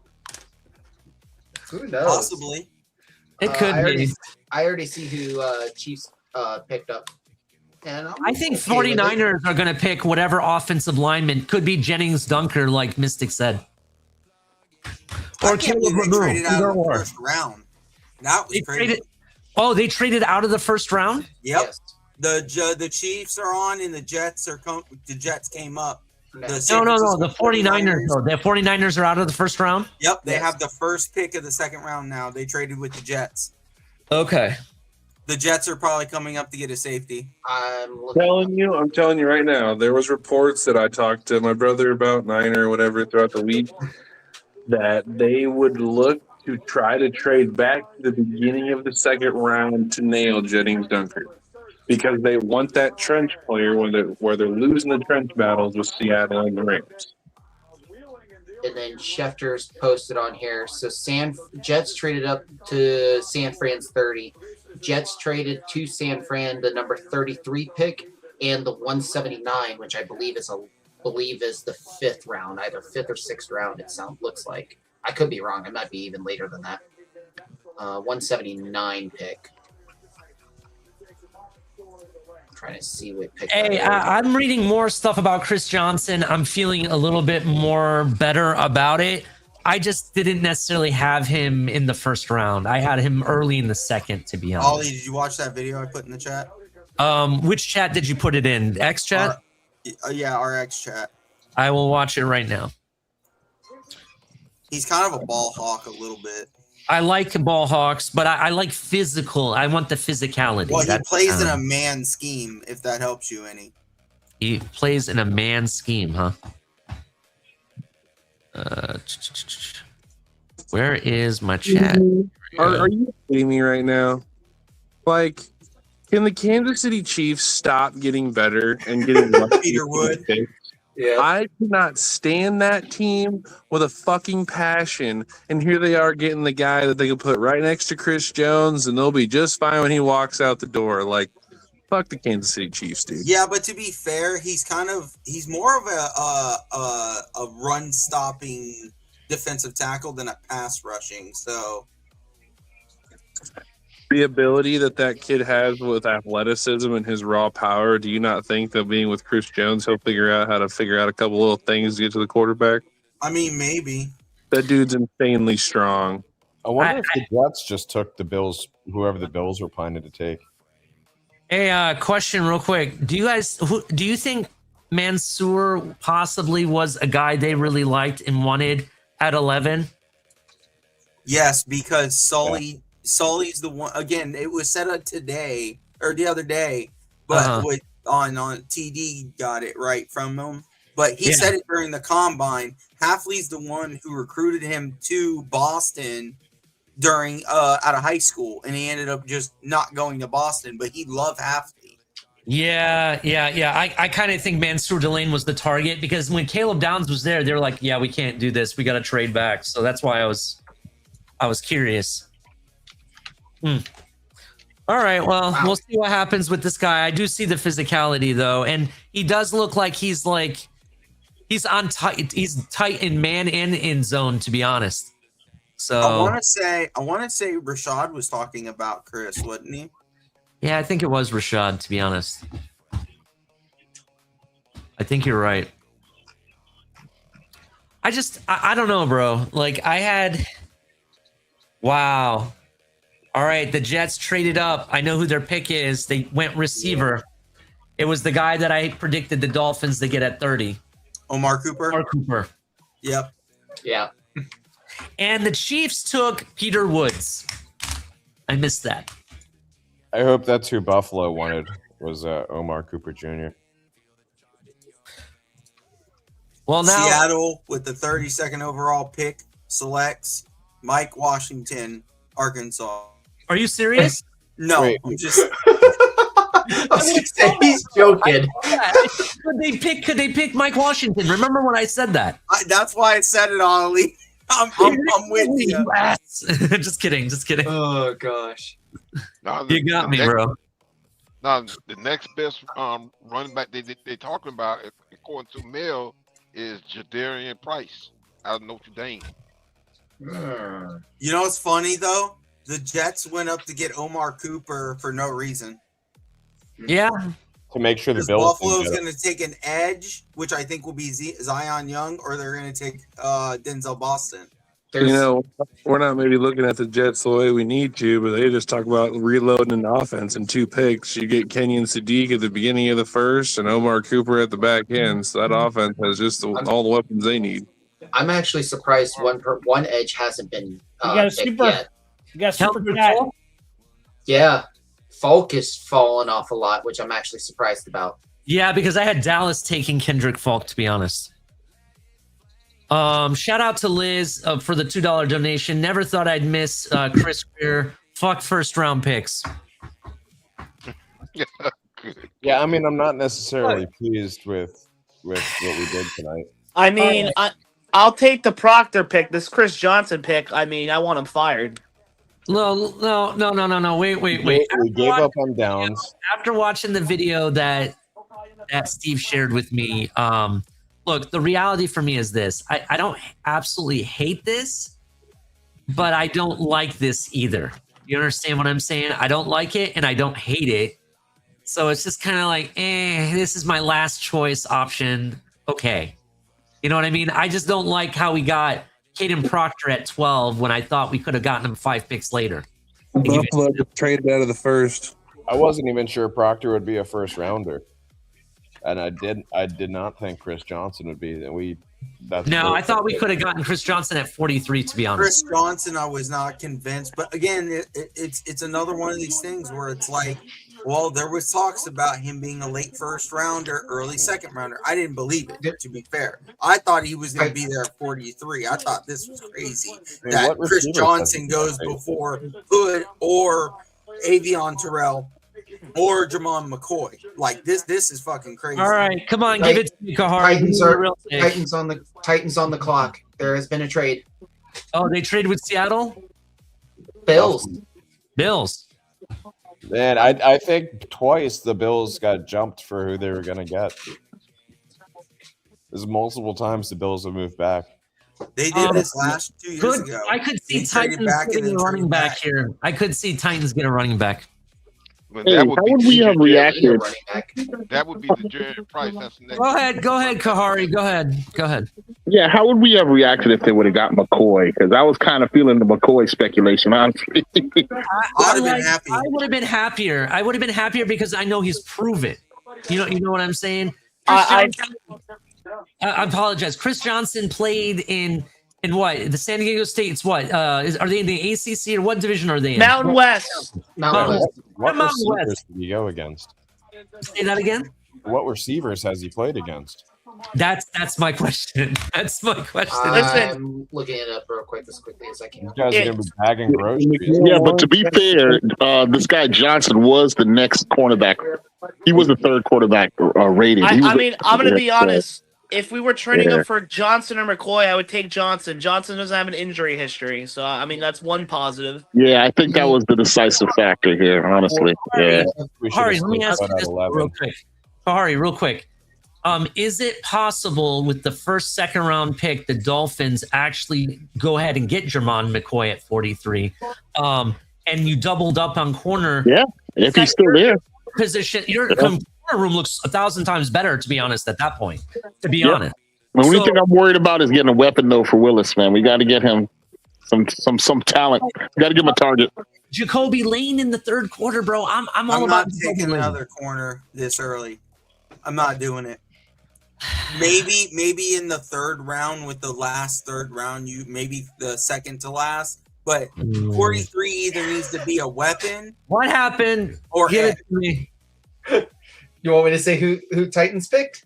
I can tell you right now, probably. Holy shit. Different. Holy shit. Way different. It finally happened. Hendrick Falk is off of the board. Oh, okay. I literally just said it to my buddy. Keldrick Falk makes sense here because of Robert Saleh. Robert Saleh will develop the fuck out of him. Yeah. That makes sense. It's okay. Seattle's about to take D'Angelo Pons, and we're all going to be sitting here like, yeah, I told you he could play boundary.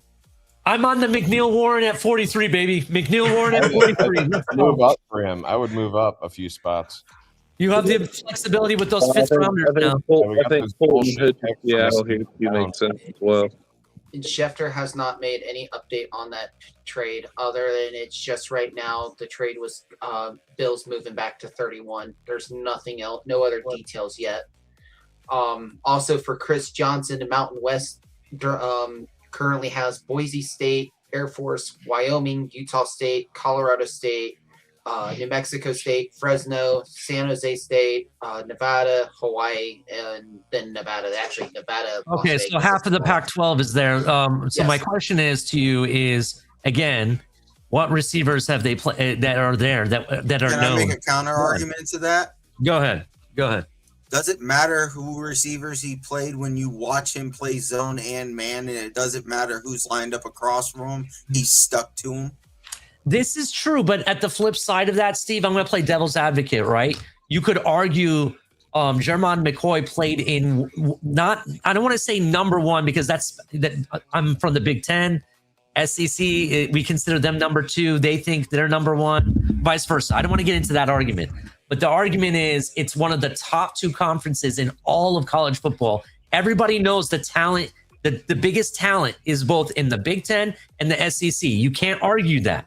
right? They have the best I'm receiver. not arguing that at all. The best teams. My point is that Jermon McCoy is battle tested against highly draftable. Most of the people that get drafted in these NFL drafts, he's battle tested. That's my point. Yeah, I agree. Chris Johnson may be freak athlete, but has he played against NFL caliber talent? That's my question. Hopefully, a reporter will ask about why not McCoy at that spot, and I'm just hypothesizing that the answer is going to be that they did their due diligence on that knee, and they just weren't confident in it. I got you. And they got the next guy. So I got you.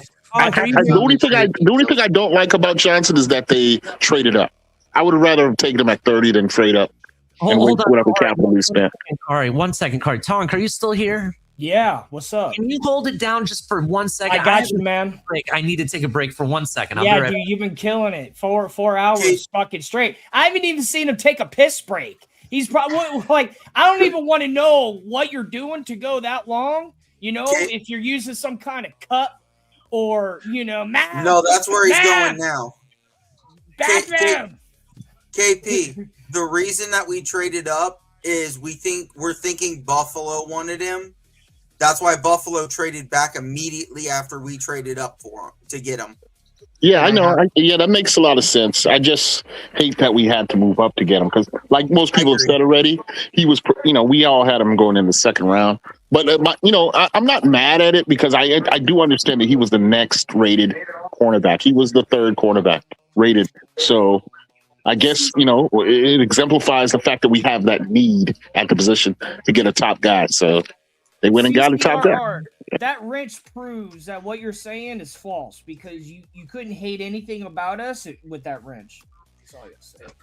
And the from what I'm seeing too, I actually found it's not from Schefter, it's from one of the other shams. So Bills have acquired picks 35, 66, which is the third round, and 101 from Titans in exchange for picks 31, 69, and 165. What pick are we on right now? This 32. 32. The last. Oh, pick so hold on. So we picked at 30. I wasn't paying attention. No, we traded up. You moved up. Yeah, we traded up and got Chris Johnson from San Diego State at 27. Oh, that's what y'all were talking about earlier. Okay. Yeah, Buffalo wanted him. What position does he play? Corner. He's a nice. Corner. Yes. So we think Buffalo wanted him at 28. We jumped Buffalo, took him, and then Buffalo traded back. They got jumped by somebody else, so they traded out with San Francisco. Hey, you know what? Jumped them. I know everyone's been fucking ranting and rooting and screaming and yelling, but how many times have we talked about drafting offensive line? Every fucking season, we talk about drafting offensive line and drafting offensive line. I've heard it every season I've been on this network. So us drafting offensive line, I don't want to hear nothing about it. Yeah, but you got to take because 2 seasons ago, y'all were screaming and yelling for offensive linemen. Okay, and I wanted to get a corner. So I'm happy with it. Yeah, but you got to make the right decision on who you're taking. Like we traded up to get Liam Eichenberg, and everybody cried like babies about that. I was right. Okay. I was right. What? Seattle took a running back. Oh, did they? Must be yeah. Dejarian Price, or however you say his name. Right. Oh, remember I said something about that, Ollie. Nice. Notre Dame's other running back. I'm gonna hot take. I made this take on 4th and 10 like a couple shows ago when we were talking about possible players that could go in the first round, and we were talking about like sleepers and players that you may not have heard of. I said that Jardarian Price, I would argue that he's the better Notre Dame running back. And I know Jeremiah Love is generational, but could you imagine him blowing it up and having a better season? Just saying. 117 people watching right now. Ali, what do you think of us drafting that corner? All right, so give my take one last time. Yeah, sorry, I wasn't paying attention earlier. It's okay, it's all right. I'll give it for the people that are just joining because a lot of people just joined in at the last moment. Yeah, welcome everybody. With the first pick, I'm okay with offensive linemen because I expected one possibly. It's just not the name I was looking forward to seeing. I would have rather taken Vega, who would have been a day one impactful beast at guard. And he knows what he's doing. He would maul anybody in this division, and our running game would be blowing up. But they decided to go with somebody that's technically a project and eventually would be Austin Jackson's replacement. That's projection, right? That's what they decided to go. Caden Proctor, I had him further down the board. I think it was to the Panthers, I think. So we could have traded down and got more picks. I would have been okay with that and then taking Caden Proctor. The other pick, Chris Johnson. I love the position. I hate I don't like the player because I felt like we kind of reached, right, a little bit. The good news is what I'm hearing about Chris Johnson, who I didn't have in the first round. What I'm hearing is he's physical, right? And he had like 11 pass breakups, 4 interceptions, something stupid like that, right? So it sounds good. My argument is if you look at the Mountain West, who's he playing against? Proven, right? Yeah. SEC is the best conference on top, or the Big Ten, whichever way you look at it. I will stay neutral, but even though I'm more of a Big Ten kind of guy, but that's where the talent is. So if you told me you were a really good corner and you had the stats against SEC receivers, then I'd be like, hell yeah, bring him on. That's why I said Jermon McCoy makes complete sense here because we're getting him super late in the draft. I would take it. But they passed and went Chris Johnson. Now, I'm just going to point this hypothetically. I know for a fact me and Steve have been McNeil Warren, and he's still on the freaking board, right? Get him in the second round. I'm on the McNeil Warren train for second round pick for us at 43. If that doesn't happen and Jermon McCoy is still there, I have to say take Jermon McCoy, and you've completed your corner position. It's a position you don't have to worry about for the next decade, to be honest, next 5-6 years at least. So that's what I'm going to tell you right now. I would love it if the Dolphins could trade up into like the 35-38 range. Get like Denzel Boston, or if the board goes our way, get like Denzel Boston or the other receiver I can't think of that should have gone round one. Denzel Boston. I think Denzel Boston's their guy they're looking at right now. I think that's what Bills want really bad. Hey, a quick question: Did we get Madison and Surtain in tandem, or Steve Smith and Vontae Davis in tandem? I think we did. It wasn't Steve. Was it Steve Smith? Not Steve Smith. Sean Smith. So we got in the same draft. Yes. Yeah, Sean Smith and Vontae Davis. They went the same year, right? Yeah, but we got one in like the third round, and one was a first round pick. Right, and then I think we did the same thing with Surtain and Madison. So I don't know. Maybe we do the same thing. If they do that, I'll be happy because it's a position I don't have to worry about next year, right? Then we just have to worry about safety, and this year. That's the problem. They do need a safety this year. We got Lonnie Johnson, Dante Trader, and Zach Anderson. So hear me out, Steve. Just hear me out for a second, okay? Because I want to try to put my Sully hat on and try to understand their vision of the future. We already agreed this is a rebuild team, right?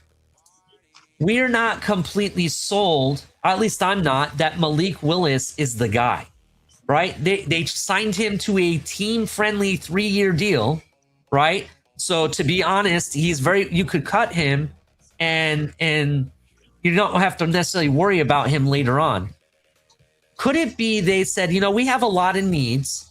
Let's just try to complete certain rooms now. Maybe not everywhere that's going to make the biggest impact, because we want to set ourselves up to possibly have the guy or have an option to have the guy in 2027. Because a lot of people are betting, regardless of what happens in this draft, we're going to have one of the top 3 picks next year. That's what a lot of people are betting on. Both of these picks feel like they thought they were outsmarting everybody. It kind of feels that way too. You're right. That's what it feels like. Oh my God, Steve! Why'd you say that? Because now I'm looking at Chris Greer 2.0. Now I want him fired. But Greg, here's the problem. We tried to tell y'all that Chris Greer wasn't as bad as everybody thought he was. That you take shots like this at the guys that you like, and that the grass is not always greener. This is the reality. Unfortunately, we have to now hope, once again, as Dolphin fans, we do this every year. We have to hope they made the right decisions. That's all you can do. Yeah. Well, I think one easy thing to see is passing up on Caleb Downs. We basically gave him away to the Cowboys for exactly 2 picks. And if we have to sit there and watch him have a stellar career, and for what? So we could draft. Already forgot the guy's name. Proctor. Caden Proctor. Yeah. He's Austin Jackson. He's the guy who has all the upside, the athleticism, the strength, the anchor, everything you want in a tackle.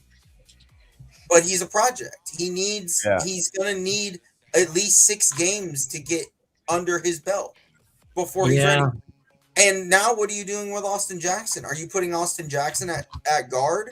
Because you can't stick Proctor at guard and then expect him to be ready to play tackle. It's just not. You can't do that. I would have preferred a true guard in this draft and a tackle next draft when we don't have Jackson. Yeah, I don't understand. Or if you're gonna do that, go with the better tackle. They didn't even take the best tackle. They took a guy who had multi-positional that has a lot of upside. That's exactly what we did when we took Austin Jackson. That's exactly what we did when we took Robert Hunt. Robert Hunt was good though. But it was a second rounder, but he was a tackle who could play guard, who was multi-positional.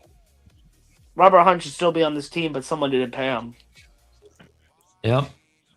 Well, I mean, what is Robert Hunt making $20-something million? He's making $100. He has $100-some million deal. Absolutely. The Panthers fucked up with that contract, though. They shouldn't have offered that much. But see, that's what he wanted, and that's what he wanted from us too. So what would it have gotten us if we would have paid him?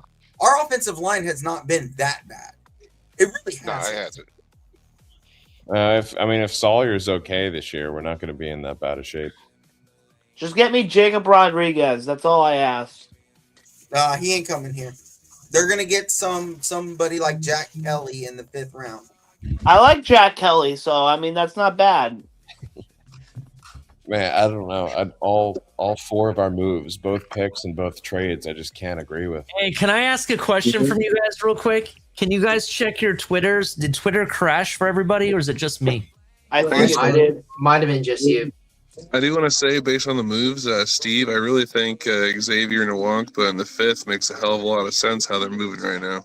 Yeah, so does Jacoby Thomas, so does Jalen Kilgore in the 3rd round. Like, that's the thing about safety, and that's why I don't think we necessarily need to if we do double up at corner, I'm not scared. This is a deep linebacker and corner class, but we still need, I think, at least one edge somewhere in this class. I don't think you need a starter. I think you have some rotation at edge, even though people don't want to hear Zion it. Young is still there, right?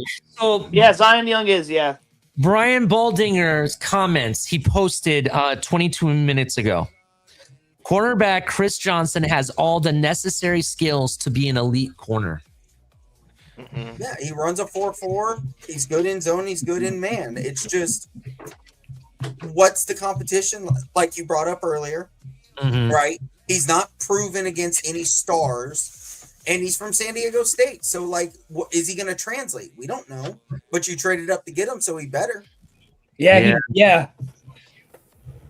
Another linebacker I like too, from Michigan, the great state of Michigan, Jay-Sean Barham. I like him too. Harold Perkins, that's another one. I like him too. Hayden Fisher. Well, I will say this: unlike Mike McDaniel, Coach Halfley, when the Chris Johnson pick came through, he's all smiles, bro. He's like really super happy. God, so, I don't like this regime already. I want him fired now. I get you, but Coach Halfley, he got his guy, and that's something that I don't think we ever really did for McDaniel. Do you think we can get Pons? Devon Achane. What, like, if you're going to draft Chris Johnson, you should draft we didn't get him in the 1st round is what I'm talking about. We got 1st round pick for that guy that he wanted is what I'm saying. Well, I mean, to be fair, Mike McDaniel said himself the position he loves drafting in the first round is edges. He said that? Yeah, Mike did. Yeah, McGeek. Yeah, he believes in taking edge rushers in skill positions in the first round. Michael Taffley's in this draft? Yes. I hope we get him. Yeah, he'll be a third rounder. Are you a Yeah, Texas? 4 of them. All right, well, I'm bowing out, Ollie. I gotta be up. I'm still moving the company. and Will I shit. see you tomorrow, sir? Yep, see you tomorrow. Catch All y'all right, on my man. dinner. Thank you for being here. Appreciate it. Everyone go follow Steve on Twitter. Go follow him. Hey, Tyler, go to bed, little kid. Jeez, wow. Okay, I see how this is. Man, the more I'm looking at these late, The more I look at you, Tyler, I do see the resemblance. Chase Roberts. Well, you shouldn't because he's not my blood brother. He's Bro, my, okay, my well, I half was brother, gonna my say, stepbrother. I was gonna say that Tyler does have much better hair than you, Steve. I'm gonna point Well, that I out. have none. Oh so- boy. There you go. Well, I'll make Steve laugh. I did see one thing. One of our friends are gonna laugh. I just noticed on thing on here from Ian Rappaport. The situation with Malachi Lemon. Apparently, Steelers were on the phone with Malachi Lemon during the point when Eagles traded up and took Malachi Lemon from the Steelers. When Eagles took Malachi Lemon from the Steelers. So Malachi was on the phone. Yeah, Malachi Lemon was on the phone with the Steelers when Eagles drafted him. Oh man. Mackay Lemon. Yeah, Malachi Hey. Lemon. Yeah. Hey, I you just know who seen we that. could take in like the 4th round? We can also take another Caleb Proctor from southeastern Louisiana. I say we get him. Pair him up. I'm done. Get him up over here. Anyway, guys, I'm here myself. I appreciate y'all. Ali, everybody. I'll look for you guys tomorrow. Mystic, I'll see you tomorrow, man. Don't worry, bro. We'll bounce back. It'll be okay. Don't crash out too hard in those spaces. We still got Caden Proctor. We got Caden Proctor. Which is Bro, trash. I will be defending that Caden Proctor We still pick all got day. Dennis Dunker to fall back in, right? Second Heard round. this, You know? KP. Greg like the pocket. Good. I'm glad he's coming around. Oh man. So everybody, I want to go around the table, right? And I want to ask a question, and I want people's response. Which pick was the biggest reach in this draft? For any team? Overall, out of all of them. who Ty had- Simpson. Ty Simpson should have been a 7th round draft pick. Okay, Ty Simpson. What do you think, Mr. Paul? I gotta go with Tyson also because that caught me off guard. I have Ty Simpson also as the biggest reach here. What about you, Tonk? What do you think is the biggest reach?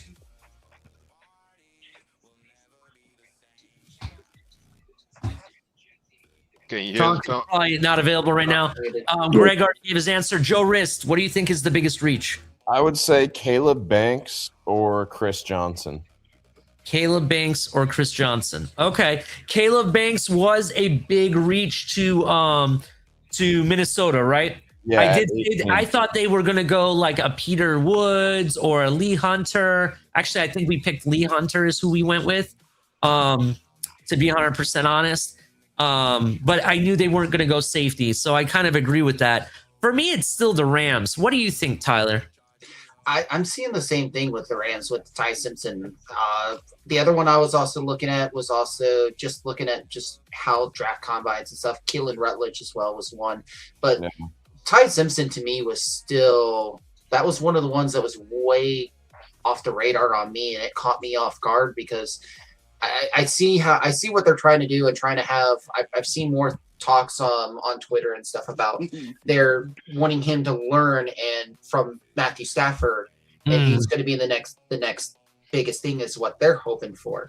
So I was really surprised seeing him going so far up. I would figure maybe a 2nd round or a 3rd round for him because we also got to look. We don't have that big of a quarterback draft class. I mean, we still have in a sense, and he. In my honest opinion, he's going to fall down a lot. Carson Beck. He is like the next thing in line. Nussmeier as well, Garrett Nussmeier from LSU.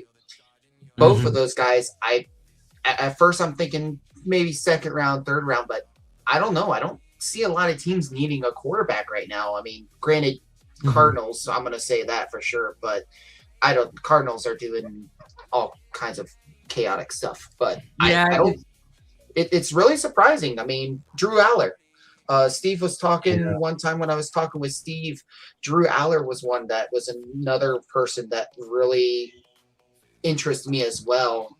But I mean, the quarterback situation, I was very surprised seeing Simpson going as early. I mean, depending on what Rams had for their picks, I would have figured them falling, at least looking at like second round pick, maybe a third. But that was the big one for me. I thought a surprise would have been the Jets taking Ty Simpson at 16, not the Rams. Rams I had going wide receiver. I really felt that was somewhere they needed to address. There's rumors that they have Stafford at least till next year. No problem. And I thought they would have waited to address the quarterback position, especially when I'll argue that next year's draft has much better quarterbacks, overall, not just one player or two players. There's I think it could be a draft where you saw as many as 6 teams drafting QBs in the first round. It could very well do that. Let me explain the Simpson pick, though. Go ahead, Kari. You're next. Yeah. Simpson makes a lot of sense to the Rams, honestly, because that's a team that went toe-to-toe with the Super Bowl champion Seattle Seahawks. They had probably the game of the year. Went to, I think, double overtime or at least overtime. So they're thinking that they're fully loaded already, right? They already got that monster defense front seven. They also have that explosive offense with 2 running backs already installed. So they got the receivers, Puka, Devontae Adams. So really, they're probably thinking about continuity here in drafting Ty Simpson. I think he had been connected to them for quite a while as well. So for me, I agree with the guy who just spoke in front of me that Rutledge was a surprise. And then Price at the end of the first round is a big surprise for me as well. Yeah. From John Eric Sullivan's mouth, he was asked about passing on Downs and Baines. He said, Kanan Proctor is a unique and rare big man who can play both tackles and guards, says John Eric Sullivan. Yeah, that pick was unique for sure. That's what I've been saying about that. Sounds like Chris Greer. I want to hold on. The fact that he says he's a unique player that can play guard and tackle, that tells me that our main pick wasn't Mansour Delane. It was Spencer Fanu. I bet you if Spencer Fanu was there, we would have taken Spencer Fanu over Caden Proctor, because Spencer Fanu is on that argument, is a unique prospect where he can play every position on the offensive line. What if Francis was there? Were we going to still take Proctor?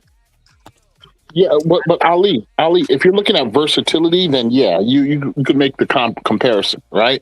Yeah. But we're missing the essence of what that quote really means. I'm not saying we have to agree, but for Sullivan, he is picking based, again, I said this earlier, on ceiling. That guy's talent overall is what the bet is right here. With the proper coaching, he projects to be a Trent Williams type of mean, aggressive, super strong lineman at either the guard or the tackle. I mean, I know I said this already, but again, for more than a week, I've been saying Proctor was the sleeper, precisely because of that scouting report. It's not necessarily, again, we didn't draft him to be an immediate starter at right tackle or left tackle. His evaluation at guard is at the same level as Ione. I know I said that earlier, so I don't want to repeat myself again, but that's the part that we really need to just let sink in. People are saying that he can transition from tackle to a guard position and perform at the same level of physicality and athleticism as Ione. The problem with Ione, there's no problem with Ione, except that he is he can only play guard because he's 6'3", maybe 6'4". This guy has a high ceiling at guard and tackle. So, Yeah, I definitely understand it. Real quick, 135 people watching us from all fronts. Please come over to the YouTube side. Come over to @4th and 10U. Please follow us over there. Subscribe. Hit the like button over there. We're also live on TFTG. But if you're on the TFTG side, do a brother a favor. Please come over to @4th and 10U. We're trying to grow the channel. Once we get to 100 followers, which we're about 30 away to getting there, we're going to have some giveaways, some good stuff to give away to people. So please come over to @4th and 10U. We go live every Tuesday with the Game Time Grind. It's a lot of fun, so I appreciate that. I completely understand what you're saying, Kahari. It makes sense. I'm starting to grow. This Chris Johnson pick is starting to grow on me a lot more. I'm reading a little bit more. His RAS score was really good too. The only issue I think on his RAS score that I saw is his height isn't necessarily the ideal height. It's like average essentially. But that's about it. I got some work to do, but on Chris Johnson and Proctor. But like, why can't we ever? I mean, the Proctor pick is all right, but why can't we just take the best player available, bro? Why do we always do this shit? I don't know. What, Reach? Reach, and then the Ravens wind up with taking Vega, who I would have. I mean, listen, I would have took Vega. But like they take it fucking in. Vega is instant impact, not let's see if we can get someone who hasn't reached his full potential. Let's try to work with him. If you're trying to do that, you want to trade even further down. If you're trying to do that, but there was to Kahari's point, I get it. He's a massive dude and he has rare talent, right? Especially his strength and everything. There was a run on offensive linemen, so maybe that's why they couldn't move. Maybe they wanted to move down further and they couldn't because of it. I don't know. Well, I'll also add in with the Stafford stuff on his contract. His contract is he will be an unrestricted free agent at the end of this coming season. So because he's right now his main salary looks like his base salary is 16 million. He's got a 12 million signing bonus and everything. I think it's like his cap hit totals 48.2 million. But at the end of this coming season, he will be an unrestricted free agent. How old is Stafford? 38.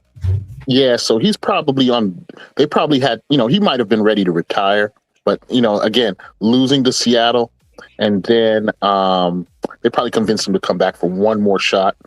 And so all that went into getting Simpson and grooming him behind him for a year. So it was a question of if they liked him enough, and apparently McVay did. So hot take after this season, I know he's 38.